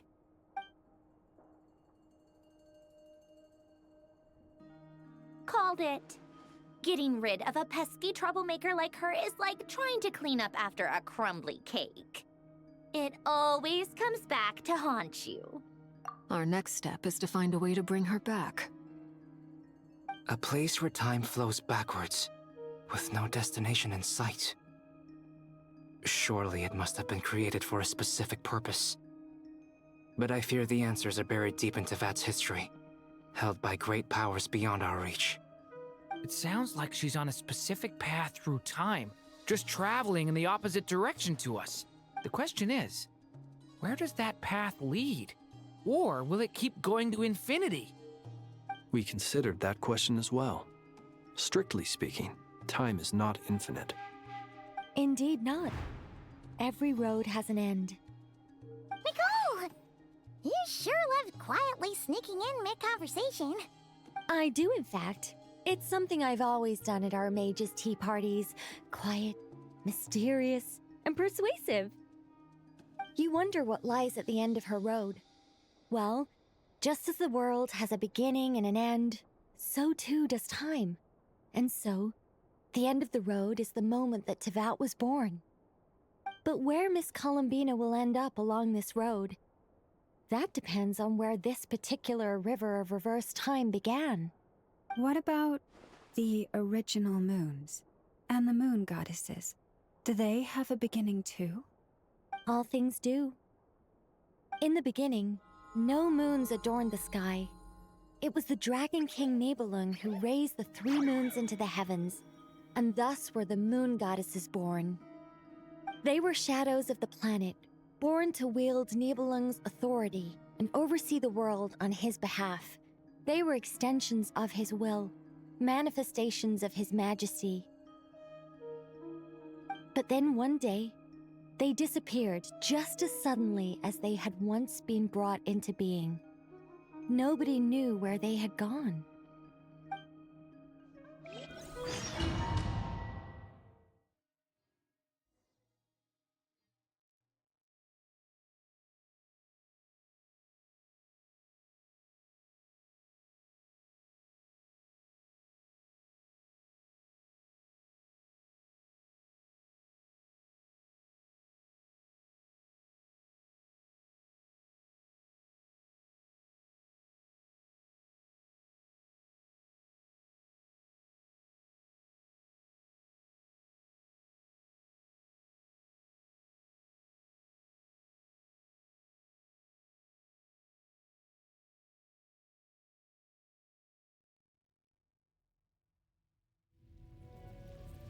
Like I thought, no more paths back to reality have emerged since. But how can I be sure that I'm going the right way without scenes from reality to keep me on track? I can't even be sure of how long I've been walking for. The further I travel, the less stable this space becomes. There are even moments where I can sense something that feels like abyssal energy. They can just materialize out of thin air. I have to keep my wits about me.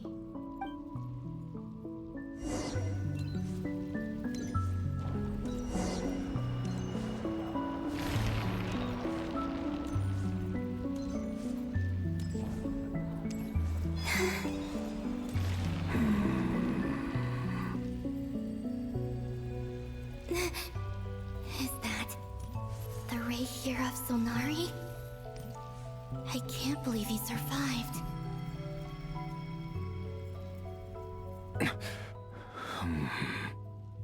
You are the moon goddess. But how? Please, there's no need. I'm not interested in fighting anymore. I find that a little difficult to believe. Yeah. Honestly, so do I. The way you used my own power against me was... It was a brilliant strategy. And then, in the final moment before I was thrown into this space, I got to see an old friend. Mr. Dainsleif. Right. It was so long ago now. But we were friends once. When I first got here, I was filled with hatred, remorse, and rage. How I cursed and devoured. I tore everything here apart. I was consumed by the desire to leave this place and have my vengeance. But to no avail. This is a place with no exit. This is the second time I've entered this space. Though I have no memory of the first. I was torn to shreds the moment I entered. But this time I survived. It must be partly because of this new body, and partly because of all the Kuvaki I absorbed in Nodcry. Are you the source of the abyssal power in here? Not all of it. Some is from when I first arrived here and tried to destroy everything. But there was already a degree of abyssal power here before I entered. And like a venomous snake baking in the merciless sun, it tried to slither into my shadow. Tried to? So, you rejected it? Yes. Because after that, the world suddenly became silent for a moment. What do you mean? The voices in my head. They were gone. And then I saw her. Her? Thelindis. My former lover. Never mentioned that she saw a memory of Thelindis leaping into the moon's reflection. More precisely, I saw her afterimage. I'm sure the real her is long gone.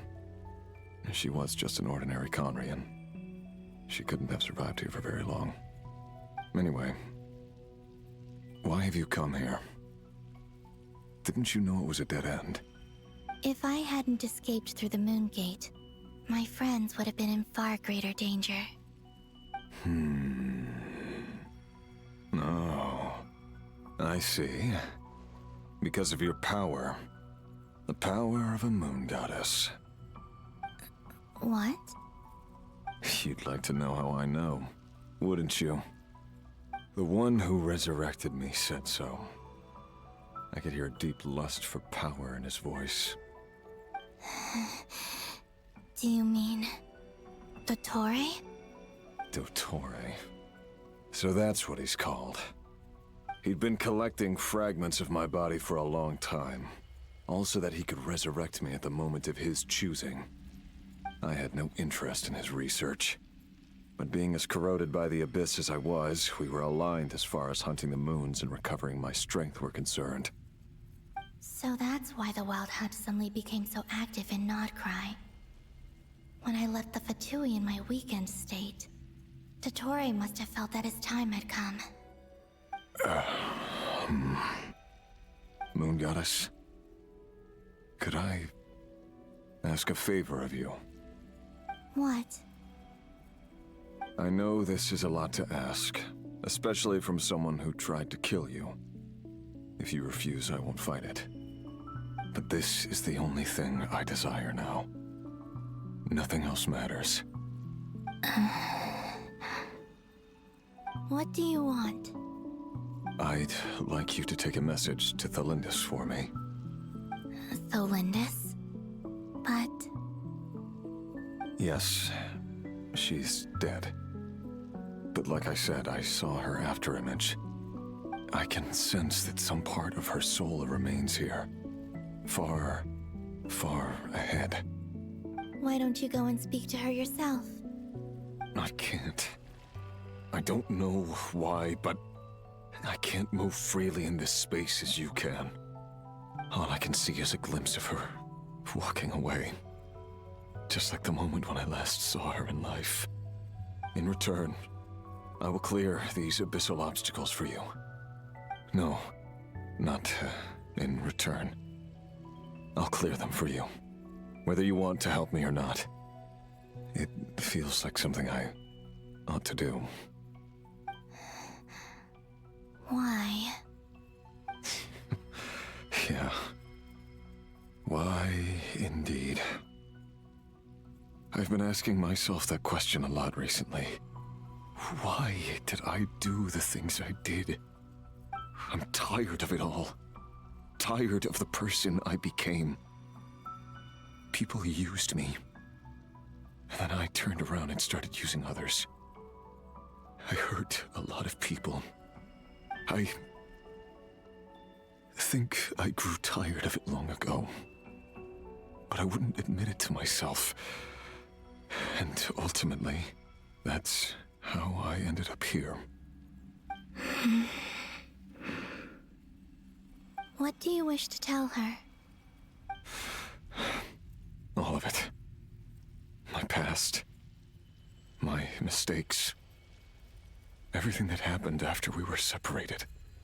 Is it okay if I give her the abridged version?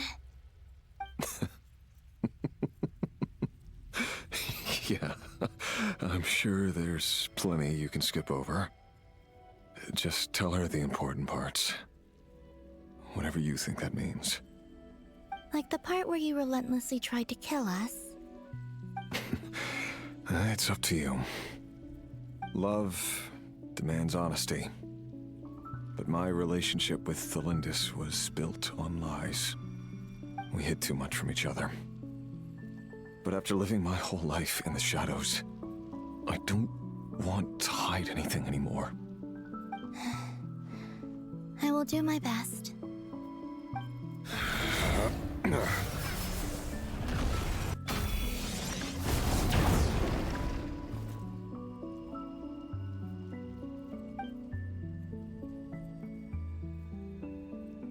There. The Abyss will no longer stand in your way. Even though Mr. Dainsliff felt he had to fight you, I think he still regarded you as a friend. Dane? He said that you betrayed him, but he also felt great remorse at never having understood what you were truly going through.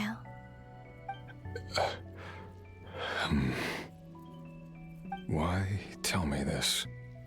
Because if he'd known that someone could take a message to you, I believe that's what he would have said. Thank you. It means a lot.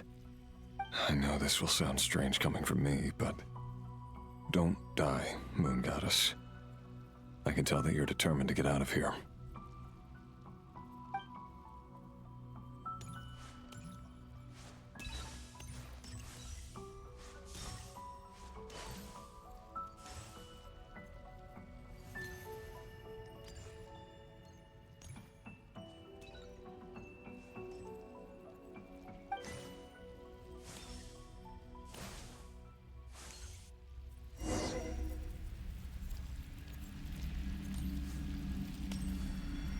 He kept his word.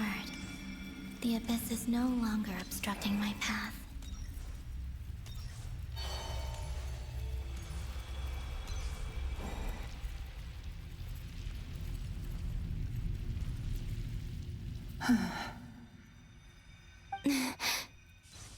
Is that the Lindis? She wasn't far off at all. And yet, they can never meet. Hello, Miss Thelindis. Who are you? How do you know my name?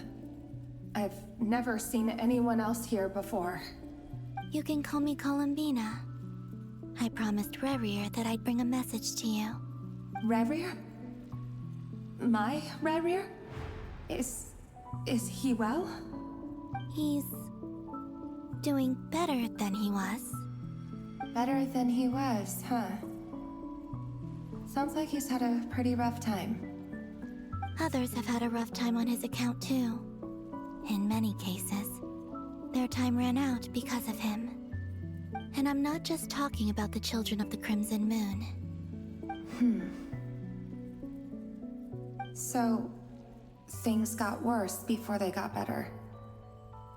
Could you tell me what happened, Miss Columbina? Are you sure you wish to know? Yes. This is my opportunity to learn the truth. No matter how hard it is to hear, I have to know. I admire your courage.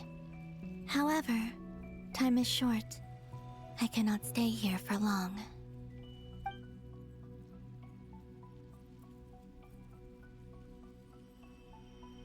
Rerir had seeds of hatred in his heart, and many people nursed them for their own ends. On some level, everything he did was to try and find a way to see you again. But in the end, he came to regret his mistakes. He wanted to apologize for hiding his past from you. Beyond that, he did not say specifically what it was he wished to convey to you. But I'm sure that you've always been on his mind. You are what has kept him going over all these years.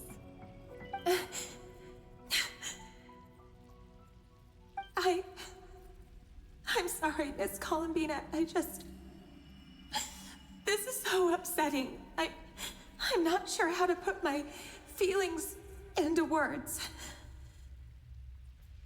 It's all right. I understand. Well, that's everything from me. So, I guess I'll be... Wait. One moment.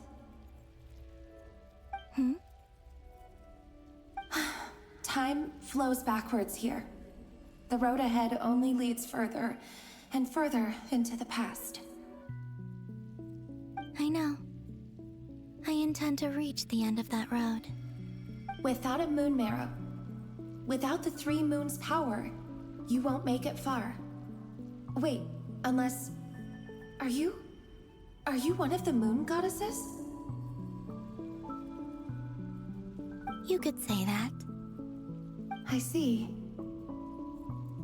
I often think to myself, if life is like a train ride, why haven't I reached the terminus?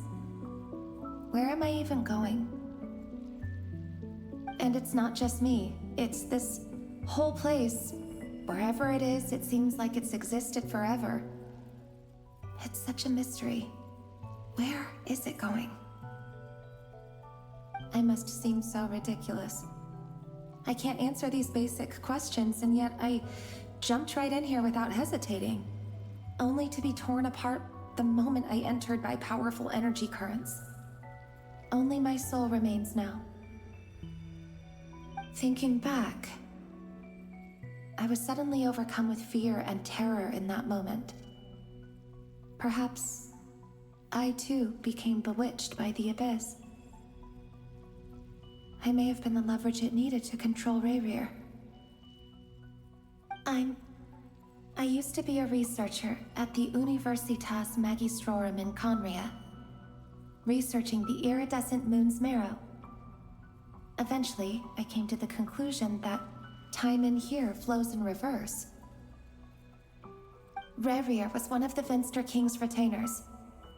With me, he was in an impossible position. It plagued him constantly. I wanted to help him escape his lot in life. I wanted him to be happy, so I thought I'd use this place to return to the past. At the time, I thought I could just go back to the day that the Venster King first found the princess. It was only after meeting the princess that the Venster King started going too far with his research into the abyss. That was the day all of our woes began. I thought I could stop the king from ever meeting her and solve everything. I couldn't kill the Venster King himself, so I had to find another way to save Rayrir. That's why I wanted to go back, to kill the person who had brought new possibilities to our realm. I'm sure it was a futile endeavor, but the abyss probably enhances the basest human desires. So I naively hoped I could change everything. But I was simply too weak. Like a speck of dust against the whole universe. Look at me. I didn't even survive the journey here. Not physically, at least. I know I'm never getting out of here. But you're different. You can make it, and I want to help you. I owe you that much. How do you plan to help me? Have you noticed the golden energy that exists here? Based on my past research and my observations since coming here, I believe they carry you forward faster. I can share what I've learned, and help you understand the pattern in which this energy appears.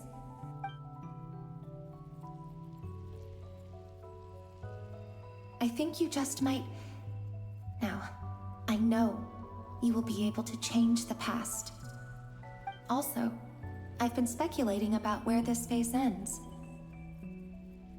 The documentation was scanned, but from what I know of the legends about the moons, the oldest ones seem to begin with Nibelung, king of dragonkind. I have no way of verifying any of it by this point, but if it's true, you might be able to reach that era if you keep walking. Understood. Thank you, Miss Thelindis. I'm the one who should be thanking you. If you hadn't entered this realm of everlasting death, what use would my deductions be? Thanks to you, they have some meaning. About Rayrir, I'm so sorry. For everything. It wasn't your fault. That's not true. Because we both feared bringing trouble upon each other, neither of us ever told the truth. And that dishonesty sealed our fates. But enough about that. I wish you a safe journey, Miss Columbina.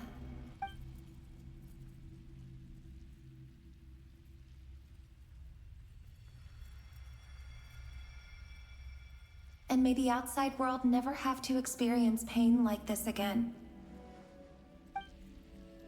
Rebir, you're there, aren't you? I cannot see you, because you exist in the future. I expect we'll be trapped in this prison of space-time for all eternity. But please, gaze upon the past, and then sit for a while. Let's find a place to sit down together, just like we did when we first met.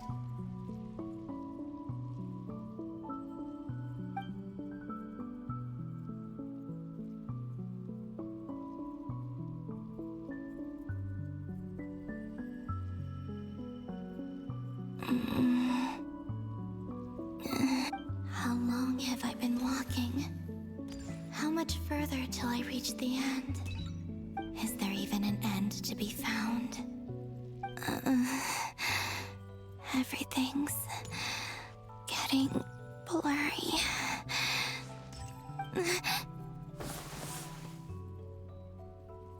Huh?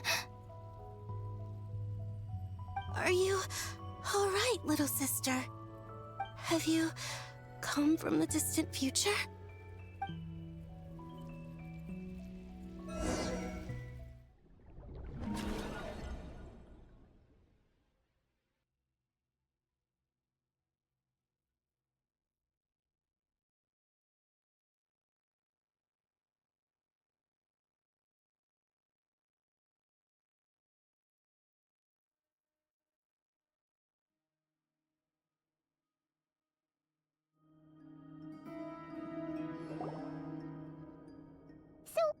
How exactly did the moons just disappear?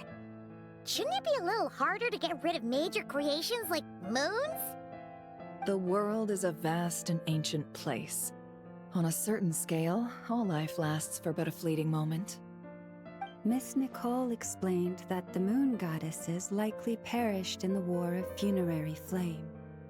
The moons themselves were also destroyed at that time, save for the Frost Moon, from which a new moon goddess was later born. Am I missing something then? 'Cause the stories say that the moon goddesses were born on the moon, but doesn't Columbina say she was born in Nodcry? Huh, you're right. Why do their birthplaces differ? What's the difference between the two generations of moon goddesses? Also, remember what Sandrone said? Her scans detected 4 moons. In other words, 4 moon marrows. Technically, the result of the scan means that 4 moon marrows were detected and positively identified as moons in that moment.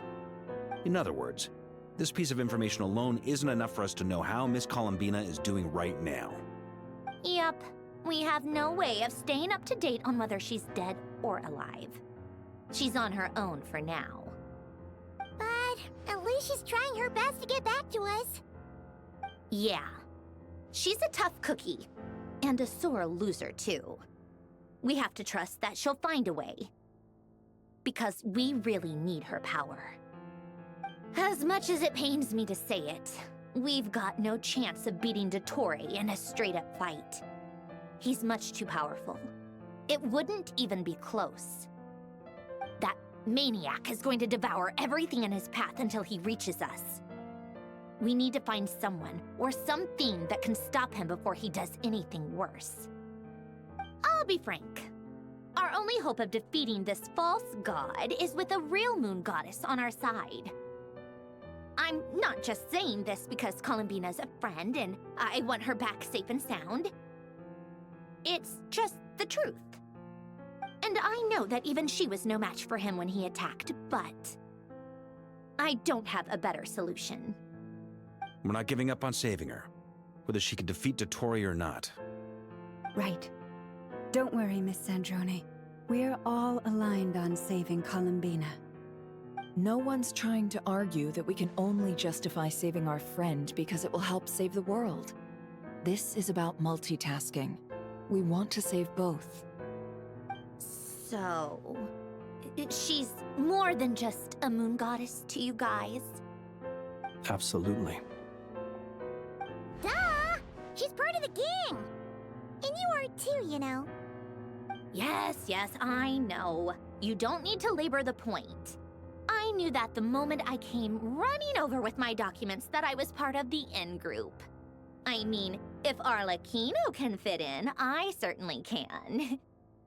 Anyway, as for how we get Columbina back, I've been working on it constantly. But I think I'm still lacking certain information about the moon. I'd probably get there if I could continue my calculations, but the problem is, I've run out of computing power. Computing power? You mean you need more energy? No, the issue isn't energy, it's processing power. There's so much data to get through that the whole process has just ground to a halt. That's a tricky problem. René de Petrichor of the Nazissenkreuz Ordo once foretold the fate of the world. But I don't know how he did it. My guess is that he used the primordial sea's power. However, that won't work for me. His methodology was vastly different from my own. What's worse, they're incompatible. And to top it all off, we can't even leave Notcry. Ugh, this is so annoying. If I'd known we'd run into a bottleneck like this. Well, no, the design bureau's a bust as well. Curse that Dottore! Couldn't have made this harder for me if he tried. Oh, what do we do then? How about we grab a bite to eat and take a break? Maybe something will come to mind after you've cleared your head. You don't get it, do you? I'm trying to calculate the fate of an entire world here. And I need accurate results, not vague prophecies. Where the heck am I gonna find the computing power for that? Ahem. Anyway, time to shelve the discussion on technical difficulties. Being a killjoy isn't very ladylike, after all. Either way, we've done what we can. Rest well, everyone. Remember to let us know if anything new comes up. Hat guy? Is he hinting that we should talk outside? Let's go somewhere a little more private.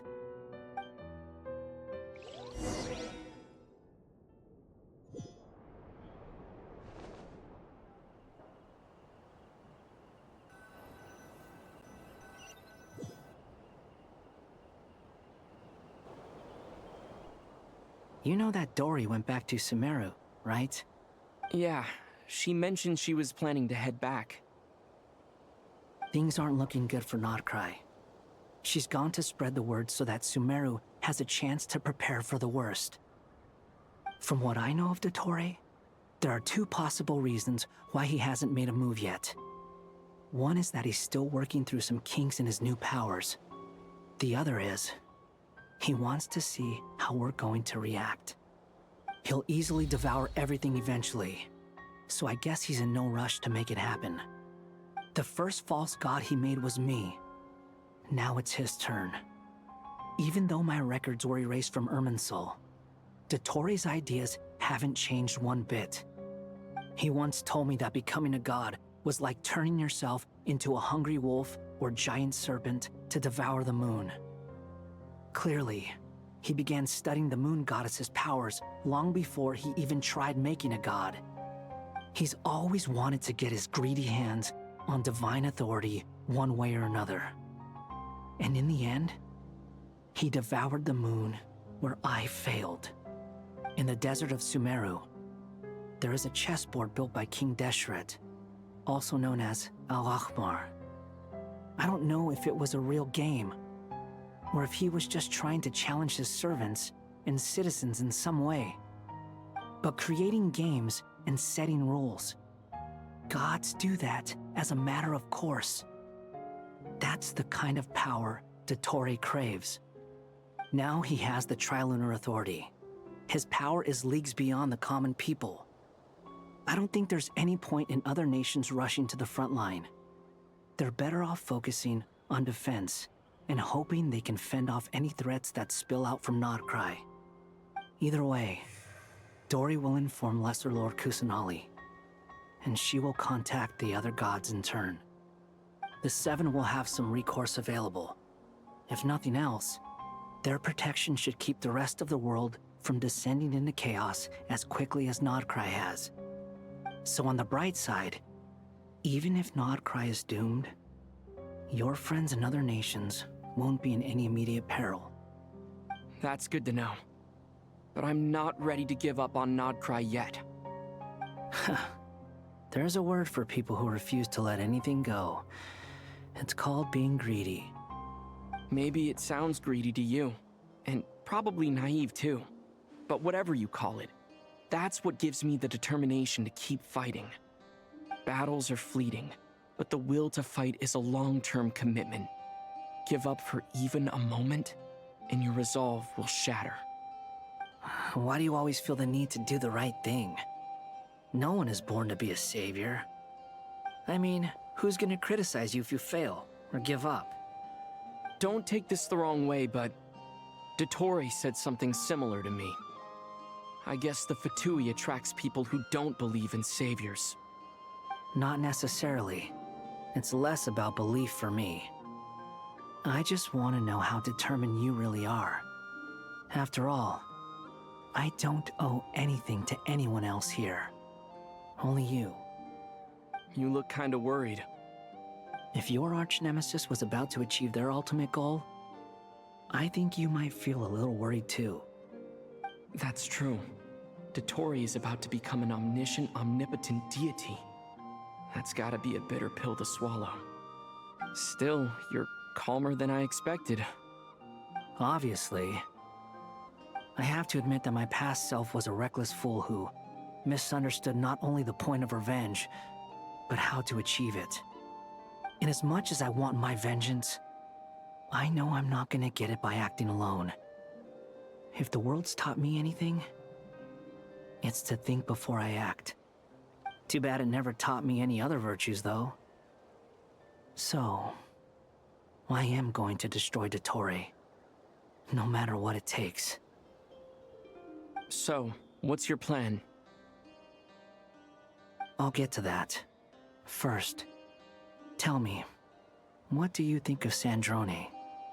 Just like Paimon said, she's a friend, part of the gang. How much do you trust her? This is a serious question. Think carefully before you answer.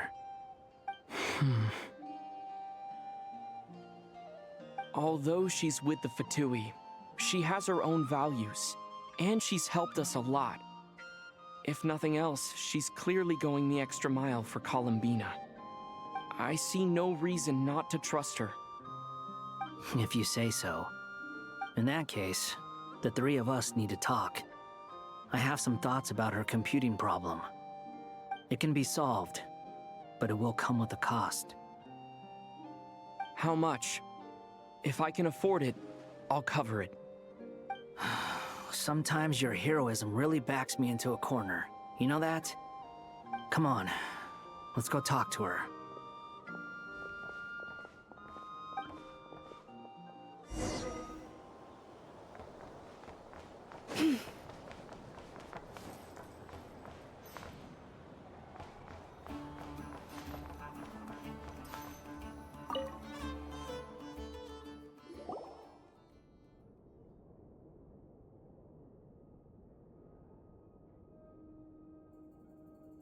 Miss Sandrone, Traveler. Hey there. Paimon's here too!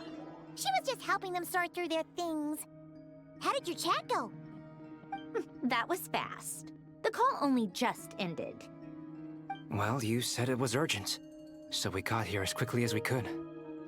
Albedo, I have some alchemy questions for you. I see. Looks like my knowledge proved useful after all.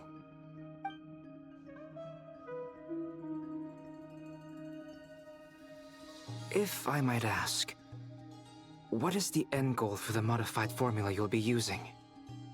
I needed to predict the future of the entire world.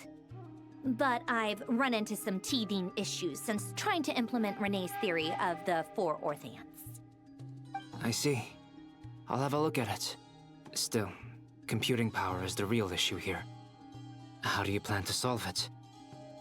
About that... It's been sorted. Oh, with the Traveler's help? Actually, you're not wrong. He found the person with the solution. Was it Hat Guy? Yeah, it was him. Wow! Go Hat Guy! Seems like all that time studying at the academia is paying off big time. But where is he? Wasn't he the one who asked Albedo and I to come here? Come with me.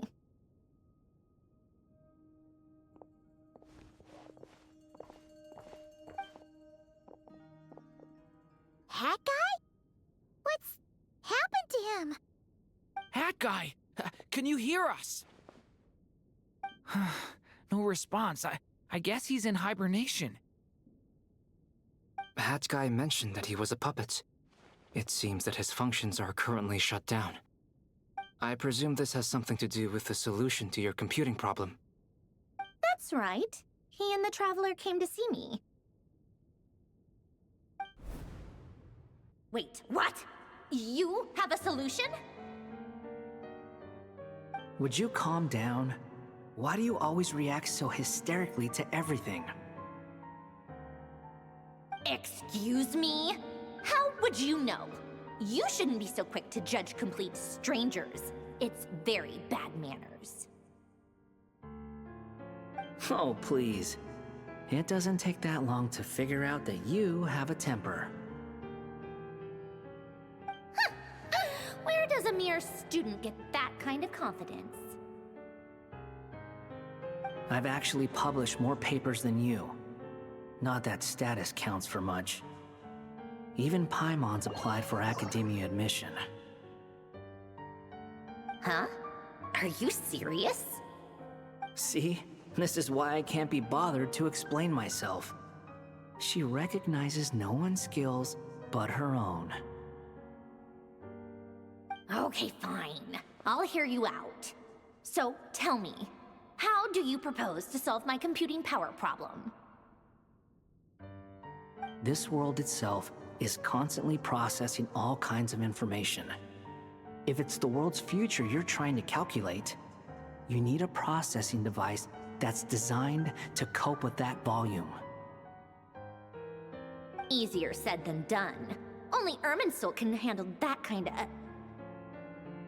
Wait, is that what you're suggesting?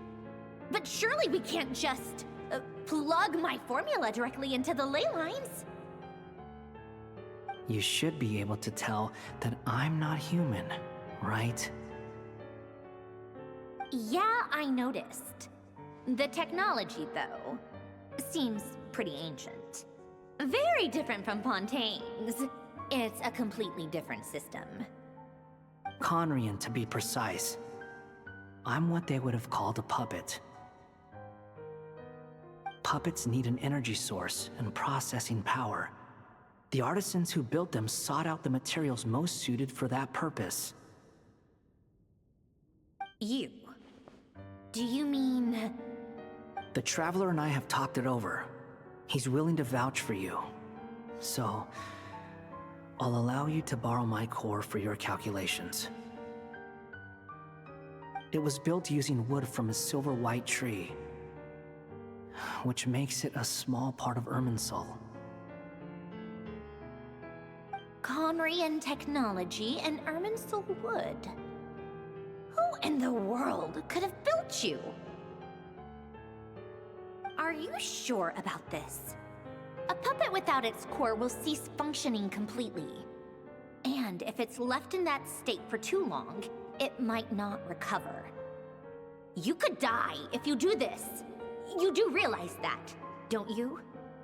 I can put two and two together, yes. No need to rub it in. I won't lie to you. This has never been done before. I cannot guarantee your safety. Doesn't matter. I'm prepared for the worst. Did you two actually talk this through? Is he... Are we really considering this? Yes, we discussed it. The bottom line is, he trusts me, and I trust you. Let's give it a shot, shall we? Honestly, I have no clue where this kid even came from. But for whatever reason, he lent me his core to use in my formula.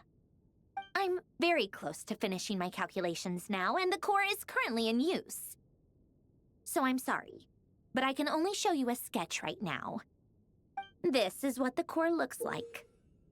A silver-white branch. It certainly matches the legends told about Irminsul. Is Hat Guy gonna be okay? He's not gonna die, right? Right? In theory, he should be fine. As long as we put his core back in time. Beyond that, all I can say is that I'll try my best to avoid risk and make sure the core doesn't sustain any damage. I think I know why you called us here now. Someone needs to watch over his body and make sure it's protected until the process completes. Correct. He said that the only ones he trusts here are you two, and the Traveler. And the Traveler will have other work to do. He will have our undivided attention. Aww, Hat Guy. On a more positive note, things are progressing steadily on my end. I'll call everyone in for a meeting once the results are out.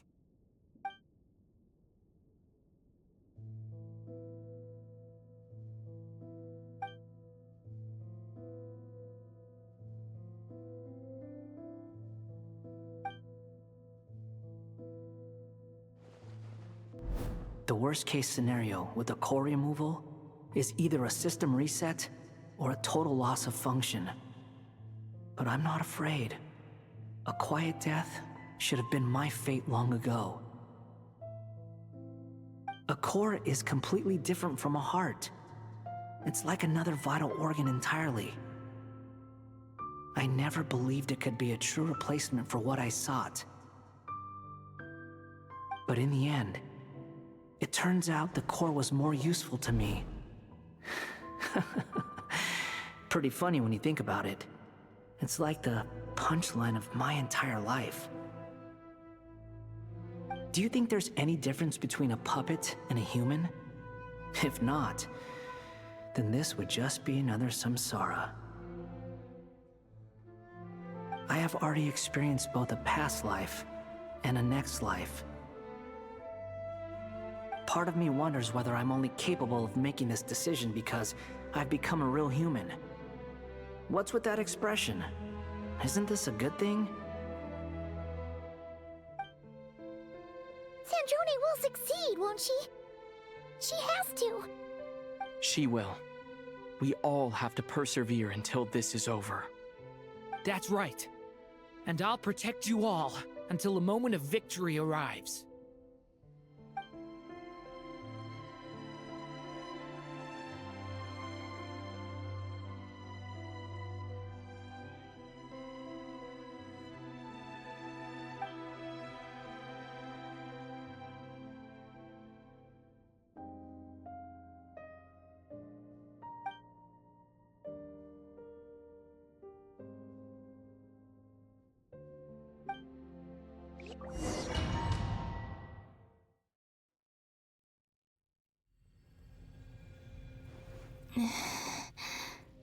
Who are you? Call me Sonnet. You have the same power as Canon. Sonnet. So, you're the goddess of the iridescent moon? Oh, goodness. You recognize me? Well then, what's your name? Columbina. Columbina Hyposelenia. Hyposelenia? What a lovely name. Did you choose it yourself? It was a joint effort between me and my friends. Friends?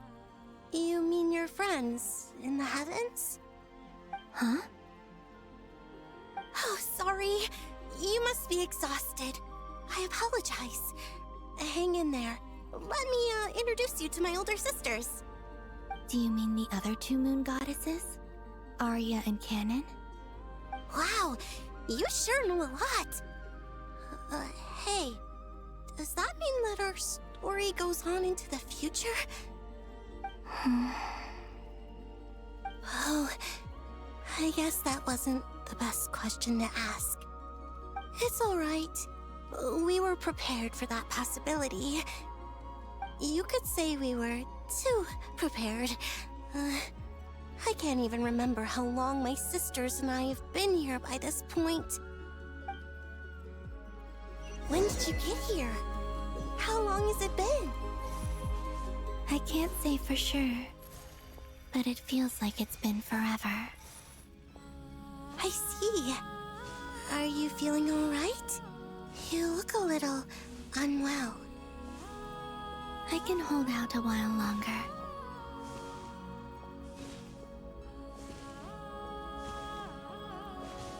We don't have far to go.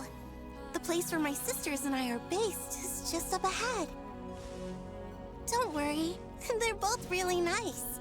I'll introduce you.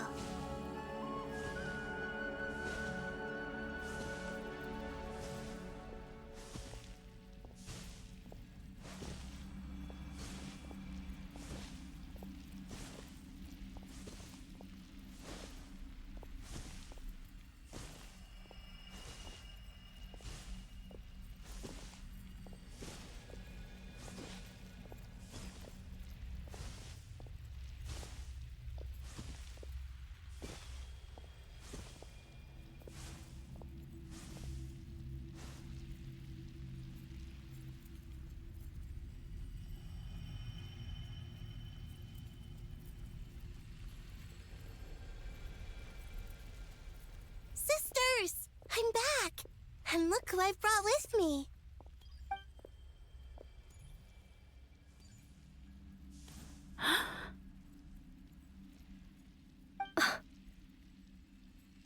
It's our lovely little sister, born in the far future. The pleasure is all mine.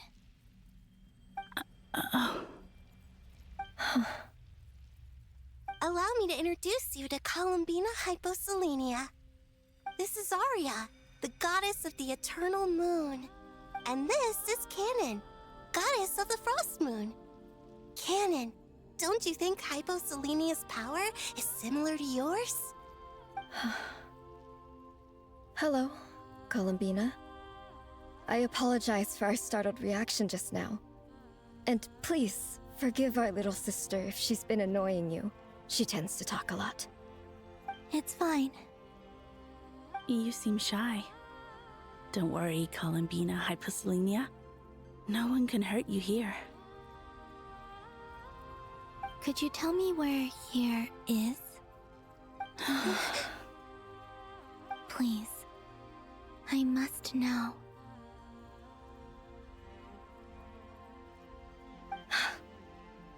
My dear sister, this is where Tevat's original ruler, the Dragon King Nibelung, imprisoned the moon goddesses. What? You're scaring her, Canon. No, I'm fine. Please, continue. Nibelung, our original master, created us in the distant past to maintain Tevat. But he left this world and traveled into the dark universe beyond, to explore worlds vaster still. Day and night, we fulfilled our duty in the heavens, until the day that the first Descender arrived. The great ruler of the firmament.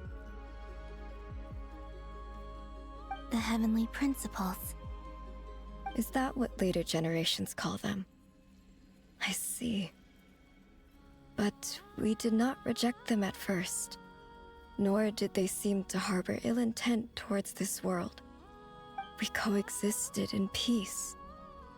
They were like a guest in our home. Slowly, however, we came to realize that our guest had a growing desire to change and dominate the world. And you didn't stop it? No. There was an order to the rules they set up that Nibelung never taught us. We wanted to know if this order would bode good or ill for Tivat.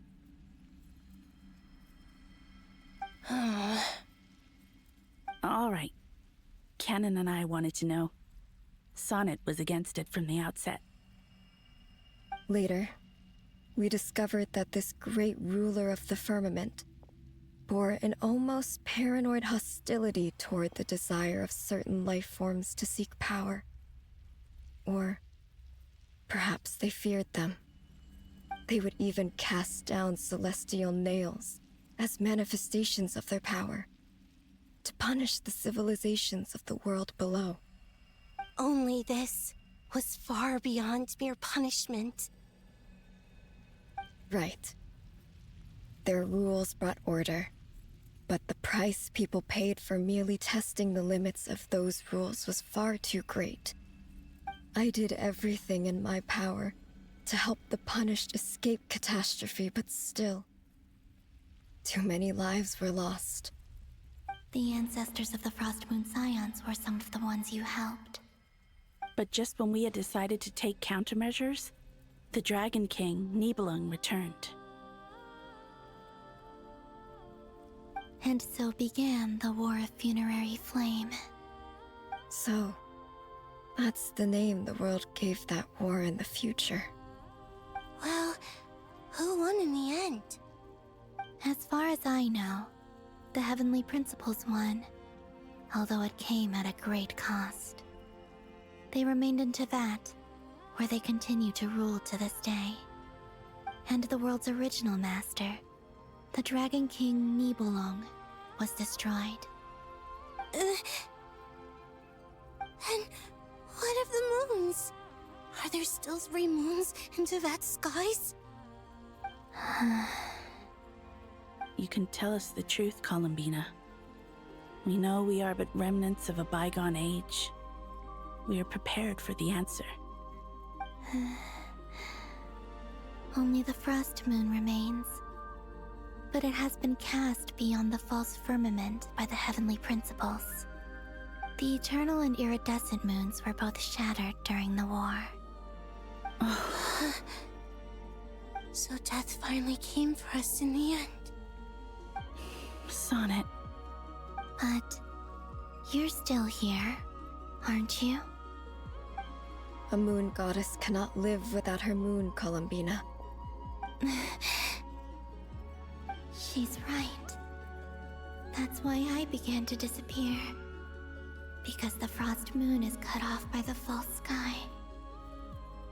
How much worse it would have been if it were outright destroyed. Our souls may endure within this lunar palace, but if our moons are destroyed, then we shall disappear the moment we depart from it. I'm sorry. There's no need to apologize to us, dear sister. If anything, we owe the world an apology. If only we'd decided to act sooner, rather than arguing amongst ourselves. all the more reason not to spend this time in regret and repentance. Instead, we should focus our efforts on how we might help our future sister. Sorry? Don't you see, Columbina, your story is not yet over. Is that not why you are here?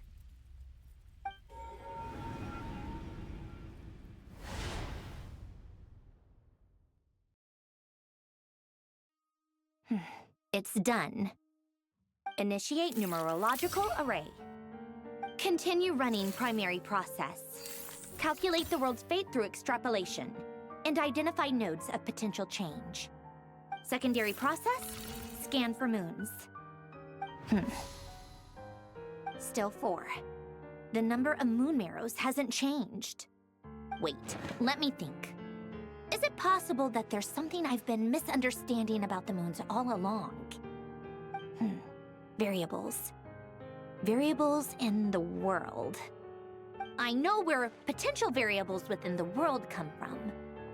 So what about the moons? Are there any variables there? Like their life or death, for instance. What if being alive or dead makes no difference to a moon? But that's so strange. Even immortal gods can die. Why would the moons alone be? Wait! Wait! I've got it! I've got it! If alive or dead is considered a variable, we might have had this wrong the whole time. No one ever said that a moon marrow equals a living moon. We just made that assumption ourselves. Initiate secondary process. Scan again, this time filtering out interfering perimeter, moon marrow. I don't care if they're natural or artificial. Get them out of my search results! Why? It says 3 moons still exist in Teyvat, even after excluding the moon marrows. But we know for a fact that 2 of them are dead. Redo the scan. Narrow the results to living moons and real moons. No, scrap that. Narrow it down to moons that have lunar authority and remain alive. Why? Why is it still 3? What is this, Columbina? Has the world lied to us? Or are you the one pulling the wool over our eyes?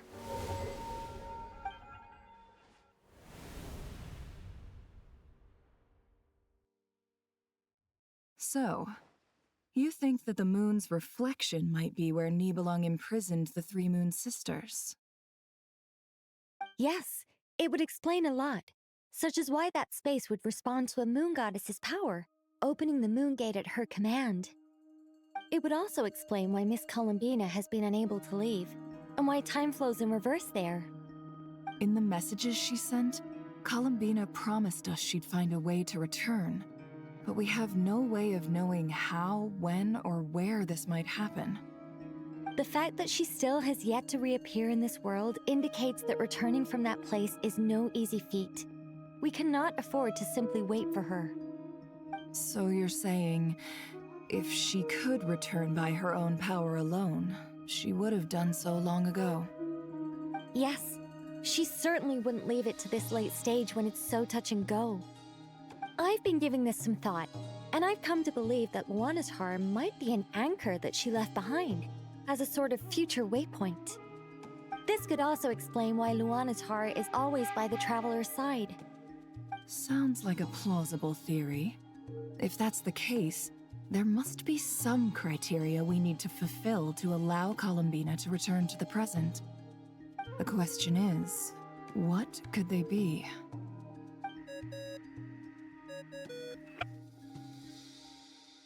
Hello? Listen up! This is extremely important!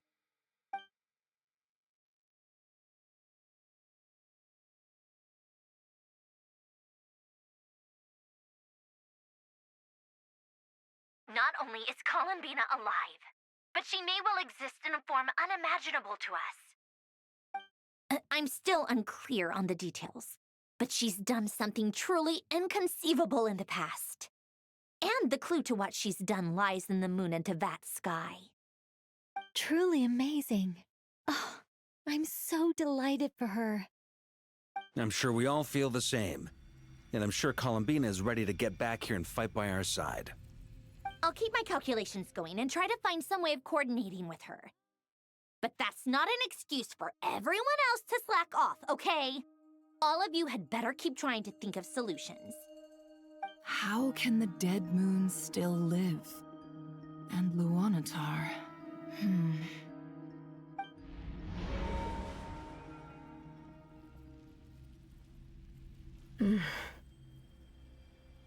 It's hard to believe that's what will happen in the distant future. Our authority is linked to the most fundamental rules of Teyvat. I suppose it's no wonder that many would covet that power.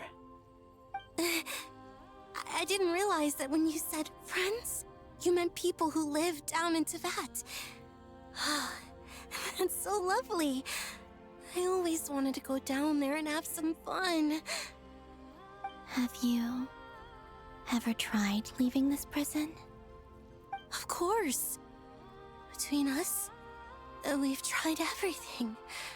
But no matter where we go, this space will eventually bring us back here. It's like the center of a whirlpool. Everything ultimately converges here. at the moment when Nibelung imprisoned us. In that case, have you tried using any of those pathways that connect this space to the real world? Sorry? What are those? They're passages through which you can make small-scale changes to reality by using Kuvaki. Or am I the only one who can use those passages? Because part of my soul remains in reality. Kuvaki. What is that? You don't know? It's a unique kind of elemental energy found only in Nodcry, the land from which the moons arose. Oh. Well, it's true that the moons first rose up from the part of that you say is called Nodcry. But there is no difference in the elemental energy between there and anywhere else. What? Could you show us some of this Kuvaki hyposelenia? Maybe if we see it, it'll make more sense. Okay.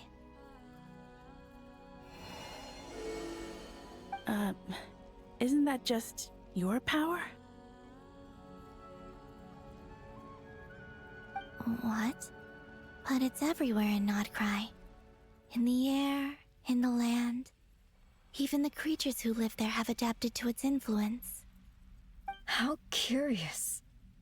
This Kuvaki certainly did not exist anywhere in the world before we were imprisoned. Let alone influence living creatures. So, how exactly does it affect them anyway? Can they float in the air like us? This is so strange. Why would their reality differ so much from mine? Columbina, you're looking for more than just a way out of here, aren't you? Yes. If I am to help my friends, I will need tri-lunar authority on par with that of our foe. You mean... you'll need our power? This sounds extremely risky. The Three Moons' powers are not mutually compatible.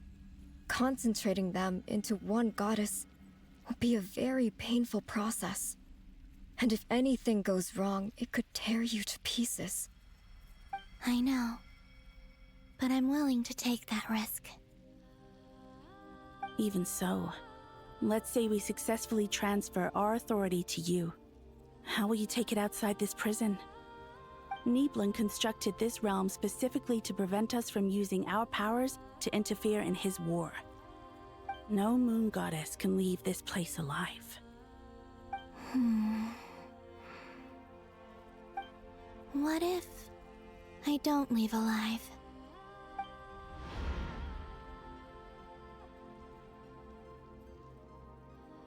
Where do we even start?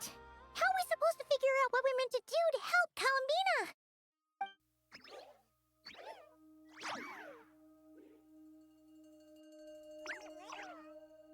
Columbina? What do you need from us? If she really got to the beginning of time in there, how do you think she'd leave us a message?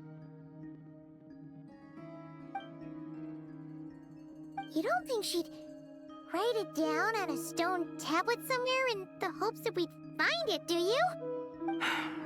Seems unlikely. Columbina may not talk a lot, but she thinks deeply about issues like this. Let's review what we know. This is the Columbina who fought alongside us against the Rahir of Solnari, and with whom we celebrated Moon Prayer Night. She knows our personalities, our ways of doing things, even our unique strengths and abilities. So, if she wanted to tell us something from a long, long time ago, what would she do? Oh.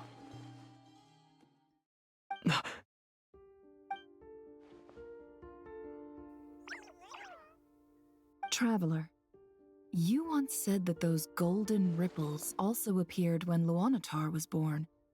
What if Columbina left Luanatar here, not just as an anchor to the real world, but for some other purpose? If she is part of Columbina, And Columbina knows that I can see past events through her. Oh yeah! Like when you peeked into Rarer's past through his heart! Never, wait.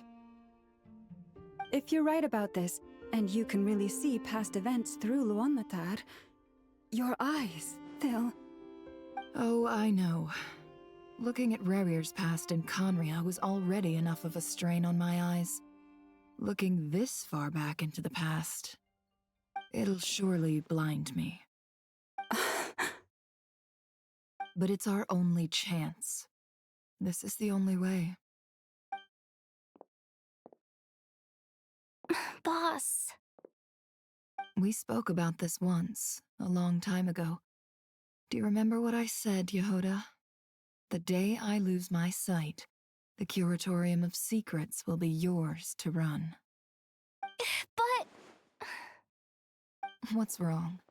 I'd be overjoyed if I were you. This day's come a lot earlier than either of us expected. I need to know you'll honor our agreement, Yehoda. Promise me. Yes, Boss Neff. I promise. Are you sure you don't want some time to think this through? What is there to think through? I should have gone blind after our battle with Rerir. Frankly, it's almost criminal that I got away with it for this long. Then at least let me take some precautions on your behalf. And if you really do lose your sight, I'll visit your office every day and make sure you're well looked after. Oh, please, anything but that. I was actually ready to go through with this. Are you trying to scare me into backing out? As if I could ever scare you. I'll assume you're just joking to calm your nerves. All right, enough chit-chat. Let's do this.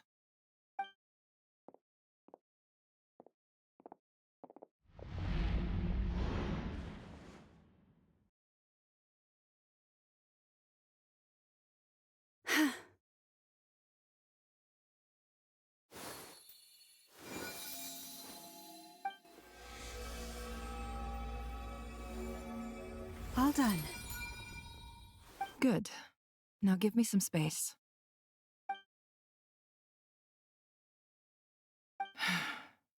Come on then, little one. Show me what happened in the past.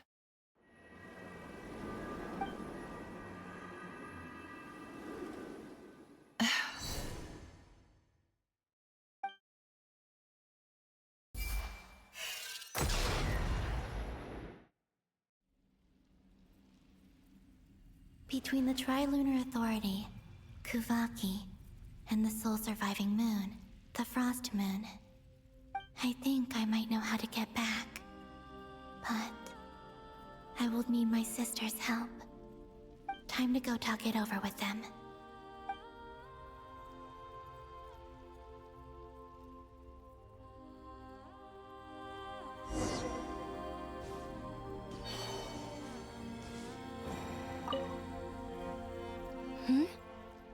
Have you decided what to do?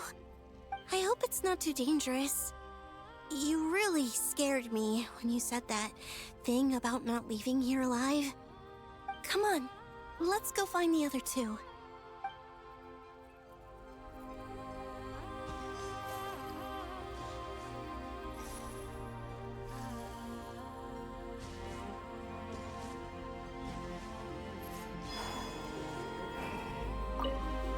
Seems you have reached a decision. I'm all ears. What do you propose?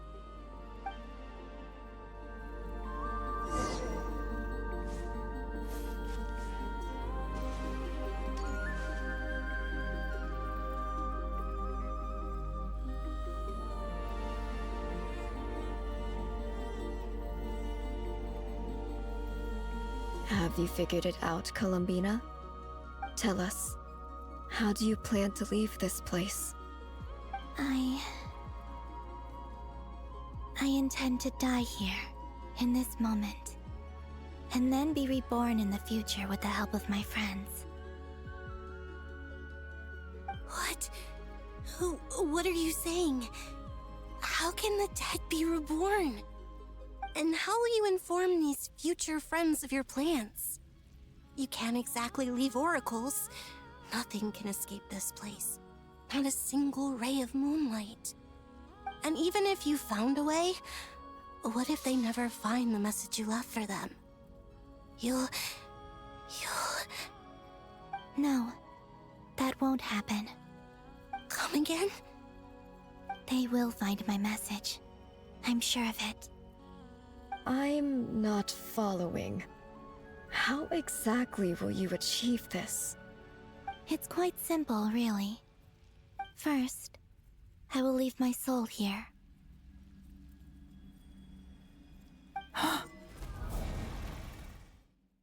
I see it. Your soul? You mean you're a divinity? Yes. I once left a portion of my soul in the future. One so small that this prison barely noticed anything. In this very moment, she can resonate with my soul across time. When the time comes, I believe that she can serve as an anchor to pull my soul from here back to the future reality. Just as gravity connects the world to the moon. Exactly. In the future, where I came from, the moon has been cast beyond the false sky, but I can still feel that it is there. In a similar way, I can feel a connection to the soul fragment I left behind even now. My friends can use it to detect my presence. But how do you just leave your soul here? Is that even possible? On my way here, I met an ordinary mortal who entered this place long before I did. Her body is long gone, but her soul remains. And before that, I encountered an old enemy whose entire soul survives here intact, while the power that once corrupted his body has faded away. So, perhaps this space is specifically designed to imprison divinity and authority, but not the physical body. Still, even if your body can escape, would it not just be a lifeless husk without the soul inside? Wait, is that what you meant when you said you wouldn't leave alive? Yes. I shall turn my body into moonlight and pour it over Nodcry. That power shall protect the land and quietly blend into it, awaiting my soul's return in the future. However, I cannot do this on my strength alone. I would need your help to do this, so I'm humbly asking for your assistance. Oh, dear sister, you need not be so formal. As I said before, we are but remnants of a bygone age. You, on the other hand, were born alone in that distant future, and you have walked a long and lonesome road since then. How could I bear to let your story end here in this dungeon? Don't forget, we are your sisters, your family.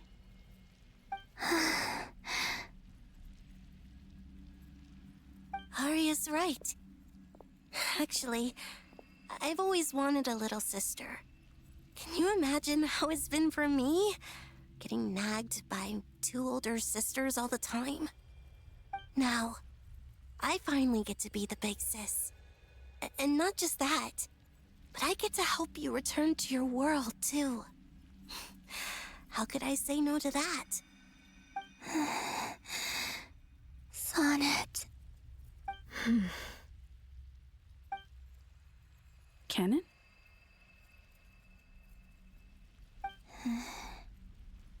I'm sorry. I know this is a bold request. The Frost Moon is rightfully yours, and it remains intact. Oh, no, please, don't misunderstand me, Columbina. I was just thinking back on the years that the three of us once spent together. You cannot imagine how happy I am to hear of the future world you describe. The Frost Moon Scions, your lovely, kindly friends. For the three of us, whose purpose in life was to maintain the peace in Teyvat. It is a great relief to know that the people of this world live in such an abundant future. If your plan can save them, and save not cry, I will gladly give you all that I can. Besides, the three of us have been together since the day we were born. I could never abandon them to live on alone without them. Canon. Still, I do have one question I would like to ask you before we proceed. Certainly. What is it? Why do you cover your eyes?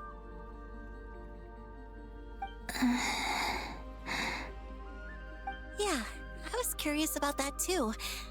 But it seemed personal, so I didn't want to intrude.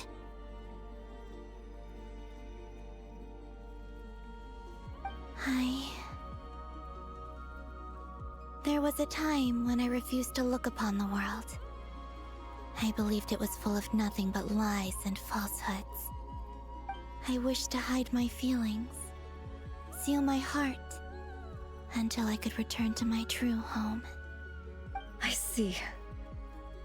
Perhaps that decision saved you from ever having to see the false sky again. But at the same time, you likely missed out on many true and precious things, like the smiles on your friends' faces. Promise me this, Columbina. When you return to the future, open your eyes, take a look at the world around you, and see your friends. I'm sure that you know this already, given that you long to return. But that is your true home. Give me your hand, Columbina. Arya, Sonnet, you too. Okay. All right.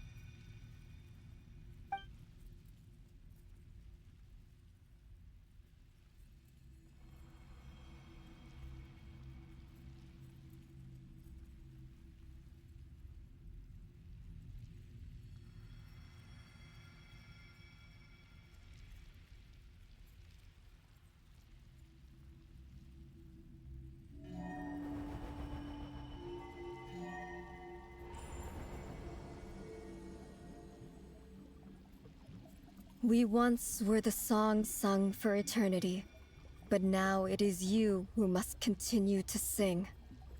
We once were the tides in the great river of time, but now we subside, and you arise. We were the messengers of madness and inspiration.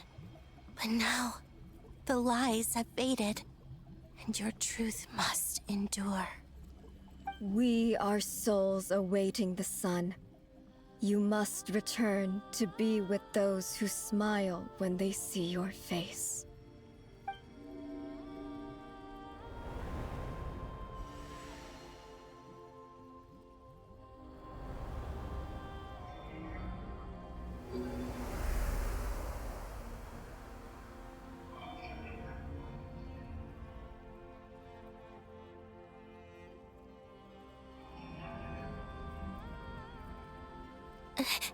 Is it done? Yes. We have transferred the authority over all 3 moons to Columbina Hyposelenia.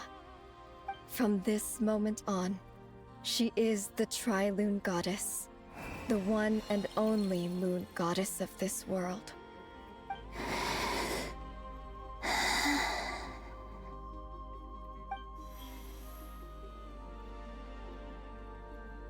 Thank you. Thank you, my sisters. Now go, and do what you believe is right, Columbina Hyposelenia.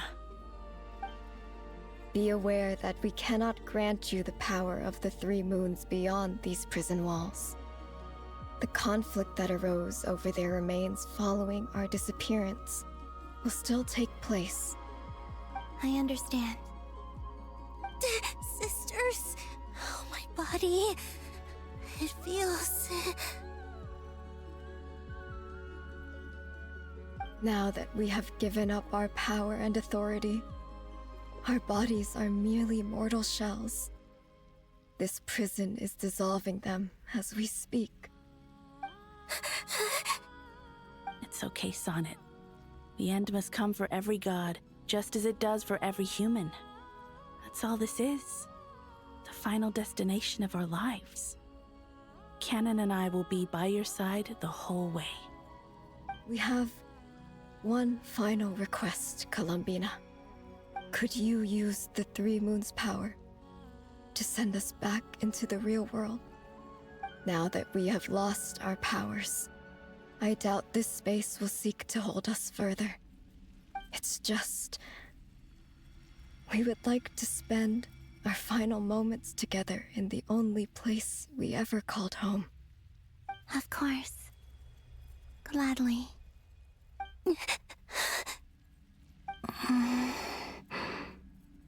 Sonnet? Yes? Don't...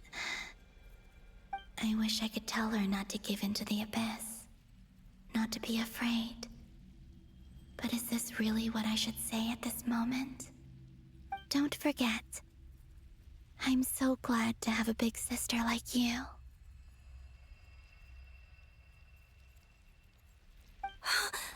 No, Hypo. Thank you. I'm okay. I'm not afraid. As long as my sisters are with me, I won't be afraid.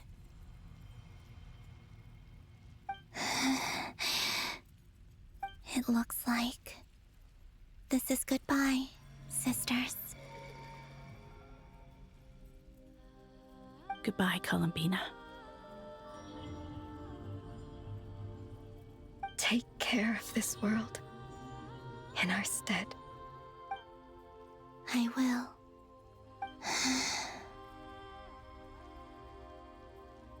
And now, it's time for me to bid farewell to my body, too. May it become the moonlight that keeps Notcry company through the long years ahead. So this is why Notcry was not always home to Kuvaki. It only appeared after I poured my body out upon this land, and only this land.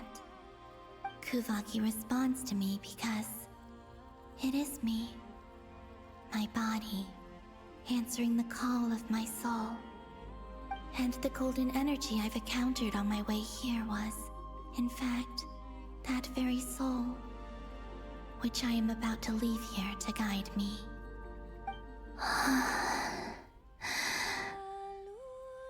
O power Triloon, eternal moonlight.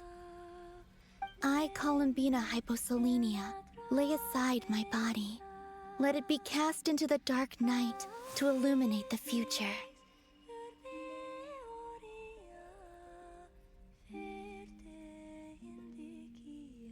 May it be a companion to all who dwell beneath the moon.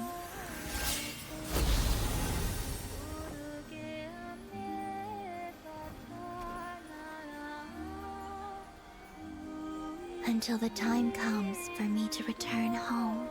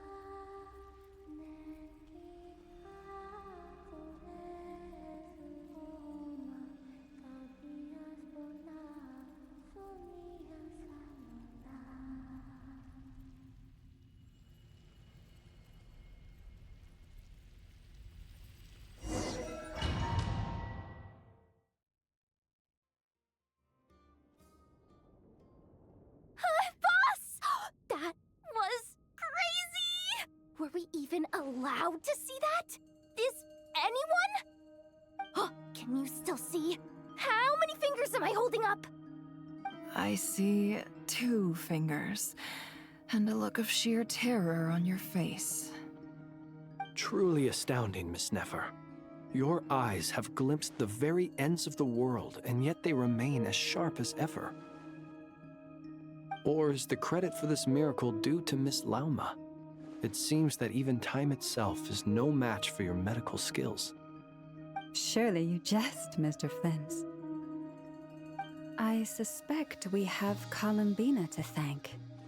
She must have realized the immense toll that the ritual would take and purposely set aside some of her power in the past to protect Nefer's eyes when this moment arrived. There is always a great price to pay for witnessing the truth, but it seems that this time, Columbina has shouldered that burden on our behalf. She chose the perfect method of getting a message to us. Though her eyes were always shut, she was clearly so perceptive. She knows us well. She knew exactly how we would think and what we would try. Despite being separated by time and space, we're seeing the same possibilities and seizing the same opportunities. We still don't even know if she's okay right now. But as long as there's a chance we can do something, we'll fight to make it happen. We'll get you back somehow, Columbina.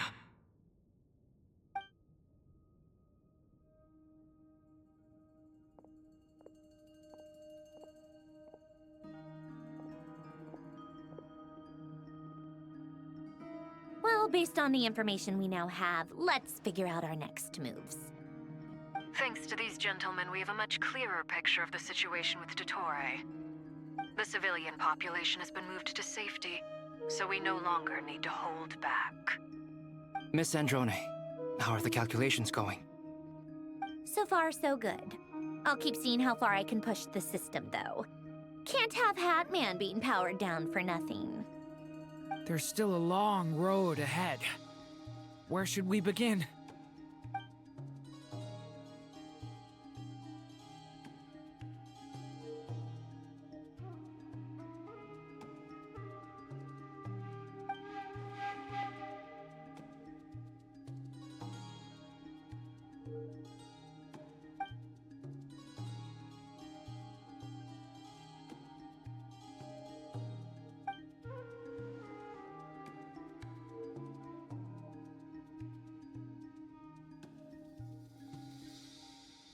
Our plan is clear. Time is short, so let's get moving. There's just never enough time, is there? Time is the bane of my existence. Ugh. Anyway, I'm gonna get back to work. All right, we'll do our part too. Yeah.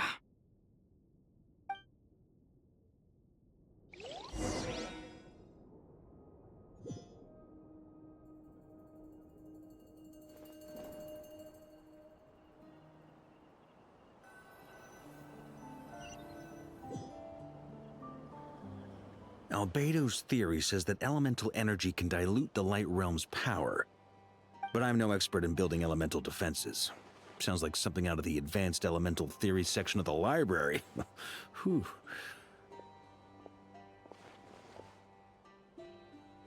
You seem quite troubled. Well, yeah. I mean, who doesn't get a little flustered when they're completely out of their depth? You were the very picture of confidence back when you approached the Hexen Circle. Yeah, I could have been faking it through that whole meeting for all you know. Who's to say I'm not just a ball of nerves in a charming and gregarious package? Oh gosh, really? I'm so sorry, I had no idea. Well, you're all the braver for it. Still, I was much more in my comfort zone than I am here. At least in Mondstadt, you can cry for help from a cliff top and actually stand a chance of summoning Barbados himself. Things have never looked bleaker than they do now. If we don't pull this off, Tevet's doomed, isn't it? Oh, you think so? Actually, yes. Yes, it probably is. It's a shame. Don't put too much pressure on yourself. Teyvat has faced annihilation many times in the past, but it also gave us you, didn't it? Hey, don't give me that. It's not like I'm anyone special. I disagree. Every human born in this world is special. We angels have always believed that.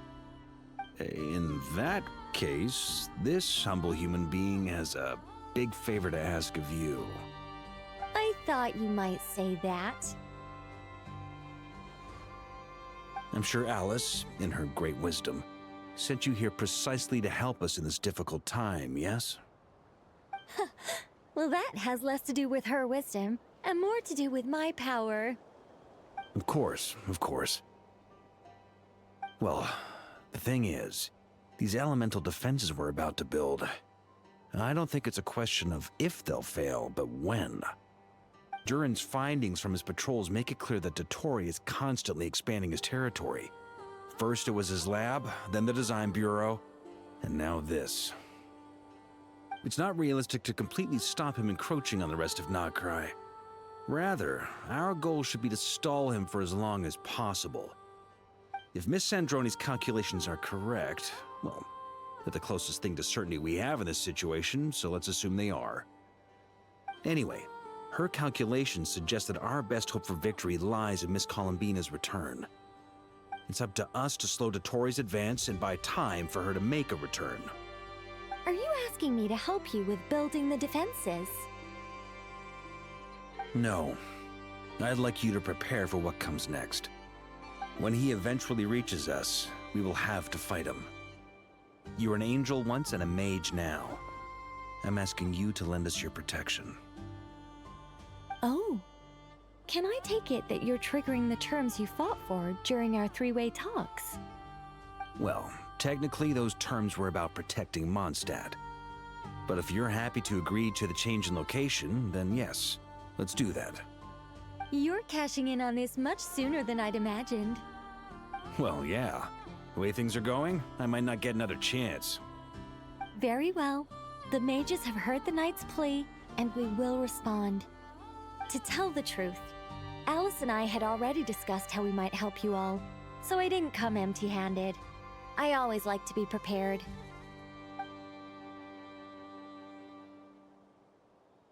This is... wow. Yeah. This is great. Seriously, thank you. It's been many long years since I had a chance to dazzle humanity with a little divine intervention. To humbly serve as a reliable and responsible guide. Anyway, Knight of Boreas, please accept this gift in recognition of your great virtue. Go now. May the angel's blessing deliver you safely to your destination.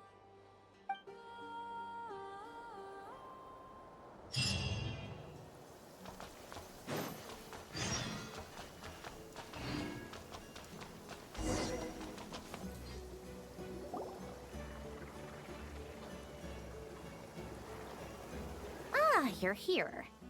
Sandrone! How are things going? Glad you asked. You two are about to become the first people to lay eyes upon my masterpiece. Or should that be the first person and the first, specter? Hey! Whatever. Come, feast your eyes on this. Wow! We've never seen something like this before. This meter displays the progress of my formula. Currently, it's still making the most important connections. Once it's finished running, I'll deliver it right to your side. And then, we can finally bring Columbina back. What do you mean, deliver it? Can't you just tell us over the Dodo communication device? It'll just be some numbers, right? Ugh, you're such a greenhorn. This isn't the kind of formula you solve in math class. It's a highly complex algorithm capable of constructing a framework of rules. Ugh, whatever. We'll be here all day if I start trying to explain it. All you need to know is the formula must be completed before we can bring Columbina back. I'll share the data with you. Nicole's agreed to let me use her information channel, so we just need to use the Dodo communication device like so. And there. Now you can check in on my progress. Wow! Look at that! You're amazing, Sandrone. About time you recognized my genius. Took you long enough. Anyway, that's all for me. You should check on the others if you have time. Make sure we don't have any weak links in the chain. That might sound harsh to you, but close supervision is a common practice in a Fatui. Not looking to catch anyone out. I just care about everything going smoothly. That's all. I'm kinda stuck here while the formula's running, so I need you to be my second pair of eyes in the meantime.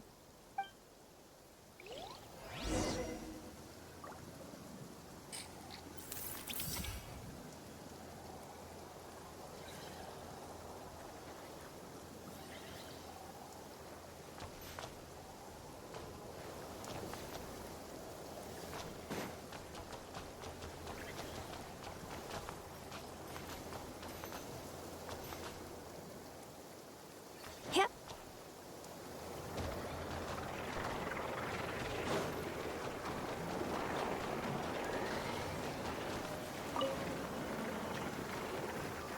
Traveler, Paimon, a pleasure to see you both.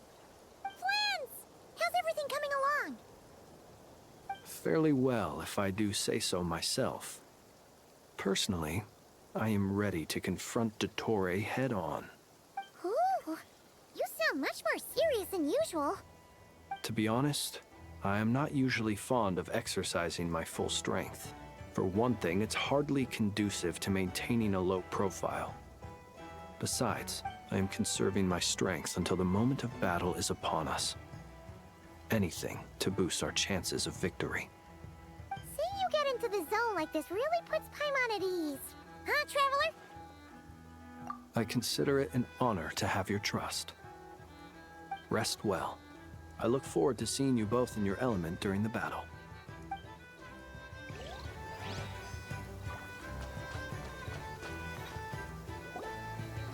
Thankfully, Miss Nicole has come to our aid. Nasha Town is now looking very well defended. Golden Flame. Yes, that's Nicole's power, all right. Based on the latest message from Grandmaster Varka, it sounds like they've reached an agreement. The situation should be more stable with her assistance. Everyone will have at least some degree of protection. Albedo! Durin! Hello there, you two. Are you well rested? That's good to hear. As per the plan, Albedo and I will be in charge of Nasha Town. As Dottore's energy field expands, it's creeping ever closer in that direction. But we will do our best to hold our position. We fought side by side many times before, and always with great success. I believe this time will be no different. So don't worry about us. Focus on fighting Dottore.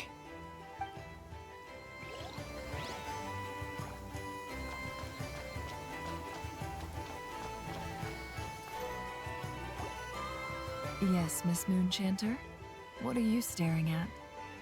You always address me in the strangest ways. Lady Moonchanter one minute, Miss Moonchanter the next. Yes, and? Are either of those incorrect?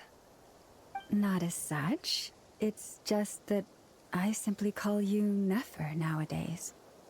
Uh-huh. That's my name. What's your point? The point is I don't add any honorifics or titles. Meaning what? That maybe we're on friendlier terms now than we used to be. Is that how you see it? And I thought I was the one with eye damage. Never! Wilma! Paimon, Traveler. Just swinging by to check in on you. How are things going? Did you manage to get some rest? Don't worry about me. I won't slow us down. And I give my all to ensure our victory. Ah, yes. Allow me to give you two a quick checkup. All done. You're both in good shape. You're welcome. You'll have your work cut out for you in this battle against Dottore, so make sure to get some rest in first. Paimon will keep an eye on him, don't you worry. I'm glad to hear it. Take good care of yourself, too, Paimon. Sure thing.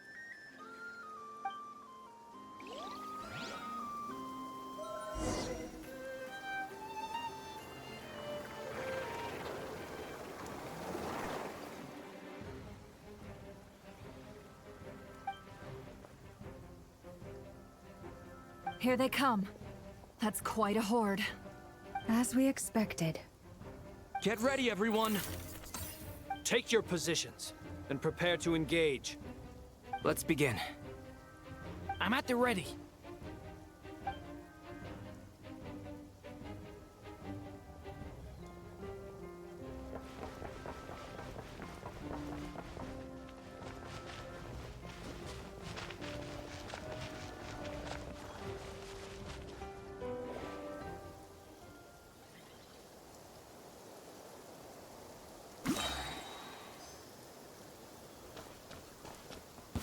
What a waste of time! Change of plan. Go!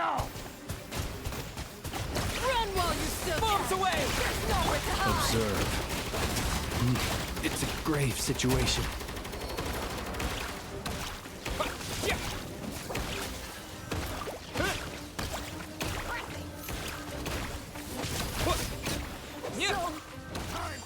Big one! Go! Fix it.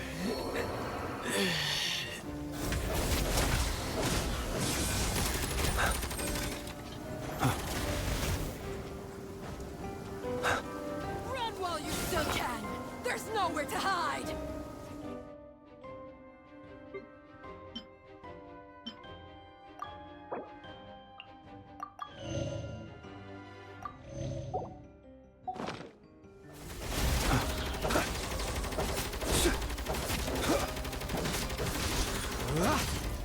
Observe. Didn't take too long. Another one? Beware the creatures of the night. 5. You're pretty strong.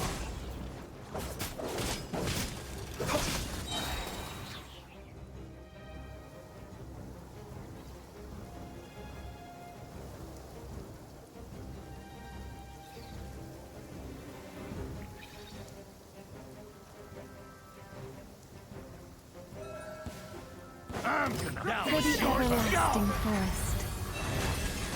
It all adds up. The deception ends here.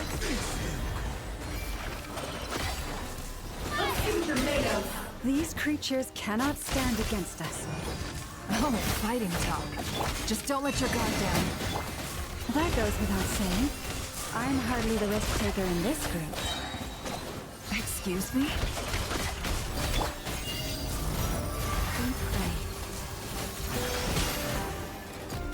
Receive my blessing.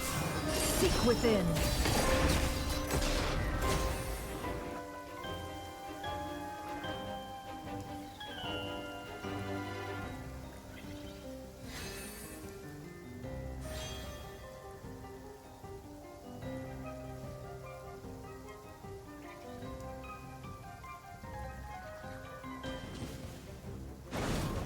Burst forth!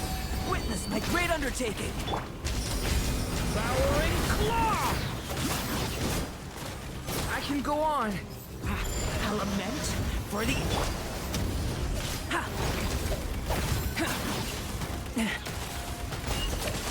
That was easier than I thought. Naturally. What do you mean? Is it because as created beings go, we're of a higher level?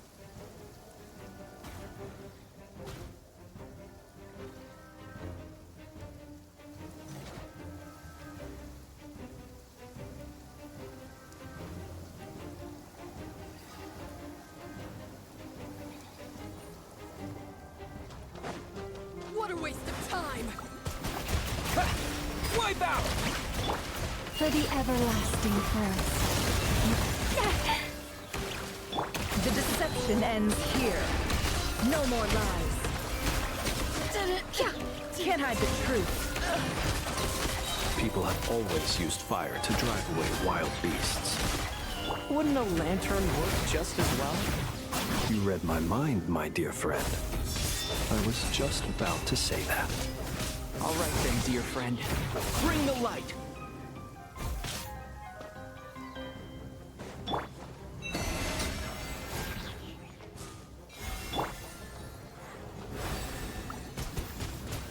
Go!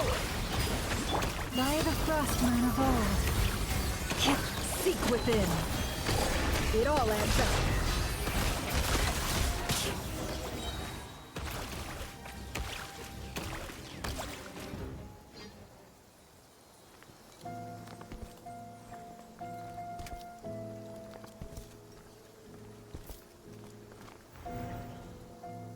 You're looking well. I trust you've had a good couple of days. Dottore. It's actually a good thing, in my view. If the subjects of my experiment were to die prematurely, it would throw quite a wrench in the works. And so, I must thank you all for your resilience.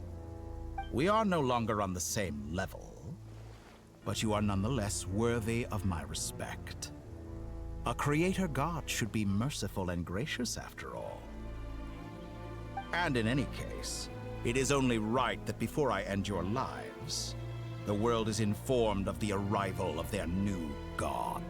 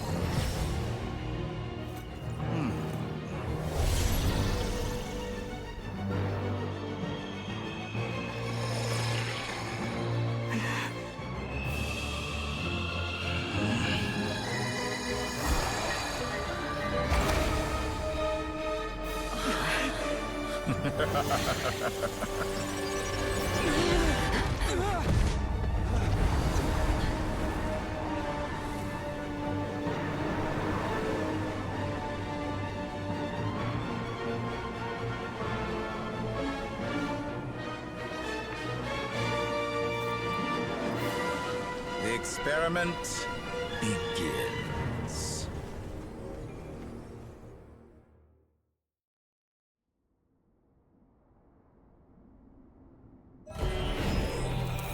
With the marrow of the three moons in my hand, behold the false lords fall!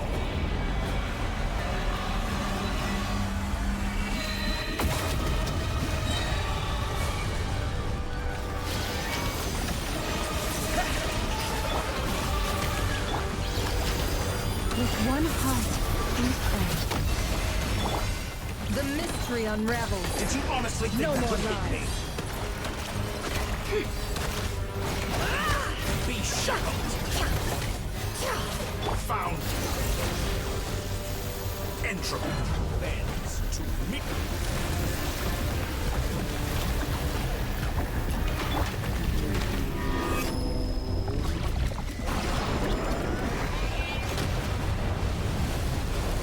Moon's remnants Branches fall! assault. It's such a simple attack, and you're Can't hide the outdone. truth. That's more like It all adds up. Some results of valor. First, like an ant in my palm. Oh, I've been moved inside another space, and it's sealed off. Looking at the structure of it, it seems like the Tory intends to trap us here. There's no exit. Our endurance is about to be put to the test. Entropy bends to me.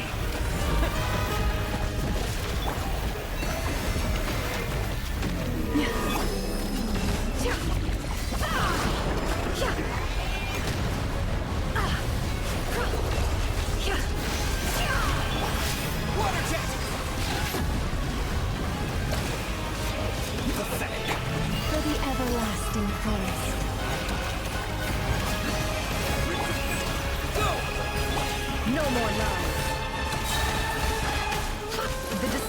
ends here. Moon's remnants fall.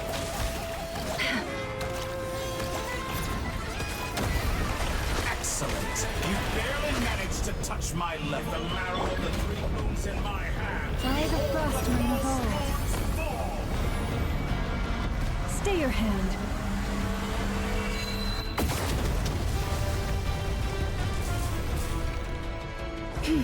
Tell me, where will you try scurrying off to next? A grave trans looks like Dottore has opted for a divide and conquer strategy. But we will not allow him to triumph. Now, I shall pray for our victory. Eris, protect us. Entropy bends to me. Can't hide the truth. Seek within. It all adds up.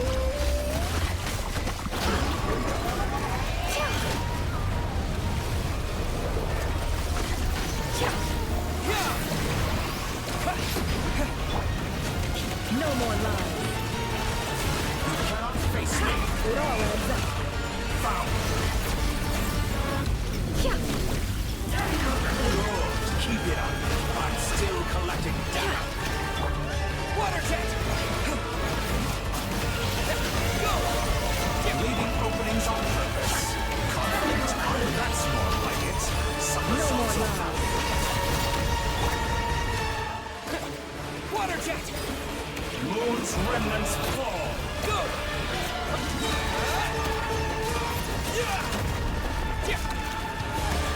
How dull.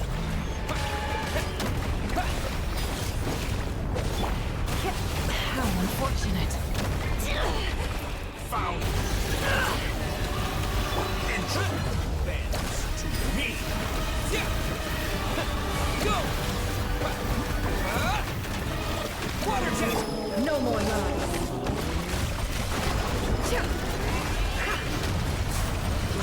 Keep it up. I still can be annihilated. That which cannot stand against me. What's this supposed to be? A knockoff version of the space Columbina got trapped in? There really is no way out. We'll see about that, Dottore. It all adds up. My apologies. I had not intended to take your teammates from you. But you have a choice. Obey, and I can release them. An excellent deal, if you ask me. Won't you consider it?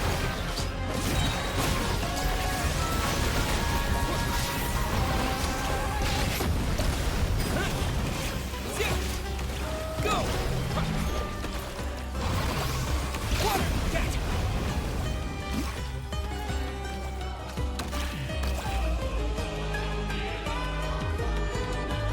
I'm aware you've been working on some little tricks to surprise me with, but it appears that none of them have come to fruition. My guess would be that you're trying to bring Columbina back. But then, where is Sandrone? Or are you trying to buy time for her? I always found their friendship to be a curious phenomenon. Two highly incongruent personalities, and yet they share a deep connection. Speaking of Columbina, I once saw her as like a younger sister. We got along quite amicably while she was with the Fatui. But then one day she suddenly decided she would refuse to take part in any further experiments. To this day, I truly don't understand what I could have done to upset her so much. It's such a pity. I could have had a sister, a family. But alas, she grew to dislike me. You're not fit to be family to her. That I can't deny. So many people, all obsessed with playing out the same tired old dramas. This world is rotten to the core. And then there's you. You had every opportunity to reach the right conclusion. The thought of killing you off like this? But I maintain that I approached you in good faith, so I will offer you another chance. Will you work with me? You have until I count to 10 to make your choice. 1, 2, 3. Not in a million years. Huh?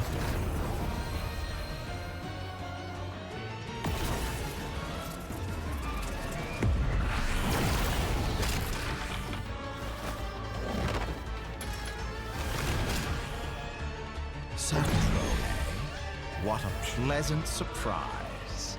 I didn't think you'd join us all the way up here. You're as sick and twisted as ever. Don't fool yourself into thinking anyone's grateful for the chances you're offering them.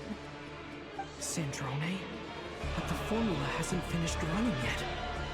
Funnily enough, I was just discussing a collaboration opportunity with the Traveler, and then I see you, who I must say is a good example of an opportunity gone to waste.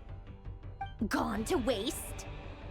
I said that everyone would get one chance, and you've used yours to march right back into the lion's den. So yes, it's an utterly wasted opportunity. And what makes you think I believe a word that comes out of your mouth? I was planning on disposing of your little formula after wrapping up more urgent business here. But since you've taken the trouble of serving it to me on a silver platter, I can simply bring it forward in the schedule.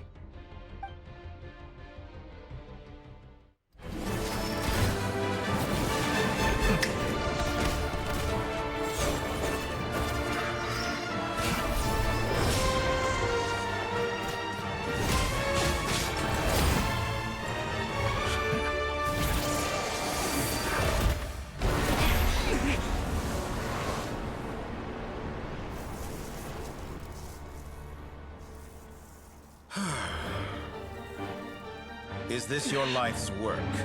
This piece of trash?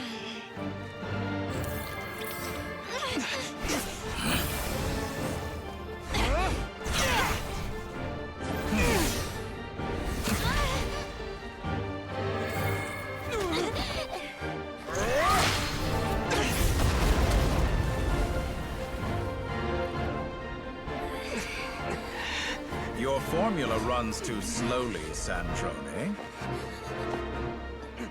You put your hope for success on others instead of fighting dirty. That is why you have failed. Now, whom should I slay first? Any volunteers? No one? How nice of you to leave the decision to me.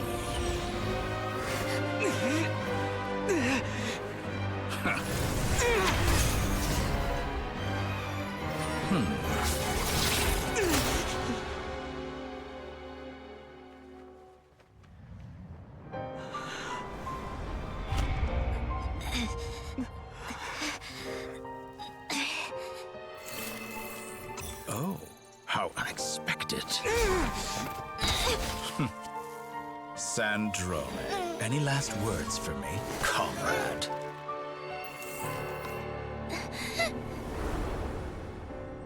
Is there anything you wish for? Not really.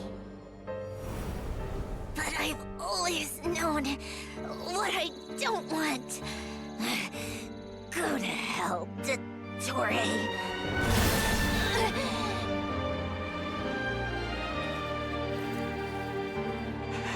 No!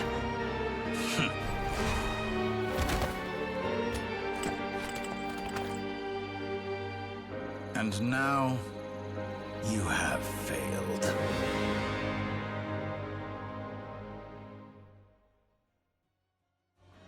Sandrone! Now you see how fragile mechanical contraptions are. Just a gentle tap, and they fall to pieces. However keen of an inventor Sandrone may have been, her death spells the end of the formula that was running inside her body. Of course, I have to commend her for making it this far. As her colleague, I have to admire her stubborn tenacity. Now, it is time for you to take your place by my side. My count was interrupted, but the second chance I extended to you still stands. Once again, you are welcome to join me. By now, I'm sure you have gained a greater appreciation for the power and authority I wield. What is stopping you from embracing a new world of endless possibilities? Not in the mood to talk? As you wish. You seem less talkative than usual today. I'll change the topic to something more apropos. Sandrone was always like this, never trusting anyone, always so reluctant to share her research with them. Objectively speaking, she had her strengths. It is remarkable how she extracted and even optimized the world formula from so much data. But her inability to trust was her undoing. Had she allowed someone else to monitor or run the formula for her, you might still have a chance at victory even now. But regrettably, she was a stubborn fool. As much as it pains me, she had to go. Dottore. Maybe this is news to you, but people can change. Columbina surprised you when she escaped. And I think Sandrone would surprise you too. Change? You can twist the truth however you want, but I see it clear as day. You're the one who can't trust other people. Is that how you see me? By this point, what can you hope to do about it?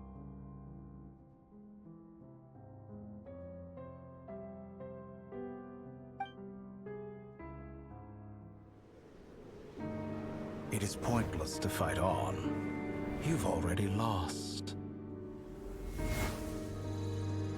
Wrong. You can't win this, Dottore.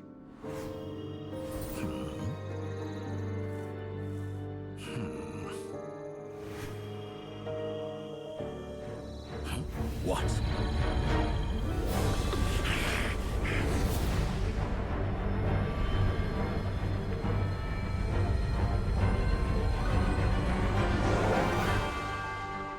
My formula can get us 90% of the way.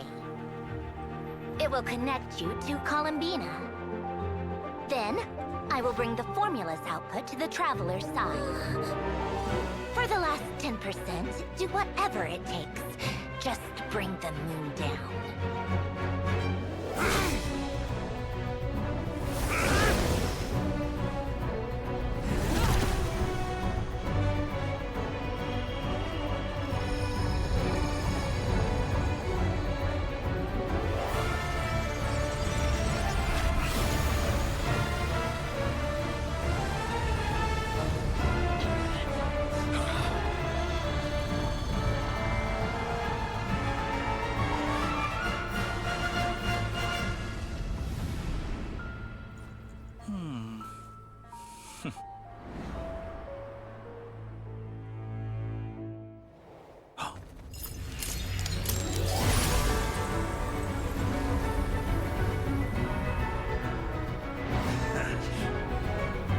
The moon will never be yours!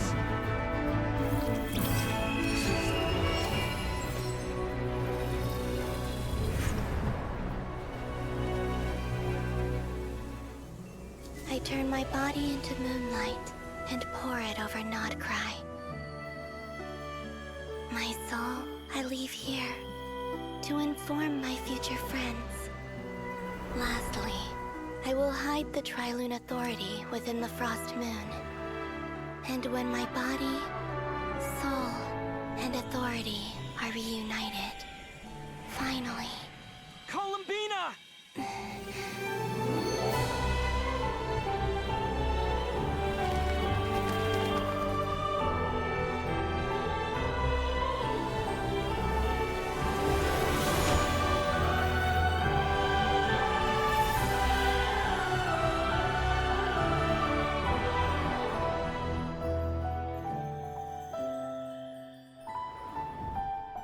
It's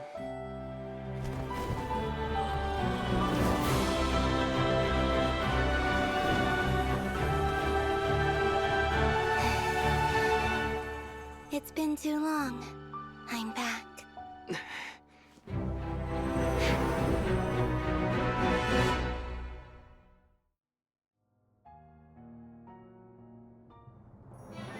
Stay focused on the battle, Traveler. Good. Keep it on touching reunion. Though I personally find myself repulsed by the sight of weaklings huddled together for war. Now, quite finished patting yourselves on the back. Show me how long you can struggle before you drown. Watch out, Columbina! You can manipulate space itself! Wait for the right moment. We'll strike together.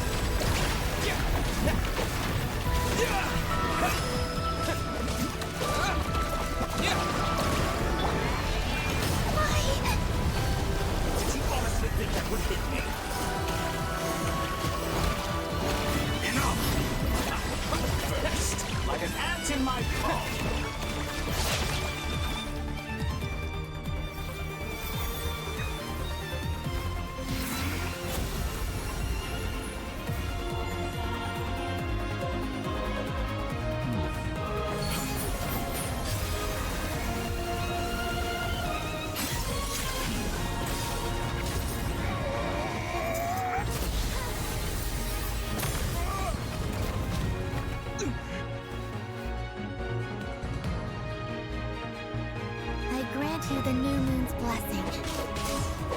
The new moon shines upon you. I am growing weary of your stubborn... It's over, Dottore!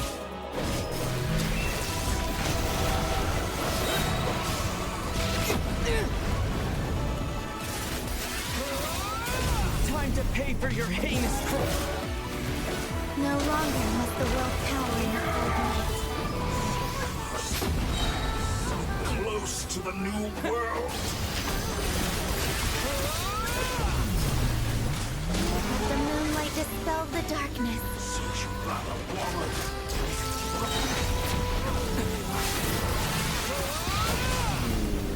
Everlasting as the moon.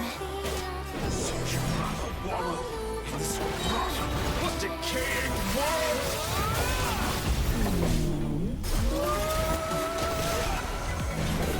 Only I could have saved the new world. Only I.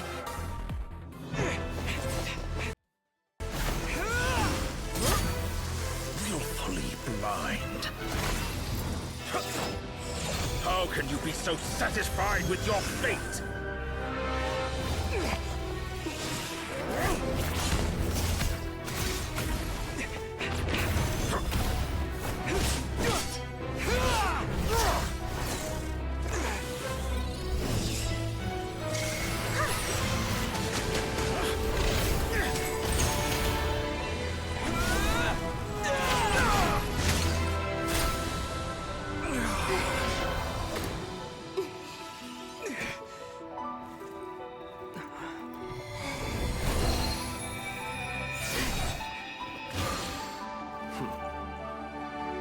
This battle was never about fate. It's about friends, family, and the home you stole from them. So dull. Only the weak rely on each other for comfort. You shall see. Once I transcend fate, you will be nothing but fodder for my grand experiment! That will never happen.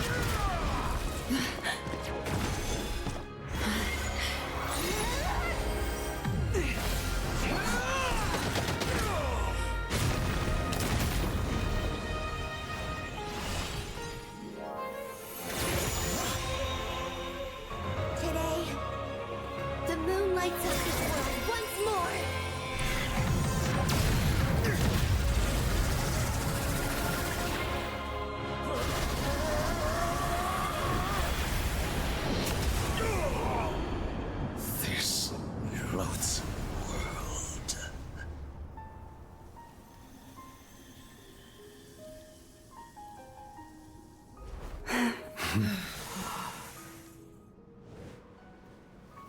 No, this world is our home.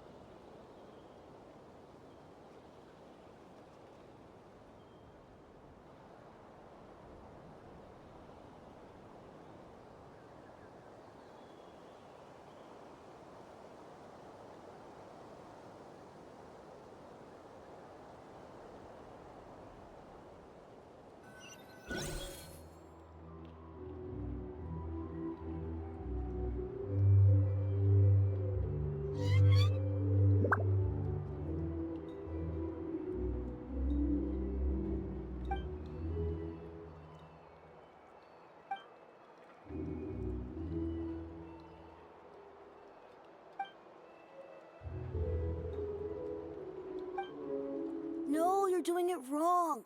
The moon looks like this now. What are you drawing, children?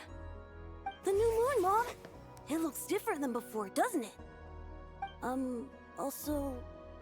Can I go buy a sugar sculpture today? Please? Just one? All right. I suppose today is a special day after all. Almost like a festival. Extra, extra! Get the latest Nasha Express here! Post-disaster report! Nasha Town reborn beneath a new moon! The voyage begins today! The future looks bright thanks to the League. Want a copy? I knew things would be different, but I didn't think that would include the moon. They say a new moon goddess has been born. A new moon goddess? Who's saying that? The Frost Moon Scions? I guess so. I'm not too clued up on the details. As far as I'm concerned, the moon's still in the sky and it's business as usual. Hey, since we've come all this way, shall we grab ourselves a free meal while we're here? Are you a convert now? Or are you just here for the free lunch? Oh, come on. What does it matter? After everything we've all just been through? That smells good. All right, that's it. I'm hungry. Time to eat. Come on! We gotta get there early, or there won't be any good spots left! Shh, keep it down. This is a residential area. What if people are still sleeping? We still can.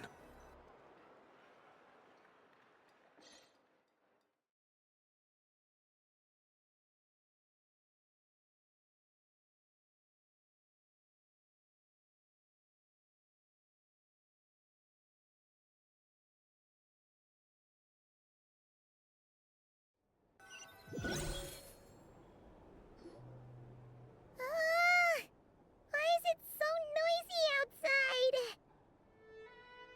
It's okay. Paimon was pretty much awake anyway. It's been so long since we last had a chance to relax, huh?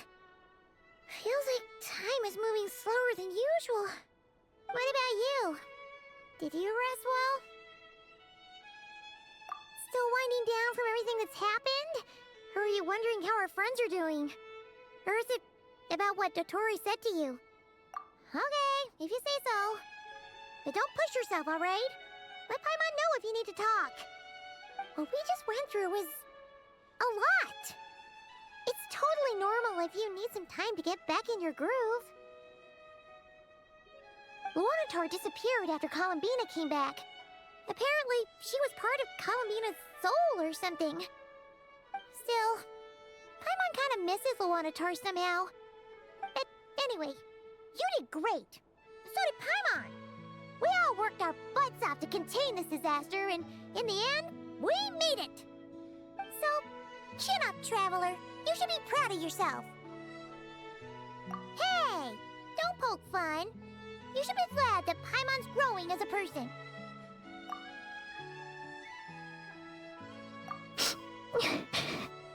Paimon didn't think you'd mention it. You have no idea how anxious Paimon was. She was worried sick about you. Well, if you really want to show Paimon you're sorry, you're gonna need to make it up to her. You better be ready to splash out on a lavish meal.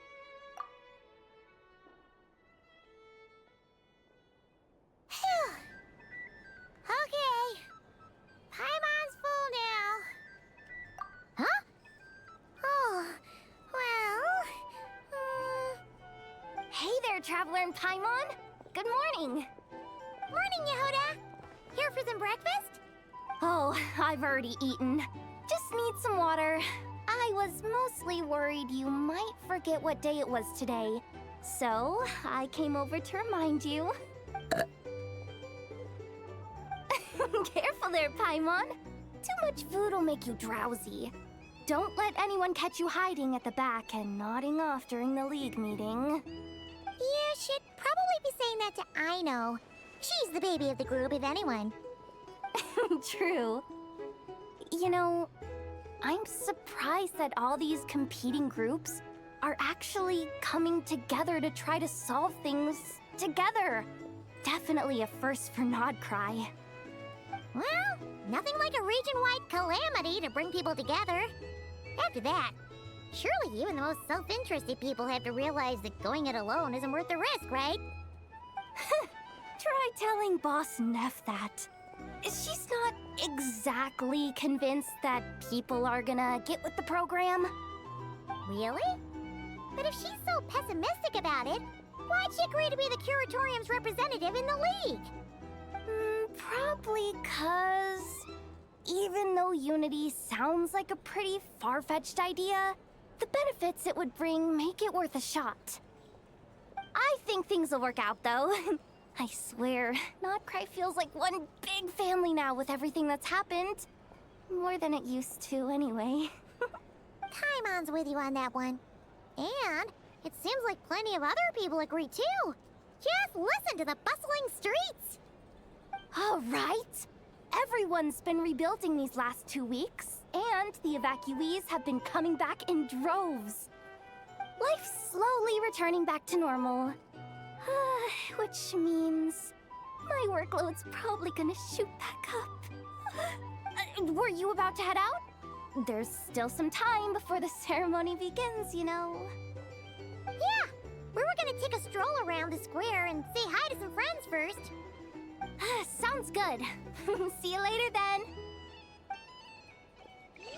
Here's the thing. You can't live life without a little spice. Drink?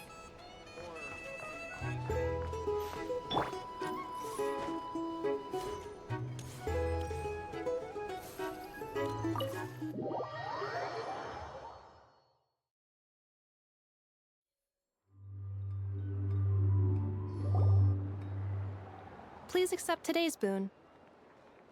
Have a nice day. Are Paimon's eyes deceiving her? Or is that Inefa handing out food for the Frost Moon Scions? Hello there. Would you like a feast of the moon along with some snacks of the day? So, what's new, Inefa? It was only a few days ago when we last saw you, but it looks like you've joined the Frost Moon Scions in that time. And I know too? What are you talking about, Paimon? We're just here to help. Duh. In the wake of the disaster, it's all hands on deck. We responded to Lama's request for support. At times like these, the smallest good deed can inspire others and help them through the hard days ahead. And we're using eggs and heating tubes to make that a reality. In true Krumkake Crab Shop style! Inefa! Did you hear that? The Traveler said I did good. The Traveler! That's because it's true, I know. Proposal. If you can resist eating today's dessert, I will provide you with compliments, too. No way! Well, got shot down quickly. I need something to get me through the hard times too, you know. Mom! Yes, dear. Go right ahead. Excuse me.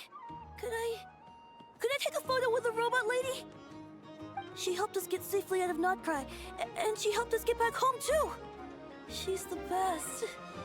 Of course she is. And since I'm the whiz kid who built her, that makes me even better than best, right? But you stole my snacks though. Oops. Shall we move to the open space near the center? The view there is better. Thank you!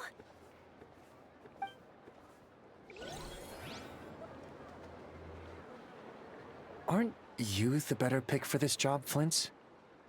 You underestimate yourself yet again, Master Helloooooo. Not at all.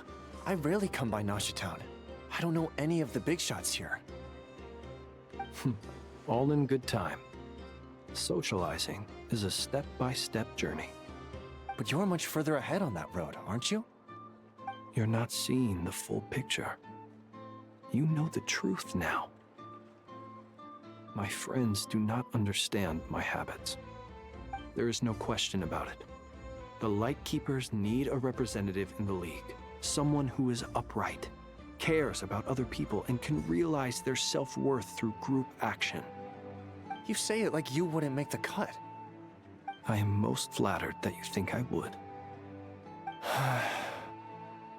Sigh a little less, Master Helloooooo, and have more faith in yourself. All the Lightkeepers agree that you're a very promising young man. That is precisely why Starshina and Nikita felt safe delegating such important work to you. I'm sure we all also agree that we would sooner die of dehydration than manage to wrangle anything out of you in a discussion. My apologies.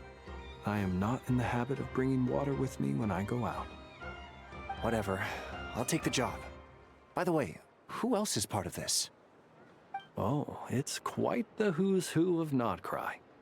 There's the Moon Chanter of the Frostmoon Scions, the boss of the Curatorium of Secrets, a representative of the Voynich Guild, and even someone from the adorable Krumkake craft shop. I'm sure you will find speaking with them to be a genuine pleasure. If you say so. I've never done this work before, so I'm honestly a little scared of making mistakes. But I'll do it. Not only is it our duty as Lightkeepers, but because I want to make Notcry a more welcoming place. An admirable attitude to take. The beacons are lit, Helloooooo. We're but one step away from breaking through the blizzard. We have the chance to band together and build our shared homeland into an Elysium. This is unprecedented for Notcry. An opportunity not to be missed. Yeah. You're right. I'll do my best. Quite a few familiar faces have arrived. Let's go, shall we?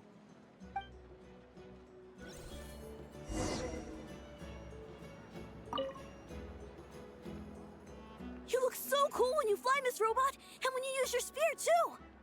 And even though you took my snacks, it's pretty cool that you can build stuff like this. You've got so many inventions. It's amazing! Also...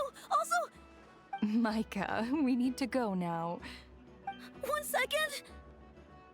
Please take this Feast of the Moon, as well as some snacks. Share them with your mother and your lovely family.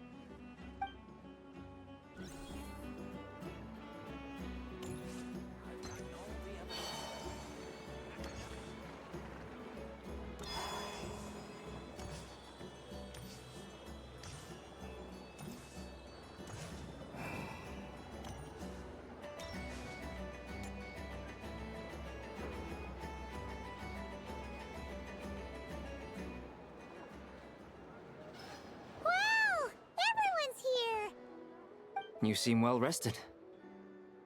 I know no one's asked, but I'm sure you all want to know, so let me just say, we're doing great. Thanks. Well, great, but not perfect. Starting to lose my mind from boredom. Can't drink a drop of alcohol while I'm waiting for my wounds to heal. I'm sure you had a sneaky swig or two. Wait, how'd you find out?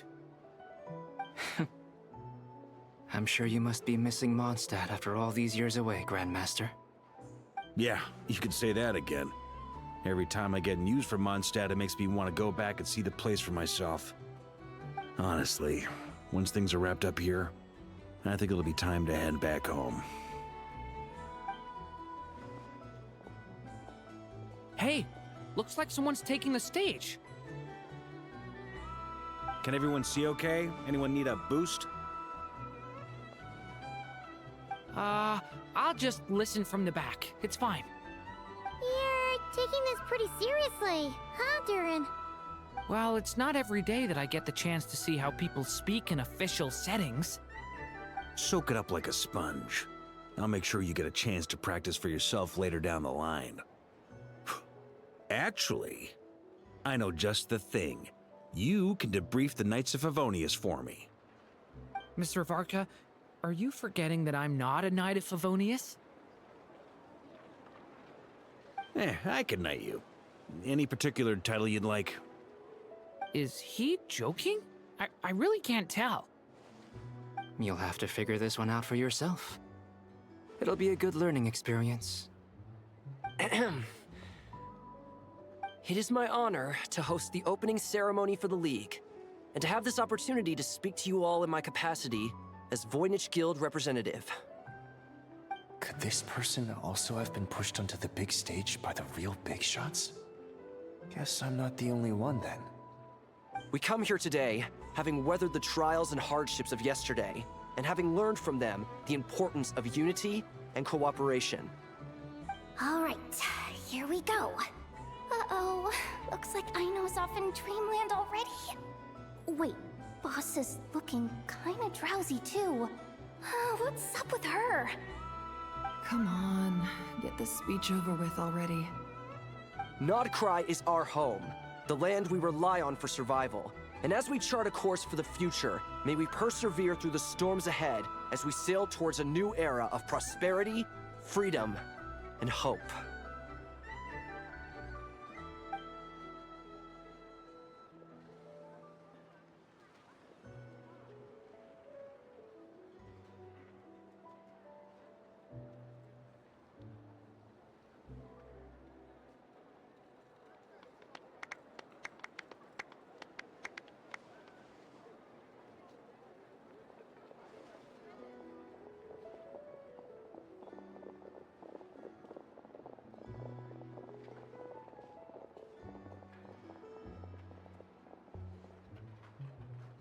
Looks like we'll have more opportunities to travel in the future. I'm sure you'll cope, Lady Moonchanter, given how fleet of foot you are. Unfortunately, I suspect I'll be too busy at the Curatorium to act as your host. We have a busy schedule, not to mention an international network of contacts to manage. It'll be all right. I'll just check your schedule with Yehuda well in advance. And if she's not available, I can simply ask Ashru. You... So giving my employees extra workload isn't enough for you? You're really going to drag my cat into this too? I thought you'd approve. Aren't you forever increasing your employees' workloads? That's a bold statement. Are all the Frostmoon Scions feeling more audacious now that your moon goddess has... Columbina's return has brought joy to all who care about her. That includes both you and me. As for the Frostmoon Scions, we are learning how to thrive independently, without relying on the moon goddess. It is up to us to make our home a more livable place. Joining the League is one of the steps we are trying towards that end. I like the word try. It's nice and non-committal. You can opt out at any time and still say you tried. You don't see a bright future for the Frostmoon Scions? Or did you mean the League? I'm just not as optimistic as you. The Frost Moon Scions should count themselves lucky that they have a leader as stubborn and enterprising as you. But Nodcry's a big place, with all kinds of people. Most of them don't enjoy answering to a leader, or even listening to reason. Well, that's where you and your methods come in. Unless the Curatorium of Secrets is only here for appearances. For now, yes. And that won't change until this venture becomes worth my while. What would make it worth your while? Getting out more than I put in. Right now, I'd barely break even, but I'll grant that it's a good start for Nodcry. Then maybe it's worth a try. All right, you can stop now. Or do I have to join the Frost Moon Scions before you'll get off my back? You'd be very welcome to join us. Hey, you two!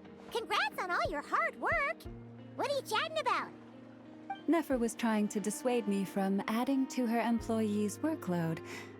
Also, she's considering joining the Frost Moon Scions. Sorry, what? Your conversations are always the most interesting. Would you two care to join me for some tea before heading to your next destination?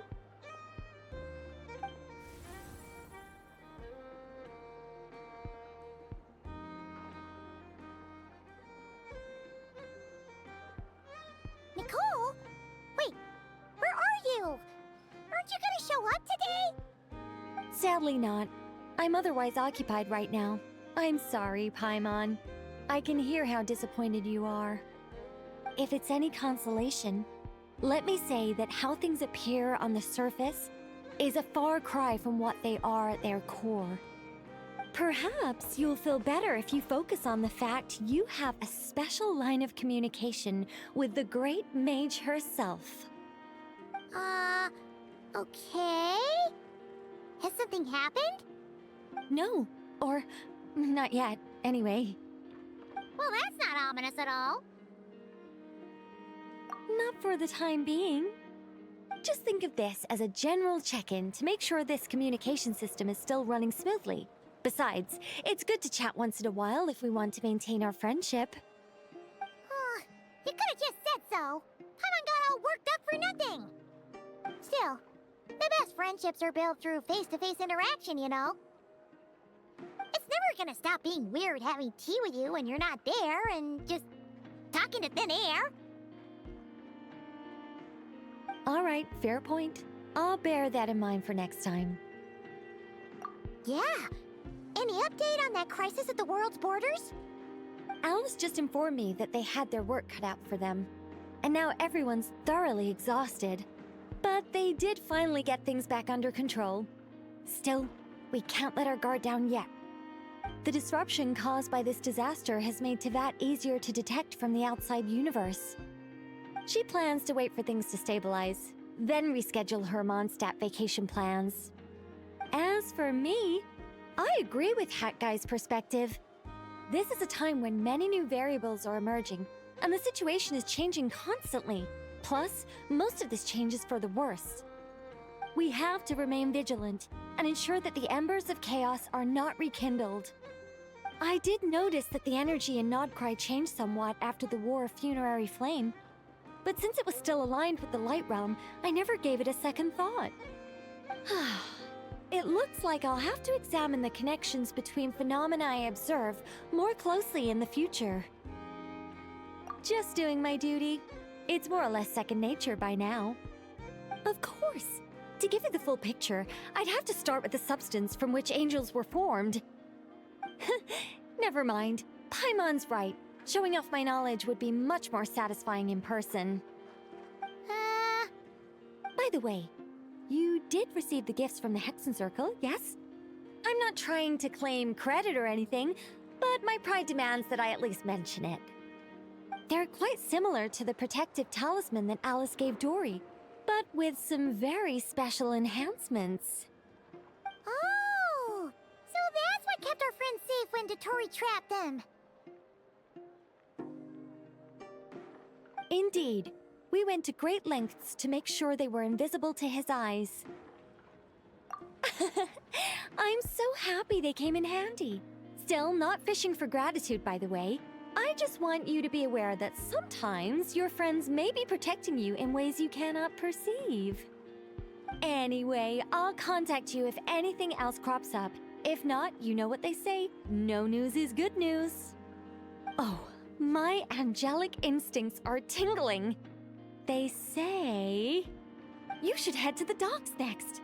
Your friends are about to board their ship home.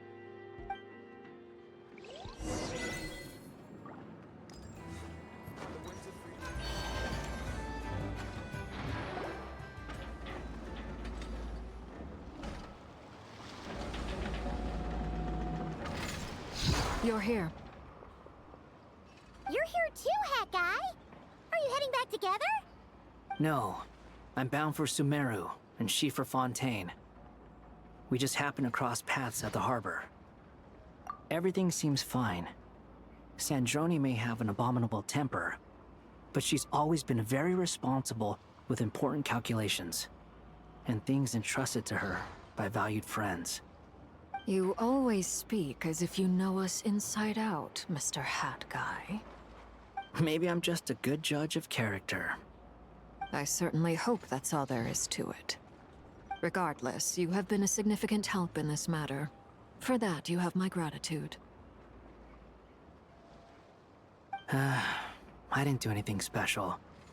Sandrone's the one who completed a seemingly impossible formula and turned the tide of the entire battle, even giving her life in the process. She's the one we should be thanking. Even we were unaware that Sandrone had hidden the real formula inside Polonia's body. She managed to fool Dottore into thinking the formula was running in her system by installing an identical-looking decoy within her. She probably realized that she didn't have the strength to stop Dottore.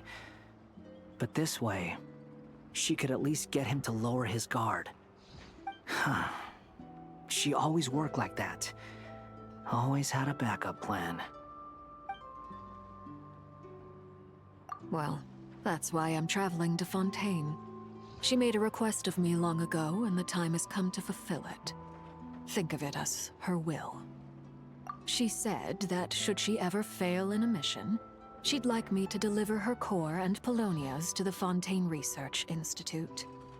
She also mentioned that she had made arrangements for people there to set her affairs in order. Some of her personal effects, such as her notes, were left to me. I've decided to take them back to the House of the Hearth, for safekeeping primarily, but also as mementos, I suppose. However, there is one book among them that I'd like to leave in your care. I'll have someone deliver it to your residence at the flagship at a later date. No, I was specifically warned not to tell her. This is her last wish, and I will abide by it. I can only hope so, but none of us here can know for certain. I bade farewell to Columbina earlier today. As promised, she turned the iridescent moon's marrow over to me. She spent a long time with Sandrone's body, saying her goodbyes. Oh, is she alright? Sandrone's passing has left a great wound in all of our hearts. It will take time to heal, but Columbina surprised me. She offered me some words of comfort before I departed. Despite being grief-stricken herself, she showed an awareness of the feelings of others around her. She never used to act like this. Clearly, she has grown. And I suspect that we have you to thank for much of the change we are seeing in her. Huh. After these recent events, the Tsaritsa has revoked the Pale Star Edict.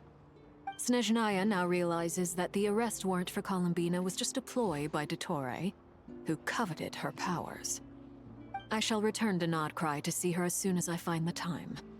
I hope that from now on, she too will explore more of the world. Columbina Hyposelenia's journey is only beginning. My ship is here. Traveler, Paimon, we shall meet again. You too, Hat Guy. What are you still bumming around for? Isn't Columbina waiting for you? I thought today was the day you'd agree with her to go find out the truth about your sibling. You're afraid you won't like the truth when you see it. Well, this is new. I was starting to think that nothing could scare you. Don't say that! Wouldn't you be if you were in this situation? Fair point. But I'd say I have more experience facing up to unpleasant truths than the Traveler. They say blood's thicker than water. I know how much you need your family back. More than you need any of your friends. And I'm sure that all your real friends understand that too.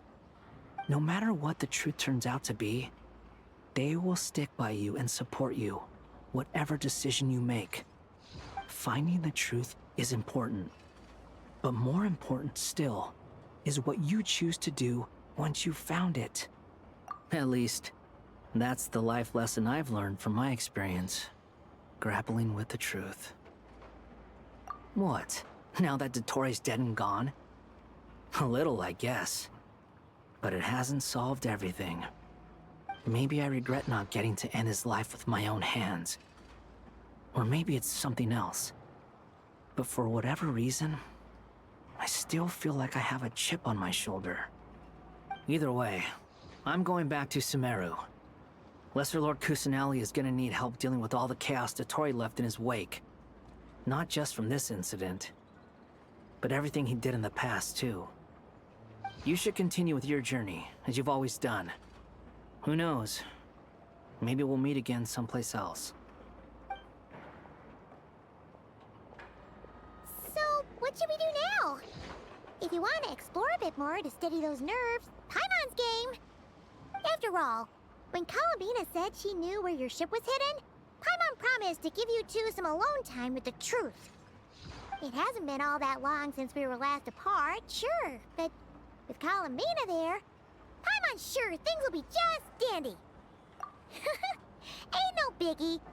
Paimon might be all about that food and fun, but she knows how to do right by people.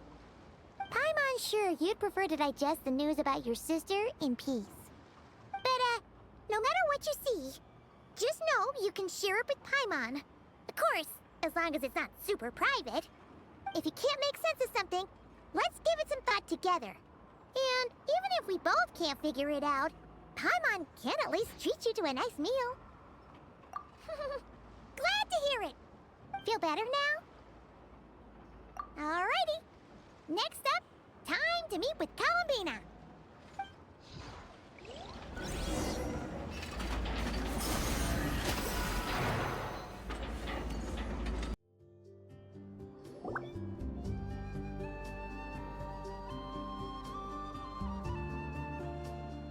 Columbina, we're here! Can't quite believe we're meeting out here. We've gotten used to walking over to Silver Moon Hall whenever we go see you. Well, you're still welcome to go there whenever you want to see me. It's just, now that it's all over, I've decided to make some changes. Try and fit in with the Frost Moon Scions, like Llama suggested. The older generation are still timid around me. They don't dare get too close, and they bow their heads when I walk by. But things are much better with the children. I see more curiosity in their eyes. Hopefully, by the time the next Moon Prayer Night comes around, I can enjoy the festival with them as myself, without having to pretend that I'm only dressed up as the Moon Goddess. You'll do fine, Columbina. Paimon's sure they'll realize you're super nice once they get to know you better. You really think so? When we first met, you thought I was a little up in the clouds. We were just starting out then, come on! So Llama told you, huh? I'm only teasing. I know that I have you to thank for pulling me back down to solid ground. It feels good to finally stand firm on the earth where I was born. Oh, that's great!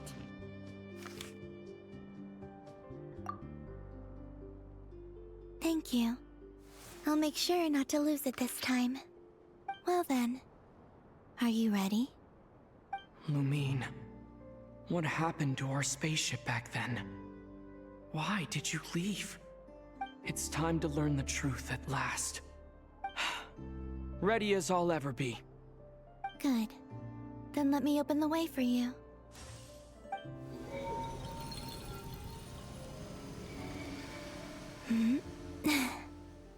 Where does this lead? To our shared destination. Huh? Do you remember me telling you about my missing prologue back when we just met? I said that my story began on the moon.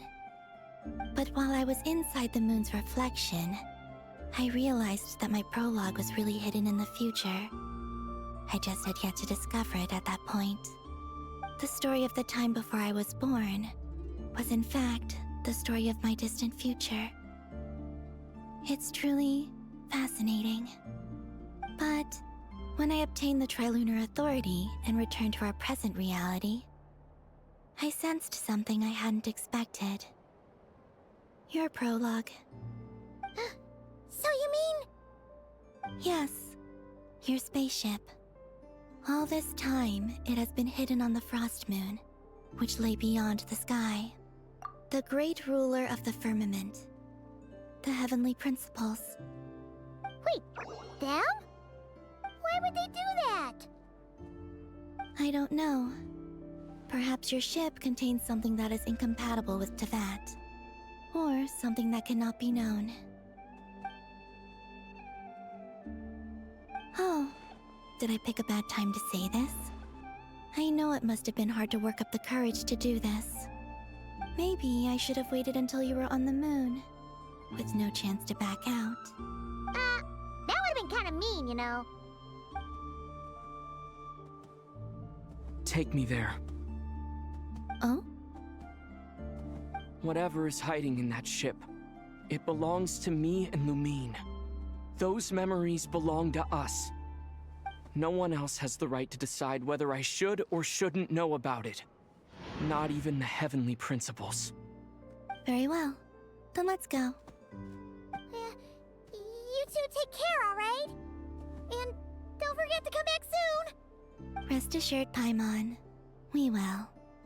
Traveler, after you. Thinking about the story that we'll find hidden on the moon? Yes. And hoping that it has a happy ending.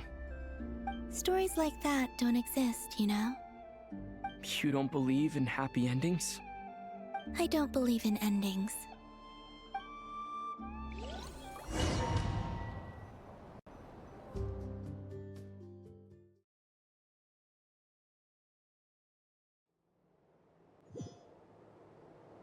Where am I? This is the pathway I built between Teyvat and the Frost Moon. The moon is very far away from us, so it could be a long journey.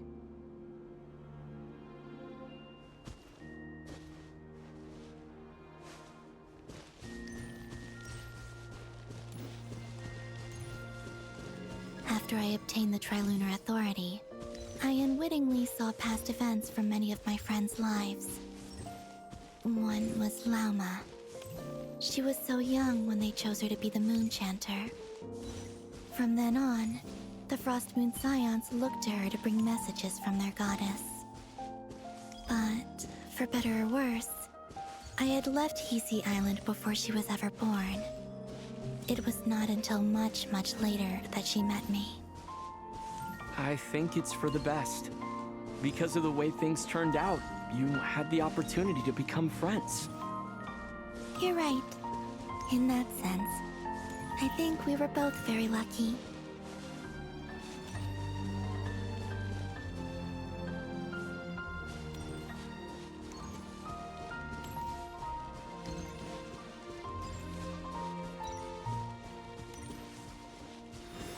Oh, and about that mage, Nicole. I only recently learned that she has lived in Teyvat since the time of the Three Moon Sisters. The Moon Goddesses always had a good relationship with the angels. I suppose our friendship continues that tradition.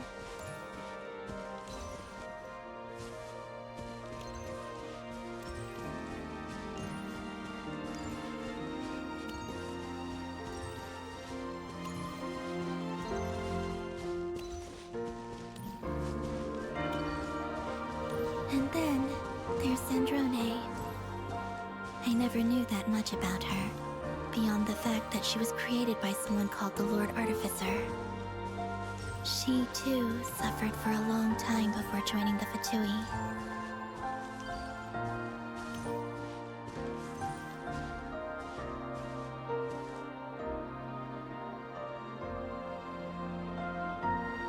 How I wish I could talk to her again, even if only to hear her say nasty things to me.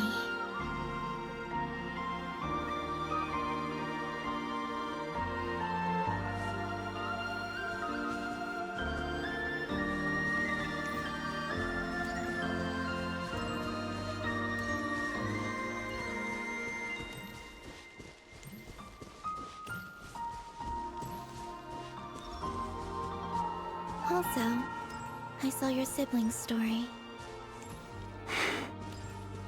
I'm afraid I didn't see much. It seems that she rarely came to the surface, where the moonlight shines. But I did notice that back when you first set out on your journey, she would often appear nearby, gazing at you from afar with a guilty look in her eyes. Lumine. Let us speak no more of the past. I probably shouldn't reveal so much about my friends. It's not my place. Let the moonlight carry us forth. We are very close now.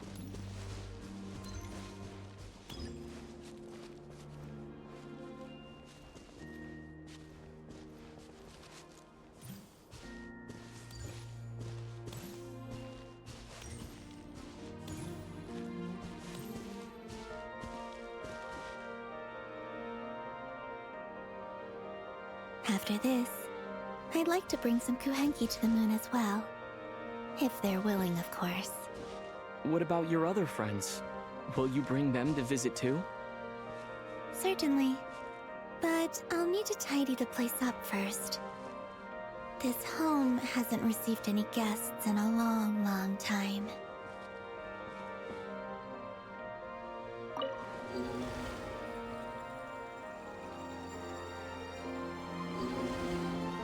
I remember writing something similar with you on Moon Prayer Night. I believe it was called...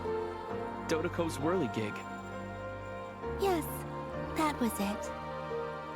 You asked me if I was afraid to return to the moon, and I said that I was. The idea that I had gained something precious, only to lose it so quickly. That frightened me. But I'm not afraid anymore. Besides, this time, we're traveling together.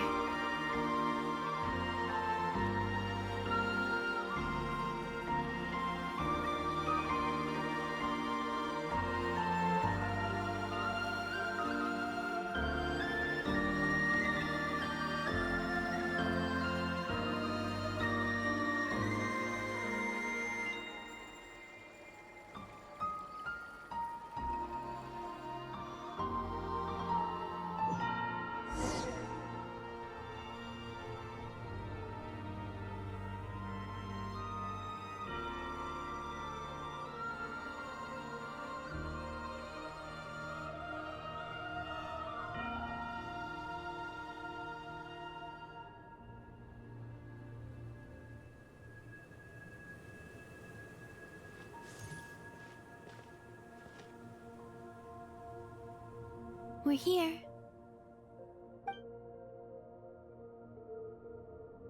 Over there.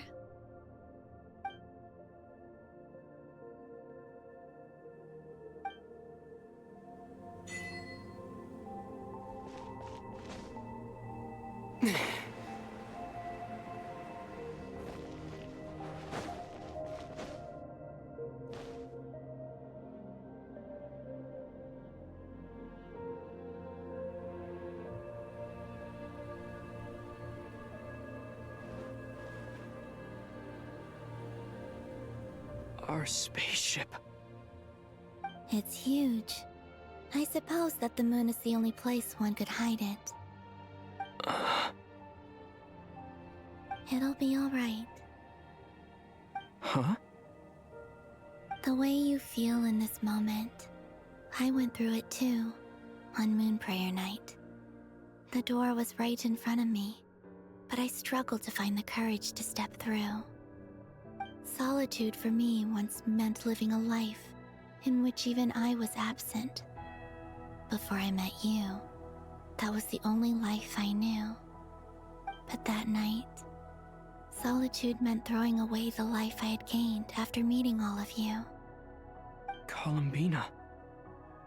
Go. Retrieve the part of your life that was once lost. Trust me, you will lose nothing by doing so. Look, Teyvat is right there. All of our friends are down there, waiting for us. You're right. Thanks, Columbina.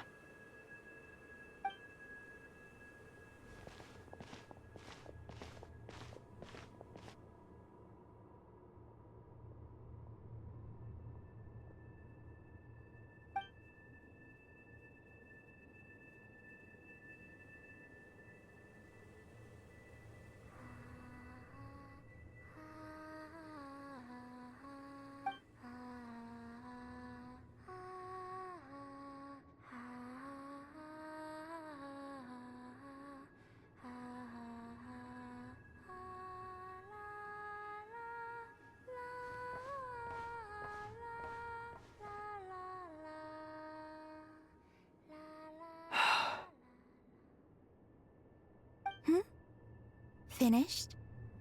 Yeah. Why did you take your eye mask off? Well, since my return, I've decided to take more opportunities to see the world with my own eyes. Besides, I've always wondered how Teyvat looks from the moon. And what do you think? It's beautiful. I could spend a whole day here just gazing at it. What about you? What do you think of the truth you found? I haven't looked at another person's expression in a long time, but I think yours is saying it was neither good nor bad. Keep this up, and it won't be long before you give Nephra a run for her money. Oh, I don't think that's going to happen. I'm much more used to sensing what's going on around me with Kuvaki. I think I'll save my eyes for seeing special moments I really want to remember. I read the spaceship's flight logs. I always assumed that this was my first time in Teyvat. I thought that Lumine and I must have been hibernating in space for centuries on end. But the logs show that our spaceship flew over the skies of Teyvat once before. A long, long time ago. Flew over? So you didn't land? No, the ship barely came to a stop before flying on again. After that, it continued traveling through space for a long time. Some of the data is corrupted, but I suspect that it kept flying for thousands of years. It was only after that that the ship made a forced landing in Nodcry. When Lumine found me, she came from outside the ship. Could this mean that she left the ship long before I did? Maybe even during our first pass over Teyvat. Are you alright? Yes, I can feel that the truth is coming together. One small piece at a time. I remember Lumine telling me that when she first arrived in Conria, she could not recall the past. So this might be something that even she doesn't know. Here, I made some space for you. Your mind must be racing, and this seems like the perfect place to relax and clear your head. Oh, wait, there's one more thing. What is it? Wait here a moment.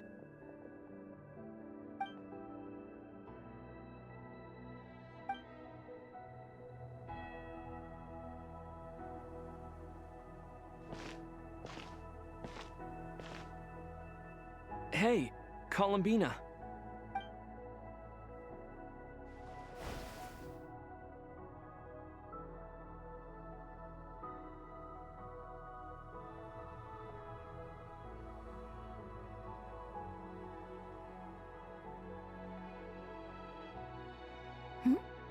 Is that a new outfit? An old one, technically.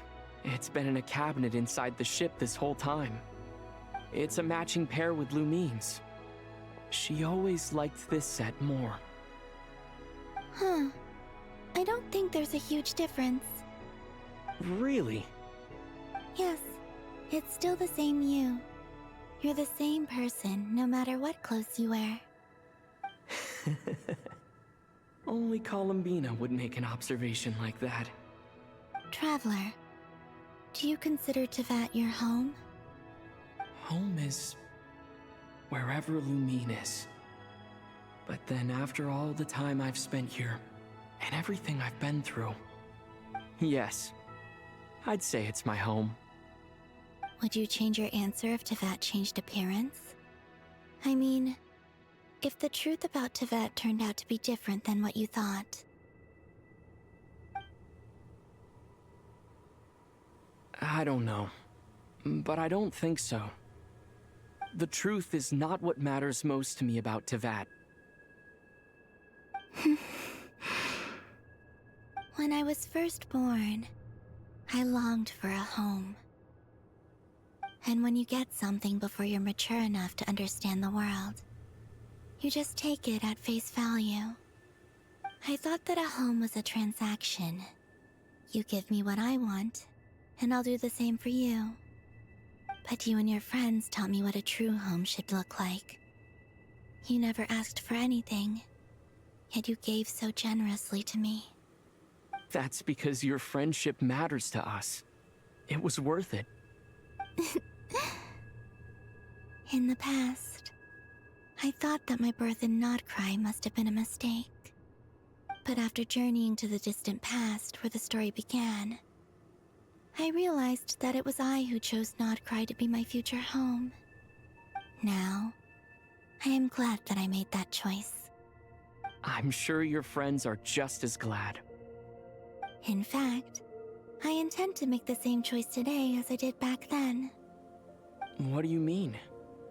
Well, I've given the Eternal Moon's Marrow to Lauma, and the Iridescent Moon's Marrow to Arlecchino.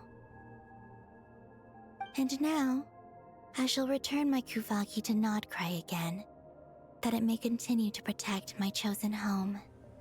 Wait, but what about your body? Oh, are you worried that I'll disappear again? I won't. Not this time. The Frost Moon has now entered the false sky, and I am the Tri-Lune Goddess. I am only returning to Notcry the part of me that it needs. I am giving what I can, because my home is worth it. Oh, and I have something for you, too. For me? Yes. Come closer.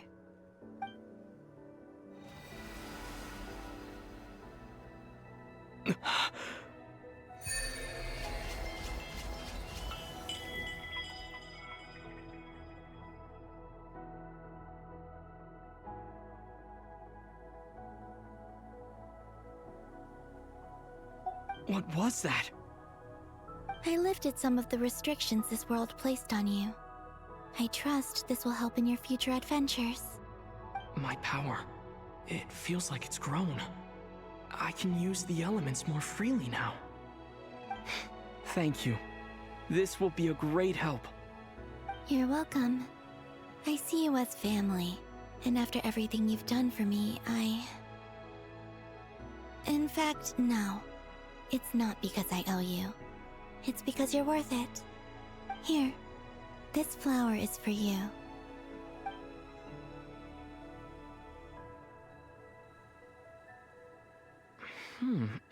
Isn't this a moon prayer blossom? Yes. Don't worry. You will never see these flowers lose their color again. I'm finally discovering the joy of giving. How I wish I'd learned this sooner. Hey, better late than never. What are you thinking about now? Why don't you take a guess? You get 1 shot. I don't think I'll get it in one guess. But I'm sure it's a happy thought. That's kind of a sneaky answer. I can't say you got it wrong. Down into that, the moon seems so far away. I felt it might always lie beyond my reach. But on the moon, everything feels so close by. The haze that once enshrouded the skies has finally been dispersed. I feel like a traveler on a winter's night, starting a new chapter in my tale by the warmth of a bonfire. I don't have a lot of luggage, but I do have a lot of hope for the future. Well, what's next? Next? To start with, I want to stay here just a little longer. After that, let's return home and continue our journey.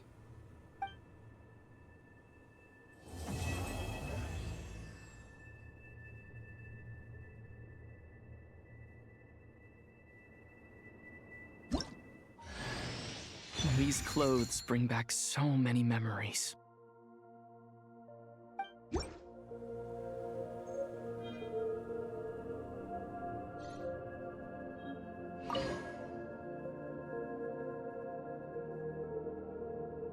The journey goes on, for you and for me. Like I said, this is not the end. I don't believe there has to be an ending. Oh, is that your next destination? Most people would probably tell you to pack some warm clothes. But I experience things differently than most people, so I can't know how cold it is. In fact, it is home to quite a wondrous heat source. I think they call it Kreshnik's torch. Every city in Snezhnaya is built around one of those. I sensed the energy it gave off as I was passing by on a railway train. It felt grand and distant.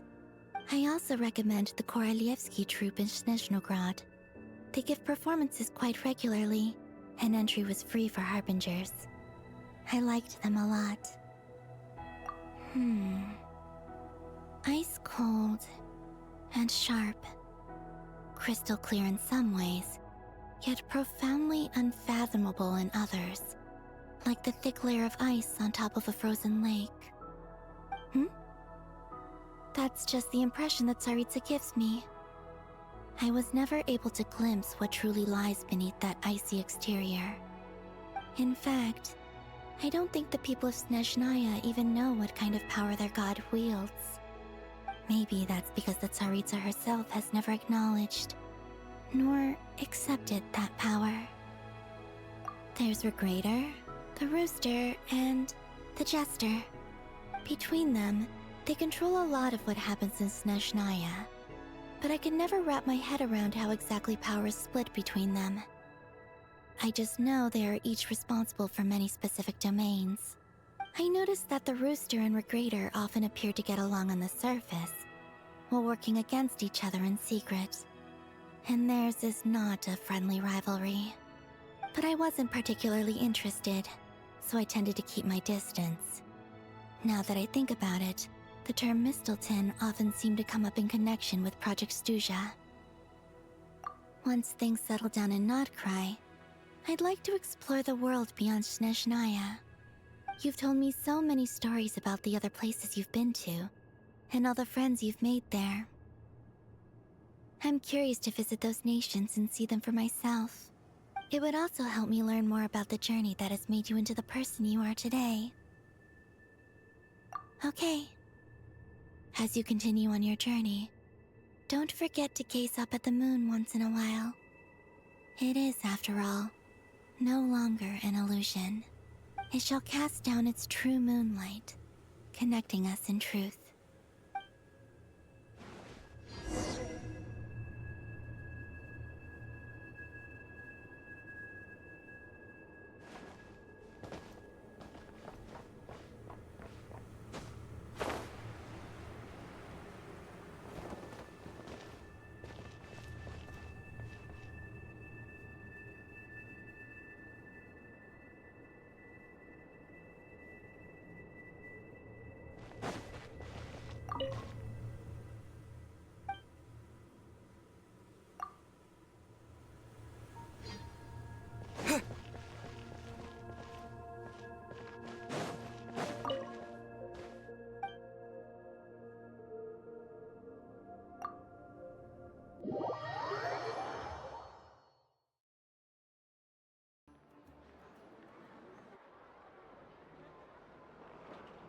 To Jean, acting Grand Master of the Knights of Favonius. This preamble is such a pain to write. It's probably high time we got rid of this acting business. I trust that Dern has updated you all on recent events. Hope we didn't worry you too much. The good news is, we managed to come together and put a stop to the Doctor's evil schemes. With that, I think it's safe to say that Notcry is finally out of the woods. As for the Fatui, not counting the Damselette, aka the Moon Goddess, who has left their organization, we found ourselves allied in this instance with both the Knave and Marionette. May she rest in peace. As ever, we find ourselves better off for making friends rather than enemies. But until we can ascertain the Tsaritsa's true intentions, the future remains uncertain. In a short while... Wait. How am I meant to surprise everyone if I tell them in a letter that I'm heading home? Oh, that would be a huge waste. Okay, got it.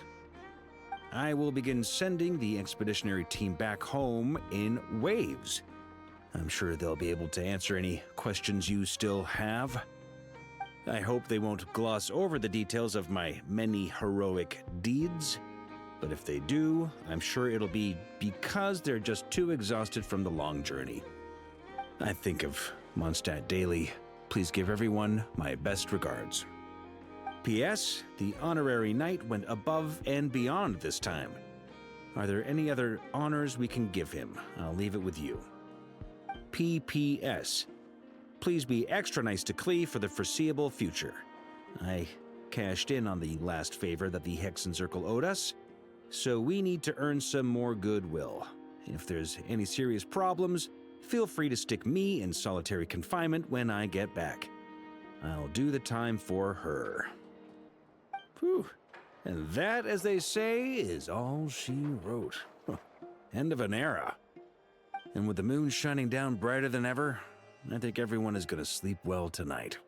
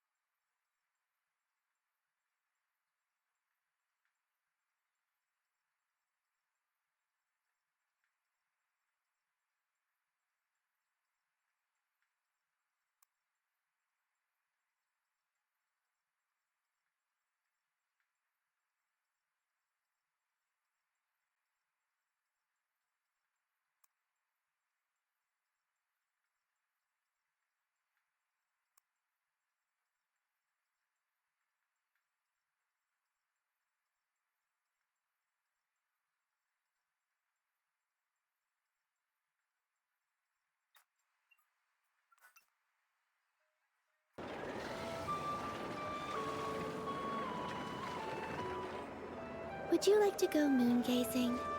You can sit in my rocking chair and admire the view. Or we could go to the moon and gaze down at Tefat. Whatever you prefer. Whoa.